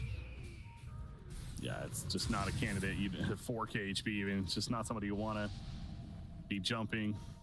I mean, the strength meta, as you go back to, though, there really is no prime target. I mean, obviously, maybe like the Skywrath, I suppose, trying to blow, but even we saw with the Lotus Orb reaction, even he took a while to kill off and just way too much time. So, yeah, no easy answer. The supports are still the best. The cores they're just too tanky. You need to like kill the supports and then try to kite and then refight later. It's a super hard task for BetBoom. Nice roll by Kiyotaka. Shadow Demon, he ain't gonna stand a chance there. He's out for 75 seconds. No buyback on him. Sven also did just hit level 25, so he does get the God Strength damage. In 20 seconds, he will have another God Strength ready to use. Or Spirit, aggressively rolling bottom. They're hunting. They're looking for Pure. They know he's down here. See him using the Shiva's guard. It's a matter of time before he saw him. Yep, split second. God, just the tracking right there. He's gonna go for the TP play. Can solo reach him? Oh, not quite. I mean, Ramses is already ready in mid. He's gonna start the fight. And kill him. All right, easy game. I mean, okay. Meanwhile, Ramsey's just soloing the other team's carry. Torrent off the bat, Bedlam's in. Just do what you can to stall as long as possible. It's gonna be about a minute. 3 seconds. So full mana for Kyo Daddy. Yep. And cheese. Why not? There's the reclaim, and yeah, he still has the cheese as mentioned. In the meantime, Skeleton Man will take second, right? I mean, BetBoom are just not ready to fight. They might have one more fight if they can stall for Nightfall, but I'm not seeing any signs of life. Yeah, even with Nightfall, it still feels pretty grim, but yeah, you might as well stick it out to the very bitter end if you're BetBoom, of course. But yeah, 9 Pandas, everything to gain right here. Dark Willow, gonna be jumped. Nice Glimmer Cape initially, keep himself alive for a little bit longer. Gonna cue up to Terrorize. He's thinking about it. It's just a matter of when. CK does have buyback now. It's about 10 seconds on Resurrection. It's that awkward spot of do I buy back or not. Okay, they're holding for now. The big black dragon took the top tier 3 tower. He's chilling. I don't know how much it matters, because if 9 Pandas go attack once more, you're getting megaed. Pure has reached the timing of the game. He has Refresher if he buys the recipe, I think. So maybe this is where it all comes together. Yeah, so needs a little bit more gold for that. But 5 versus 5, there's the Mega Creeps. Pull in, try to go for the blow up on Sven. That'd be nice. The Taurus Storm as well. Sven's gonna go. No, the Satanic kicks in. The God Strength, the War Cry, and it's return damage time. Ramses, he's just going off. GG. They tried so hard. They are unable to get too far, and it's BetBoom will be deterred. It's 9 Pandas, 2-1. They played so well. I love their drafts. I love how they play. Such a deserved victory. Yeah, fantastic play from them, of course. And how about that? Coming back, obviously game 1 going the way of BetBoom. Looked very impressive in that one. Things changed around. A very even game in game 2, sure, but 9 Pandas eventually coming through. And this one, it really did just feel like 9 Pandas carried that momentum to a victory here in game 3. I mean, they just play their strategies. They stick to it. Even though in game 1 they lose with it, second game they come back with it, third game as well. They just bring the tempo to you. And if you can't answer it, you cannot beat this team. Yeah, they look impressive when they're on point like that. And what that means for them now, obviously they get to match up in another tough opponent in LGD, but they're going to the winner's bracket. So got to be feeling good about that. Congratulations to them. It'll be BetBoom in the lower bracket, having to make a run down there. But Keizu, our time is done as commentary. However, we got Slacks, it sounds like. He's ready for an interview. Hello, yes, I am here with 9 Pandas. The boys are trying to go in. Go be with your team. Go. Yes, hug them. That's what we want. Yes, good hugging. Welcome. Well, yeah, very good. People are hype here. Well done. Looks like 9 Pandas trying to escape. They're all trying to leave right now. Oh, no, they're all just hugging in the hallway. Screw it. Yeah, let's go. Hello, how we feeling? Oh, yeah, that's good stuff right there. Anybody? Okay, well, no big deal. How we feeling? You good? I'm feeling good. Yeah. Any reviews for your opponents there? I know you guys know each other so well. How did they perform? Were you performing as expected? It was important series for us, but we prepared well from them on the drafts, and yeah. Where are you guys going? The entire team just ran out of the room as fast as possible. What's up? We want to eat so much. We want to eat. Well, you guys just feasted on BetBoom, so congratulations. You must have worked up an appetite. Get out there. Thank you so much. And 9 Pandas is off to get some yummy treats. We got another treat coming up for you. It's the panel. You guys.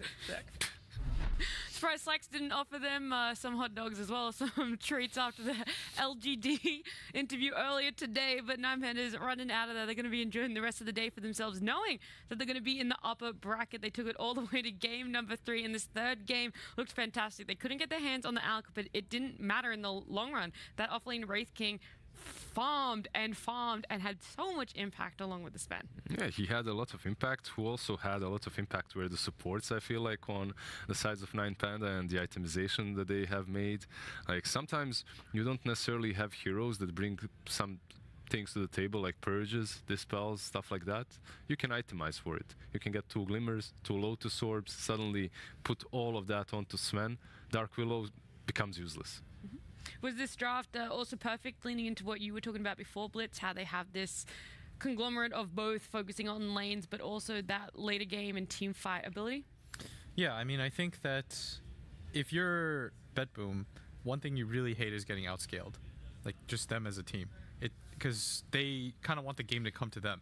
They really don't want to be the ones that have to put pressure and pace and run at the enemy team. And I feel like this was the perfect example of that. I felt like late game they were going to lose, so they had to take fights, and they just weren't incredible at it, and it got really lazy and weird. I mean, yeah, this is like the fight that they forced, right? They got a Mage Slayer on the CK, and they got a Pipe on the Beastmaster. Like, they have too many of the same heroes. I feel like Beastmaster, Kanka, they are very similar in what they do in the game, like utility. That's why you see a lot of teams when they draft Kanka, they like to put him, pair him with like a greedier mid hero that does damage and scales much better. And the other thing that we were talking about was this Chaos Knight, this Wraith King. I asked you a little bit before Winter, but the difference between them, why Chaos Knight is always still putting that +1, where Wraith King we might not see there, and you were talking about its farm ability, and if you don't want to go late, like we've talked about for BetBoom, you want to try and force these things, how do you still try and come back in as a Chaos Knight that doesn't farm as well as the Wraith King? I mean, it's not about the Chaos Knight against the Wraith King this game, it's more about like the overall composition, you know, like how they're drafting against this trend.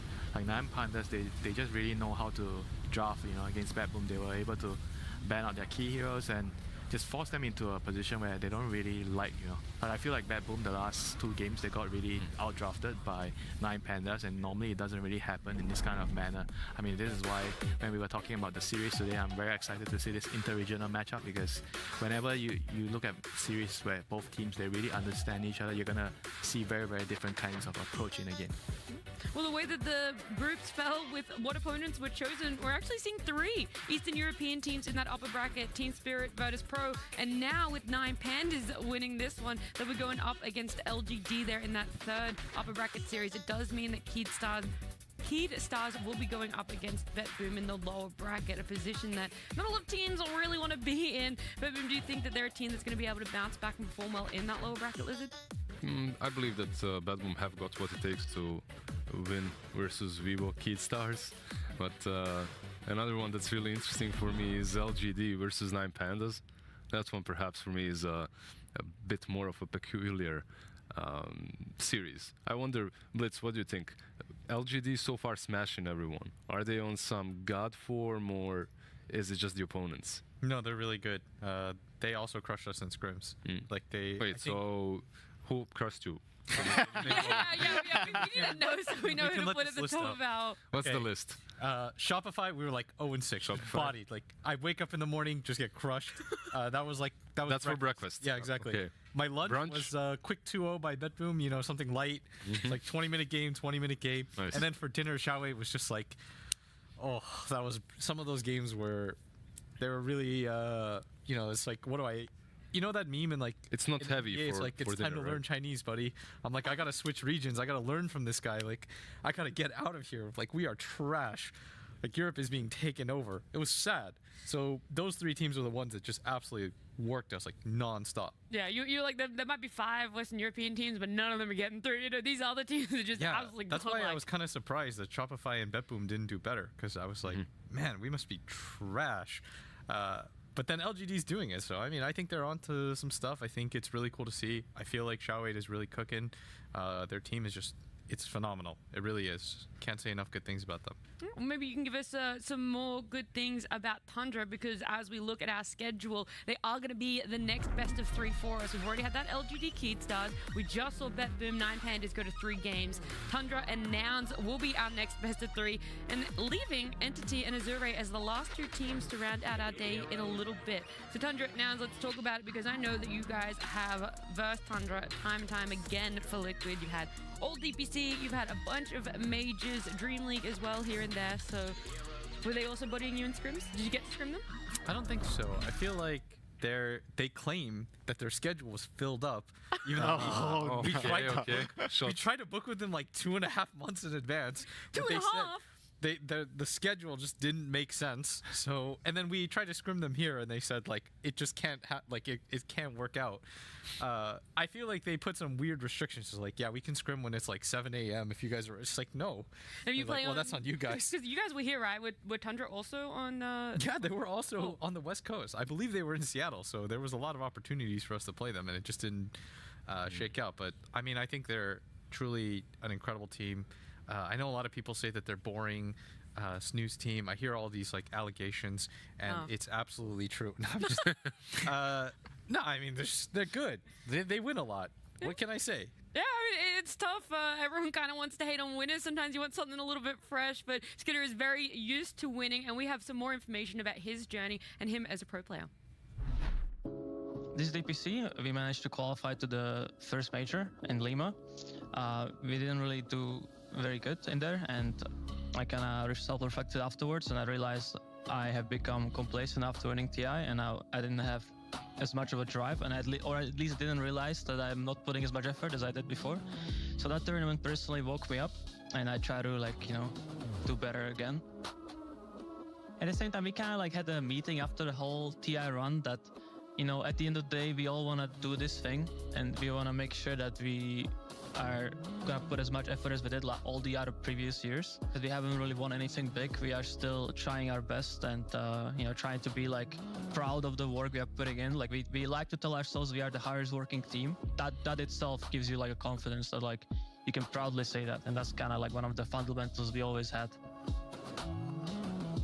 Dota, at the end of the day, is obviously all about mechanical skill, but on top of that, you need to be very easy human to work with. I think not only in Dota, just in every team environment, you just need to be able to compromise, and you need to be very understanding and have a lot of patience. When I was younger, I didn't really understand this part, and so yeah, that at least would be a biggest advice that I would give to myself, to just be more patient and be more understanding. Welcome back, ladies and gentlemen. It is MLP Dota and Jonix Fire joining you for our next series with Nouns up against Tundra. Jonathan, welcome back. So what an exciting series we have coming right up. But before all that, how the hell are you doing? Doing great. We've had some great series here on our last day for the road to the International, for the group stage at very least. And this matchup of Tundra versus Nouns should be a fun one. Nouns punching above their weight class. I think, you and I cast at NA for most of the year. We haven't had the best results coming out of NA. And, well, they make it out of groups. They look pretty decent. They didn't have to play tiebreakers up against Tundra. This is going to be a tough team. This is a team that has looked revitalized with the roster changes. So I'm keen to see what Nouns can bring to the table. It does feel like it's almost like a David and Goliath kind of scenario here, but Nouns is the kind of team that can pull it off. Oh, yeah, absolutely.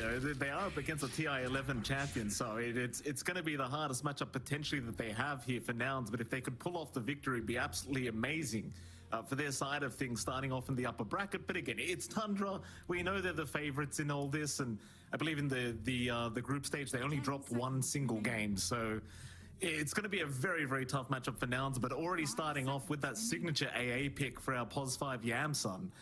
It's a hero we've been seeing Nouns pick up a hell of a lot as of late, and it does really play into the global style of strat that they like. I mean, we've seen a lot of AA Primal Beast, a lot of AA Spirit Breaker, so they're just going to go right back for that POS5 comfort.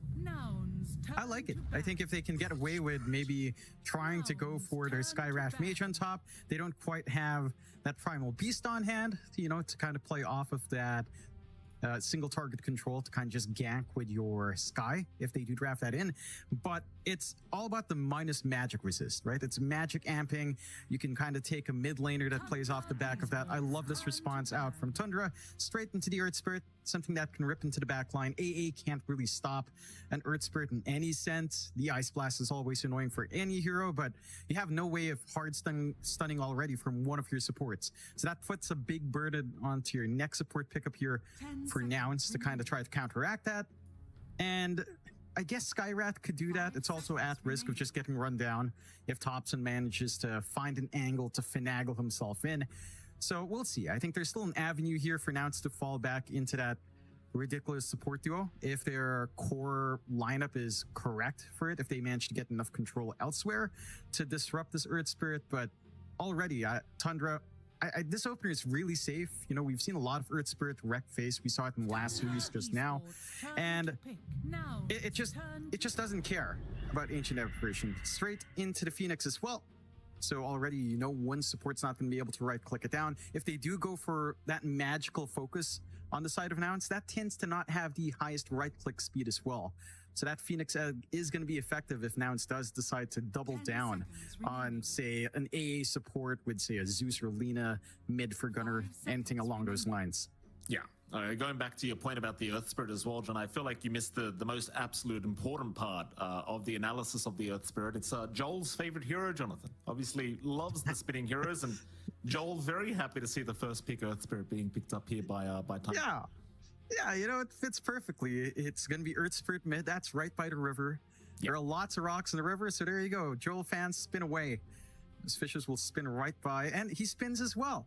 You know, maybe we're never going to see the Earth Spirit spin in place anymore, unfortunately, or fortunately enough. You never know. Maybe there's another way to break that. I don't know. Beta game does happen. I'm convinced it's a new Earth Spirit nerf. I think it's a shadow nerf from Ice Frog. Just once in a while, we'll just make him spin on the spot. He just gets deleted from the game. That's how we'll do it. Naga Siren is the pickup here from Nouns. So another K1 special. We've seen the Naga Siren being picked up quite often here from Nouns, and a bit of comfort here for K1, so you can't quite blame them for going back to that. Obviously, the Naga has been somewhat meta as well in this current meta, so why the hell not? Yeah, I like the way it for Axe with the AA as well. I think in lane, again, if you can get the value point and end snare, you feel pretty damn good in that lane. Yeah, you just have an easy hold. Although, to be fair, when I think about Hector's Naga, he, like any other Naga player, he always goes like 4-0-4. So he's not going to be looking for the farm. He's going to be looking for the farm, not looking for the fights. The Clockwork pickup is one way to kind of hold back the Earth Spirit. You can kind of jump onto him. You can prevent him from rolling away. It's not the hardest lockdown. And it doesn't really deal with the Egg. That's the one thing, to an extent, I suppose the Naga can somewhat deal with Egg, but maybe it's just not going to be a concern. They're just going to try to split up farm. You do have some really good jump for the back line here from the side of Nouns.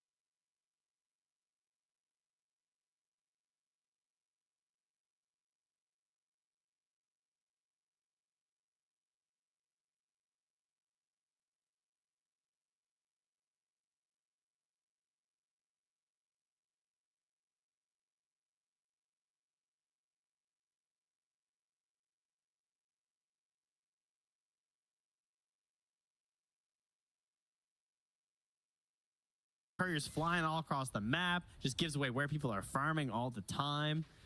It's crazy when you get them up in a match. And that's our caster ward down there showing us, hey, they're doing Roche. Okay, checking. Who has the shards going on to Roche. Doesn't like this new development in the Luna playstyle. Right. Oh, Fishman dies to a split in the mid lane while that Roche is being taken. It's gone. And now, this is the timing that we are talking about. This is the point in time when Asy'ari are incredibly dangerous, might think about going high ground. And a little bit of a pickoff here would be huge. They need this. They get him. Somnus shows up. He doesn't have his Aghanim's yet. He was 50 gold away from it before he came into this fight. They try and make something more happen, but it's all out from Stormstormer. The Aghanim Scepter doing work with 3 dead. Don't call it a comeback. Entity are here to play. Like I said, nothing surprising. Only a 3K lead now after they take Roche. That could not have gone any better as they kill the blinking Brewmaster. Wow. Before he can get his split off. Unable to get the FY save that was being heralded here. I wonder if he considers a blink instead of a Mystic Staff with his change of fortunes of his team right now. Sorry, a Sight Device. By the Mystic Staff, of course. And I mean, it's definitely a possibility. Because I feel like they need that blow up. If that blow up doesn't happen, either the Necrophos or the Brewmaster, then I think they just lose the fight. Or even the Luna, you could argue. Like, between her Moonglaive Shard and the fact she's going to have BKB and she'll probably eventually get more lifesteal than just the Mask of Madness, then this, like, blinking Inkswell Dispel to try and break up this combo that they're working with here could be huge. Of course, they also are going to be layering things on top, too, so it might not be the end-all be-all to get that save off. Well, that is, I mean, yeah, that's a good point as well. The layered stuff. Wait a minute now. Are they? Like an onion. Like an onion. Well, like an onion, they are crying tears right now. They lose another hero, gets Reaper's Scythe, but gets back home. Love that. Gabby. Oh, they find him under vision. Drops down the ward. Nice play from Tianming. Does have another charge. Can he time it right? He does. Wow. In between the battery assaults. Not bad. That's pretty sweet. Octarine Core coming huge there. Making sure that he doesn't have to worry about it. And now no split. Again, Chalice. And crumbling a little bit here in this later part of the game after a really sweet start. He's struggling to make the big moves, getting picked off, throwing out some weaker ultis. Teammates don't want to actually fight. Doesn't have a Midas. Idiot caster thought it was cool to go blink. Cool. Feeling not as good about it now. I mean, he did it first, to be fair. I mean, that's true. Me and Chalice were the same. I mean, there's worse company. They are just going to retreat back. Now, Entity, they finished Nullifier on Watson. They haven't fessed up. There's the movement coming in from that's Chalice. So huge. And this is Necrophos too, right? Like coming in. I mean, he doesn't have split though. I guess maybe it doesn't matter. Hookshot now connects onto Gabby. Golem to turn. Lifesteal right there with them. They're going to bound them together, but the Fatal Bonds are going, and the water park is open for business as they find Lou. Going to kill him too. Somnus is in, but are they just going to run away from this Necro? Well, they're thinking about it. The charge gets the backline. Nice snipe. Gabby tries to back out. Can they find any more? The boat is out, so now they've got some extra survivability, and Somnus gets turned on. This is a nullifier, a double kill for Watson, doing it again for the team. Gabby is ready, has the charge to connect for the stun. Lowell in trouble, but no, it's a triple kill. Can they bring him down? Yes. They find the final touch, and Entity are back in business. Oh, the timing of this nullifier was so important. I do, however, solemnly swear to never flame Luna Shard again. The fact that she just survived versus a lifestealer, I'm actually convinced now. I apologize to the Luna players. You should apologize to Asy'ari. What the hell, man? He just broke their upper bracket chances here. Oh, listen, I did it for the fans. That's all right. Fair. You think I don't want to go to bed? It's 10 minutes to midnight here. We need some good Dota. All right? Dota as the replay here. Yeah, this was insane. Up on the high ground, we got Splash Mountain, baby. You know, we just got this all firing up. Everyone's up the ramps. My God. And yeah, that this charge though, that was so sick. I know, and again, a great point for wards. You know, making the difference. Oh, geez. Boat came out. That would allow them to reinitiate. And Watson just doing the work. Now there is something so funny about going Boots of Travel Heart versus Lifestealer, because you're like, it's fine, I'm Necrophos, and then he gets a nullifier and you're like, this was a terrible decision. I am so chunky versus this Lifestealer now. Yeah, I mean, Somnus does nothing now, right? Like, he needs to Death Seeker away, basically, it feels like. Is we see back into the game now, a 2,000 gold lead for Entity. Roche is going to respawn in 3 minutes as Katomi will be found. Does he have a way to get out of here? Does not look like it. Reaper's Sight, easy peasy. After that last fight, you check out that courier that's flying to Somnus right now, and yeah, it's got a plate mail. Yeah, he did some quick maths on the fact that he has 10 he had 10 armor right prior to that, so up to the 20 now.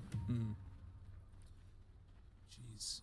This is an interesting one too, because after the you know, couple of Muerta games that we haven't seen have that much success, Katomi is going for an Aghanim Scepter, so he's going to have that parting shot as Lul chases Stormstormer a bit in the mid lane. Fishman. Oh, but no, the charge at the same time. Fishman survives through the first salvo. Now they're onto both of them. Connection, Chalice. Oh, he barely gets it off. Now running, trying to get out, stunned. Watson, the turn though, with the boat, the charge through. Gabby has them both. He's in trouble right now. Nowhere to go with Somnus. Tried to Ogre Steel Totem away, but wasn't able to. Stormstormer now has to run because Luna's come in. Big bad Luna and Lu get some hits. Katomi throws down the calling. These fights on a knife's edge. Yeah, I think Watson made the right call there. Seeing Lu come in, realizing he's getting kind of low, had just, like, Nullifier was about to run it on the Necrophos and just decided to bail. Despite the water park going, maybe could have got the hits in there to do something about it, but didn't like the look of it. Wanted to go back to the fountain and do some 360s. Watson's doing a lot of those. And now he's going to jump inside of Gabby. They're going to go for the reset instead. They don't want to fight into the split. They try and catch them without it. He's separated from everybody else. Gobble him up. A couple more hits and he is gone. Didn't get to play anything.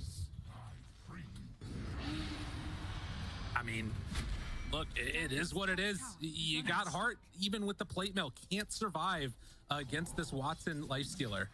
Yeah, and FY has also commit to the Ultimate Orb, so we won't be getting the Blink save from the Grimstroke. I feel like this, maybe that Blink needed to be on Grim. Might have some issues here. The other hope, I guess, will be Tian Ming, but he doesn't have a Force Staff to try and break it up as well, right? I mean, they don't have any. They've got these bigger items there, and, well, FY. Does he survive through? BKB Gabby. Okay. That was not how that was supposed to go. Does have charge. Gets away. Hook shot. Oh, Tian Ming. Where are you going? Pulling out the Scorpion. Get over here. Does he have another charge up in a second? But gets silence. Gets the kill.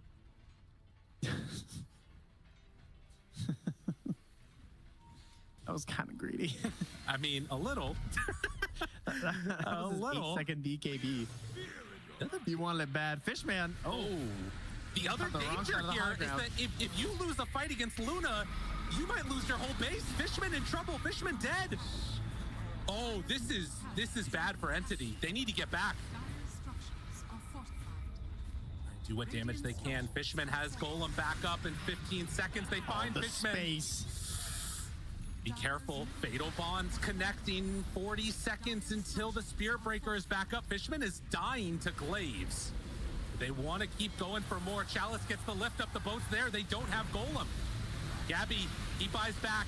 Looks for the charge. Wants to go in. They get one hit, but it's already running away. They have the charge onto FY. Rolls through onto 2. Still looking for more. Wattsman trying to find a target, but they get out. Stormstormer, he got infested. Gabby now backs away. The call might be to retreat. Watson, they find Chalice, connects onto him. Dead shot connects onto Luna. Watson can't find a great target. X marks the spot, torn onto 2, but they retreat. Tense moment here. Does have Force Staff now. I don't know if I just missed that before, but thank goodness, because that is so desperately needed this game. The Force Staff is going to save this game completely. Saved him in that situation. Almost got hit by a dead shot to chain things together there. And if you want to catch people from getting charged into just one-shot kill, it's going to be a hook shot, Cogs, Force Staff your ally out. Get them out of there and try and just break it up and sacrifice yourself instead. Lul spots Gabby. Gabby runs away. The rest of the team of Entity heading down south towards that Luna. Roche back up. I'd imagine there's going to be a fight for that one right now. And Somnus a couple seconds before he TPs. I think that shard is also new for Kunkka. I was checking before. I don't think Stormstormer had it for the tidal wave too. It's pretty huge for the Roche fight to bring that out. Looks like they're gonna go do the Tormentor. Oh, yeah, giving up the Roche. Zeray will get a pretty substantial advantage there as the planner pocket is online. Imagine. The Reapers? Yeah, I mean, that's gotta be I mean, it's actually kind of cool because there are, you know, loosened beams and stuff for chain stunning. Could be kind of huge to actually hit something big. Or the Soulbind? Depending. Yeah. Yeah. Maybe not the shard they were hoping for. No. I guess Muertas isn't insane on support Muerta either, to be fair. Right. She's almost at Aghanim's on Cat. That's true. Yeah. Maybe I shouldn't call her support. Chalice. Something. Wants to run.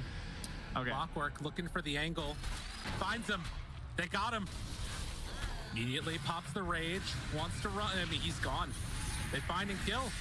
Reaper sight done. Big kill for Asy'ari and no buyback. Okay. 1,000 gold away. With a 4-minute Aegis and Cheese, now the gem moving towards high ground. They've already had such insane vision throughout this as well. Do they have any more obs on them? They do have one more in FY. See if he can sneak another one up on the high ground here, but I doubt he gets away with it. There's already a sentry laid down. I mean, this is at least one set of racks. I don't know how much more they get, although they don't have a creep wave at the moment. Will be coming up right now. Nobody from Entity could get mid to grab it, as Gabby a little bit late on that one. I think you gotta let this one go. I mean, I don't know what else they're going for tier 4s. Asy'ari say we don't want to play Dota anymore. Entity had pulled everything back so well, and now Golem dropped down, but it's about to die. What do they have left in the tank? They're starting to fall. Boat's gonna come out. Connects, they need life stealers. Damn it. Can they kill off Lou in time? Hook shot to turn it, to go back into them. They find immediately onto him. Gabby pops the ulti, bringing down Lou very low, but still alive, still with the Aegis. Watson can only look on from the grave. They don't have enough damage. There is no creep wave, though. They keep the creep wave alive. Buyback comes from Kunkka. It's gonna be there soon. They buy enough time for Watson to get back up. I can't believe they're holding it, but the Ancient's still exposed. They have 100 seconds without Gabby. He does not have buyback because of the timing. That was a dieback for him. They find Fishman immediately, and now with the creep wave coming back in, Watson's got to do it all. He finds one. Do they have enough damage? Eats the cheese to turn it, and that's gonna do it. Watson goes down. Asy'ari take the win, 2-0. See, it was just a little bit of fun, you know? Yeah, it's messing around a little bit before bringing it back in towards a solid victory here at Game 2 for Asy'ari. And yeah, it did get a little bit dicey, no doubt about that. Kind of felt like they just decided to clean it up a little bit there, look for their solid group up plays once more. Ooh. And they had to work through some of the solutions that were presented here from Entity. You know, I had to start playing a little bit more around the nullifier, had to try and watch out for exactly the angles Gabby was going to come from. If they didn't get this Infest Bomb blow up, you kind of knew it was going to be a problem. Oh, yeah. No, absolutely. And you can see their Entity, unfortunately, are going to drop down. And who is it that they're going to have to face in the lower bracket but Tundra of all teams? This team that had been looking so good. I mean, Tundra also dropping down low there. It's going to be a tough matchup. Aren't those Western Europe teams? That's a good point. That's confusing. I thought you said lower bracket. You know what? You're not wrong about that. Meanwhile, Asy'ari, they're going to face off against Nouns, which is from a different region, if I'm not mistaken. Something. I don't know. Yeah, it's how it goes. Trent, a fabulous showing from Asy'ari. Entity, you're going to have to think about what could have been, as we're going to head on back to the panel. Thank you very much, gentlemen. Asy'ari in 2-0 fashion not only dispatch Entity, not only get revenge for 2022, but now we'll be starting the main event in the playoffs on the upper bracket side of things on the road to the international. I'm joined on panel yet again by Lizard and Gods. Lizard, the early game, right? At 10 minutes, honestly, the game just felt over. It was absolutely amazing what Asy'ari was doing. Yeah, let's not sugarcoat it. This was a stomp, right? Like almost in every single lane. On top lane, Brewmaster, Chalice, he was getting way too much. Mid lane, minute 6, 7, your tower is dying. Necrophos gets his minute 15. Was it the fastest Heart of Tarask ever? 15 minutes, 14 seconds, fastest heart of all time on Necrophos. They were just having way too good of a time. So good of a time that some of them tried to even throw it a little bit with the itemization. Brewmaster with the blink as well, going a little bit ham, using his ulti when it was not super necessary. Died a couple of times, but yeah, I think that Lu impressed this game. Very stable performance, never gave in into any silly ideas, going too deep or anything like that. Farmed, got his Aegis, ended the game. Yeah, definitely it was a very good performance coming in from Lu.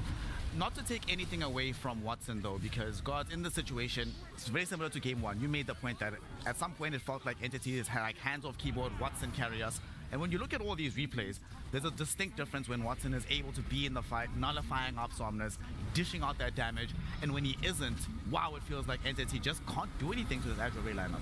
Yeah, he is kind of the late game hope. As is often the case, I think when you're getting stomped in the early game, it's very much just like, well, we're losing all our lanes, let's hope our carry can just chill, farm it up, and give us a chance in the late game here. But ultimately, all it takes is one slip up. It was Watson getting picked off by the Clockwork, a hero that ended up being kind of pivotal because it allowed them to get numerous pickoffs through these BKBs with the hook shot to control these heroes. So just really nice plays coming out from all of Asy'ari. And yeah, you know, Watson, he can't do it all. And this was a game where I think there was just too much kind of weight put on his shoulders. Yeah, I completely agree. He can't do it all. Like, he's picked as this answer to the Luna, and you could see the idea with some early game rotations. After the laning stage went poorly for them, they still managed to charge with the Lifestealer, get some pickoffs. But he's supposed to be the hero that deals with the Luna. He's also supposed to be the hero that buys Nullifier to deal with the Necro. It's just way too much. It's too difficult, and it's not a free game for a BKB that is Rage, right? Like, you have this Clockwork that's always ready to break you from TPing, stop you from TPing, or even fighting properly. The kite potential from Asy'ari was pretty massive. Yep, that as well as the fact that we had to spend so much time just running away from Brewmaster, just preventing himself from getting stunned up with the initial rage charges. Entity find themselves unable to take a game. They go down into the lower bracket, and that's where they will begin the playoffs next week. For Asy'ari though, although yes, God, there was a bit of throwy scenarios in the mid game, there's a lot of positive to take away from this one. I think especially in the early game and after, you can see the point in the game where they realize they're making mistakes and they can adjust, pivot, and start cleaning things up. You know, Lu carrying the game, looking very solid. I feel like this win is the kind that's going to help propel the squad very deep into the bracket, especially with the sweet justice of revenge from last year. Yeah, they got that bit of revenge from last year against the Entity boys. And I think it is kind of a good point to bring up, where there's something they can actually learn from this game, take away the kind of slight sloppiness in the middle. Often, you know, we kind of talk about like you learn more from losing than winning, but this is the kind of win that you actually can learn a bit from, about how to be a bit cleaner in that mid game. Because if that's versing a Team Spirit or a Team Liquid, they could throw that mid game and then just lose the game. We saw Spirit do that against Shopify, particularly with that Spirit Breaker, which I thought might happen this game. I was like, Spirit Breaker's got Midas Octarine now with BKB. That sometimes just wins you the game. So this game became losable for them, and that's something they need to focus on when it comes to, you know, preparing for their matches in the next stage in the playoffs. I definitely feel the same way. Even called it out during the game. This game is over. Entity is doing it. We're going to game 3, but then you click on Lu and you see that he is just a tiny little bit too farmed up. Everyone else, yeah, well, they were making some curious plays after having a great laning stage, but I really feel that in that last game, Lu outperformed. Lu finally able to step it up here on the way to the international. He makes a way to carry the game, even though things were shaky in the mid game. But crucially, you know, when you look at a team that has lots of superstars, you have Somnuses, Chalices, FYs, folk who are used to carrying their games in their positions. For a young up-and-comer like Lu, it's very beneficial to give him the reins of responsibility and to understand that he can take them and drive you to victory. With that, Asy'ari now will be the final team confirmed for our upper bracket on the playoff side of things. The bracket is set. Next weekend is going to be very entertaining. Obviously, we had the massive upset earlier today of Nouns, and Asy'ari, gods, You know, if you're them, you probably were preparing to play Tundra next, but getting past your opponent. And normally, a week ago, you're like, oh, guys, we'll play against Noun. It's going to be simple. From what we've seen from Noun, they cannot be taken or underestimated at all anymore.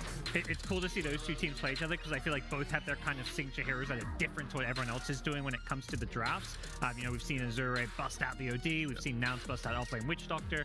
So two teams with kind of some distinct picks, which is partly why they're in the upper bracket. So it's going to be a really fun matchup, but not just one where you can just, as Nouns have proven, where you can just discount them. Yeah, both are definitely different when it comes to picking heroes that aren't necessarily picked by everyone else, but I would still say that Nouns, they're the ones that you might have to just ban out those heroes against. You don't. Yeah. When do you get to practice versus Witch Doctors and Ogres, right? Like, you can only theory craft.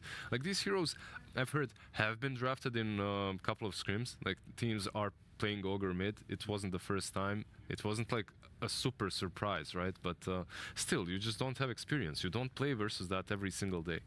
Looking at that bracket, I'll be honest, right? I'm very excited to see that particular matchup, not just because the squads involved are young in their journeys, still trying to prove themselves, but both of them have like Giga Chad brain coaches. Lanem versus Asy'ari, that drafting phase, guys, that's going to be fun to watch. No matter what, it's going to be entertaining. We're all going to learn something about this patch. Yeah, and now the coaches really get to shine. You get that extra bit of time to prepare for the main event. You get the days off, so you can really go into the group stage matches. Everybody's played so many games so far, so there's a lot of data to use, and the coaches can really come up with a good battle plan when it comes to the drafts for the playoffs. Let's talk about the playoffs on the other side of the bracket, in the lower side of things, where teams stand a chance to be eliminated next weekend. Some fairly surprising names here, Liz. Game and Gladiators, BetBoom, Tundra, Rebellion.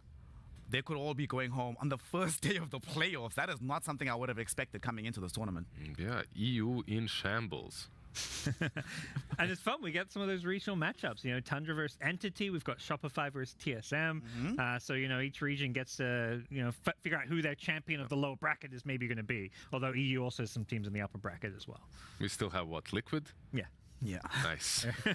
It's surprising. It's literally just Team Liquid that's in the upper bracket from Western Europe. I don't know. I wouldn't have ever imagined. If you heard Blitz and how their scrims are going, I don't know if I can put all my hope into that. So, looking forward, gentlemen, we are at the end of the group stages. We are done and dusted now. You've seen what the bracket's going to look like. You know what the next weekend will comprise of in terms of the games. Gods, give me your primary thing to take away from these groups. Well, a team that you are going to be backing for the rest of the tournament, and what's your primary takeaway meta-wise from the games that we've seen? I think one of my biggest takeaways is probably about just play your style. You know, we are only like a week or two into this patch. Don't feel like you have to copy other teams. The patch hasn't been figured out. Day to day, we're seeing new heroes emerge, like heroes that struggled on day one became popular day two. So I think teams who play their picks, playing in their comfort zone, are going to do best. And then as far as teams to look out for, Team Spirit, let's go. I don't know. It's hard to say anyone other than maybe Team Spirit when it comes to clear favorites for the tournament. So, yeah, looking forward to see if anyone can take them down. Liz, what you got for me? No, I think these next couple of days come down to psychology more than anything else. Like, don't overthink it. Find the best way to prepare for the remainder of the tournament, for the playoffs. Don't get too much into your own head, because that can happen, right? Like, you can overthink even the patch, some strategies. You can start doubting yourself in these days too. As long as you can stay cool, calm, and collected, that's probably the main point. Okay, stay cool, calm, and collected as humanly possible, says Lizard. He's been a player before, he understands the psychology of these things. So let us hope that the remaining teams in the tournament will adopt that psychology on the road to the international. And hopefully one of them will adopt it enough that they can lift an Aegis at the very end of it. That does mean that our group stage is finished. We will be resuming proceedings in the playoffs on October 20th. So make sure that you join us on that day, starting at the very top of the bracket with Team Spirit, a team that, I'll be honest, I think is going to win the tournament, but where they'll be starting us off in the playoff side of things. So join us October 20th for some more Dota 2 action. From myself, Snare, from my incredible panel, Gods, Lizard, you know, Winter's here in absentia, Natty's in the background, and of course our wonderful production team that has enabled us to bring you all this fabulous analysis and crucially some fabulous Dota 2 action. Before we go, just a final reminder, Dota 2 is a celebration, right? Not just of fancy lights, cool team fights, lots of action, but of camaraderie, of teamwork, and of building long-lasting connections. There's people that you're going to meet through this game that will remain in your life, your close friends, for the rest of your life. So treasure the moments that you share with them. Make sure that you are keeping a positive mental attitude about the game. But more importantly, make sure that you have fun, enjoy us, and see us in a week to continue the journey on the road to the international. All right, welcome back. He is just dead. Who do you focus on? We are going in with the side kill. They finish off that DC. Look at this man. How do you stop him? Oh no, the unstable concoction. That's not what you want to happen. Such a tanky primal beast. Oh, that timing of the glimmer. I love it. Oh my gosh. He knows he's here somewhere. Return damage time. Ramses, he's just going off. GG. They tried so hard. Look at that hero. What a great hero. Comes Gunner. He's got the echo. And Skitter's oh my god. all gone. They are all gone. Jackson, he's desperately trying to survive. Jackson. He's alright. He's alright. Oh, this is silly. This is truly silly. The GG's called. GG. The GG is called. Now did it.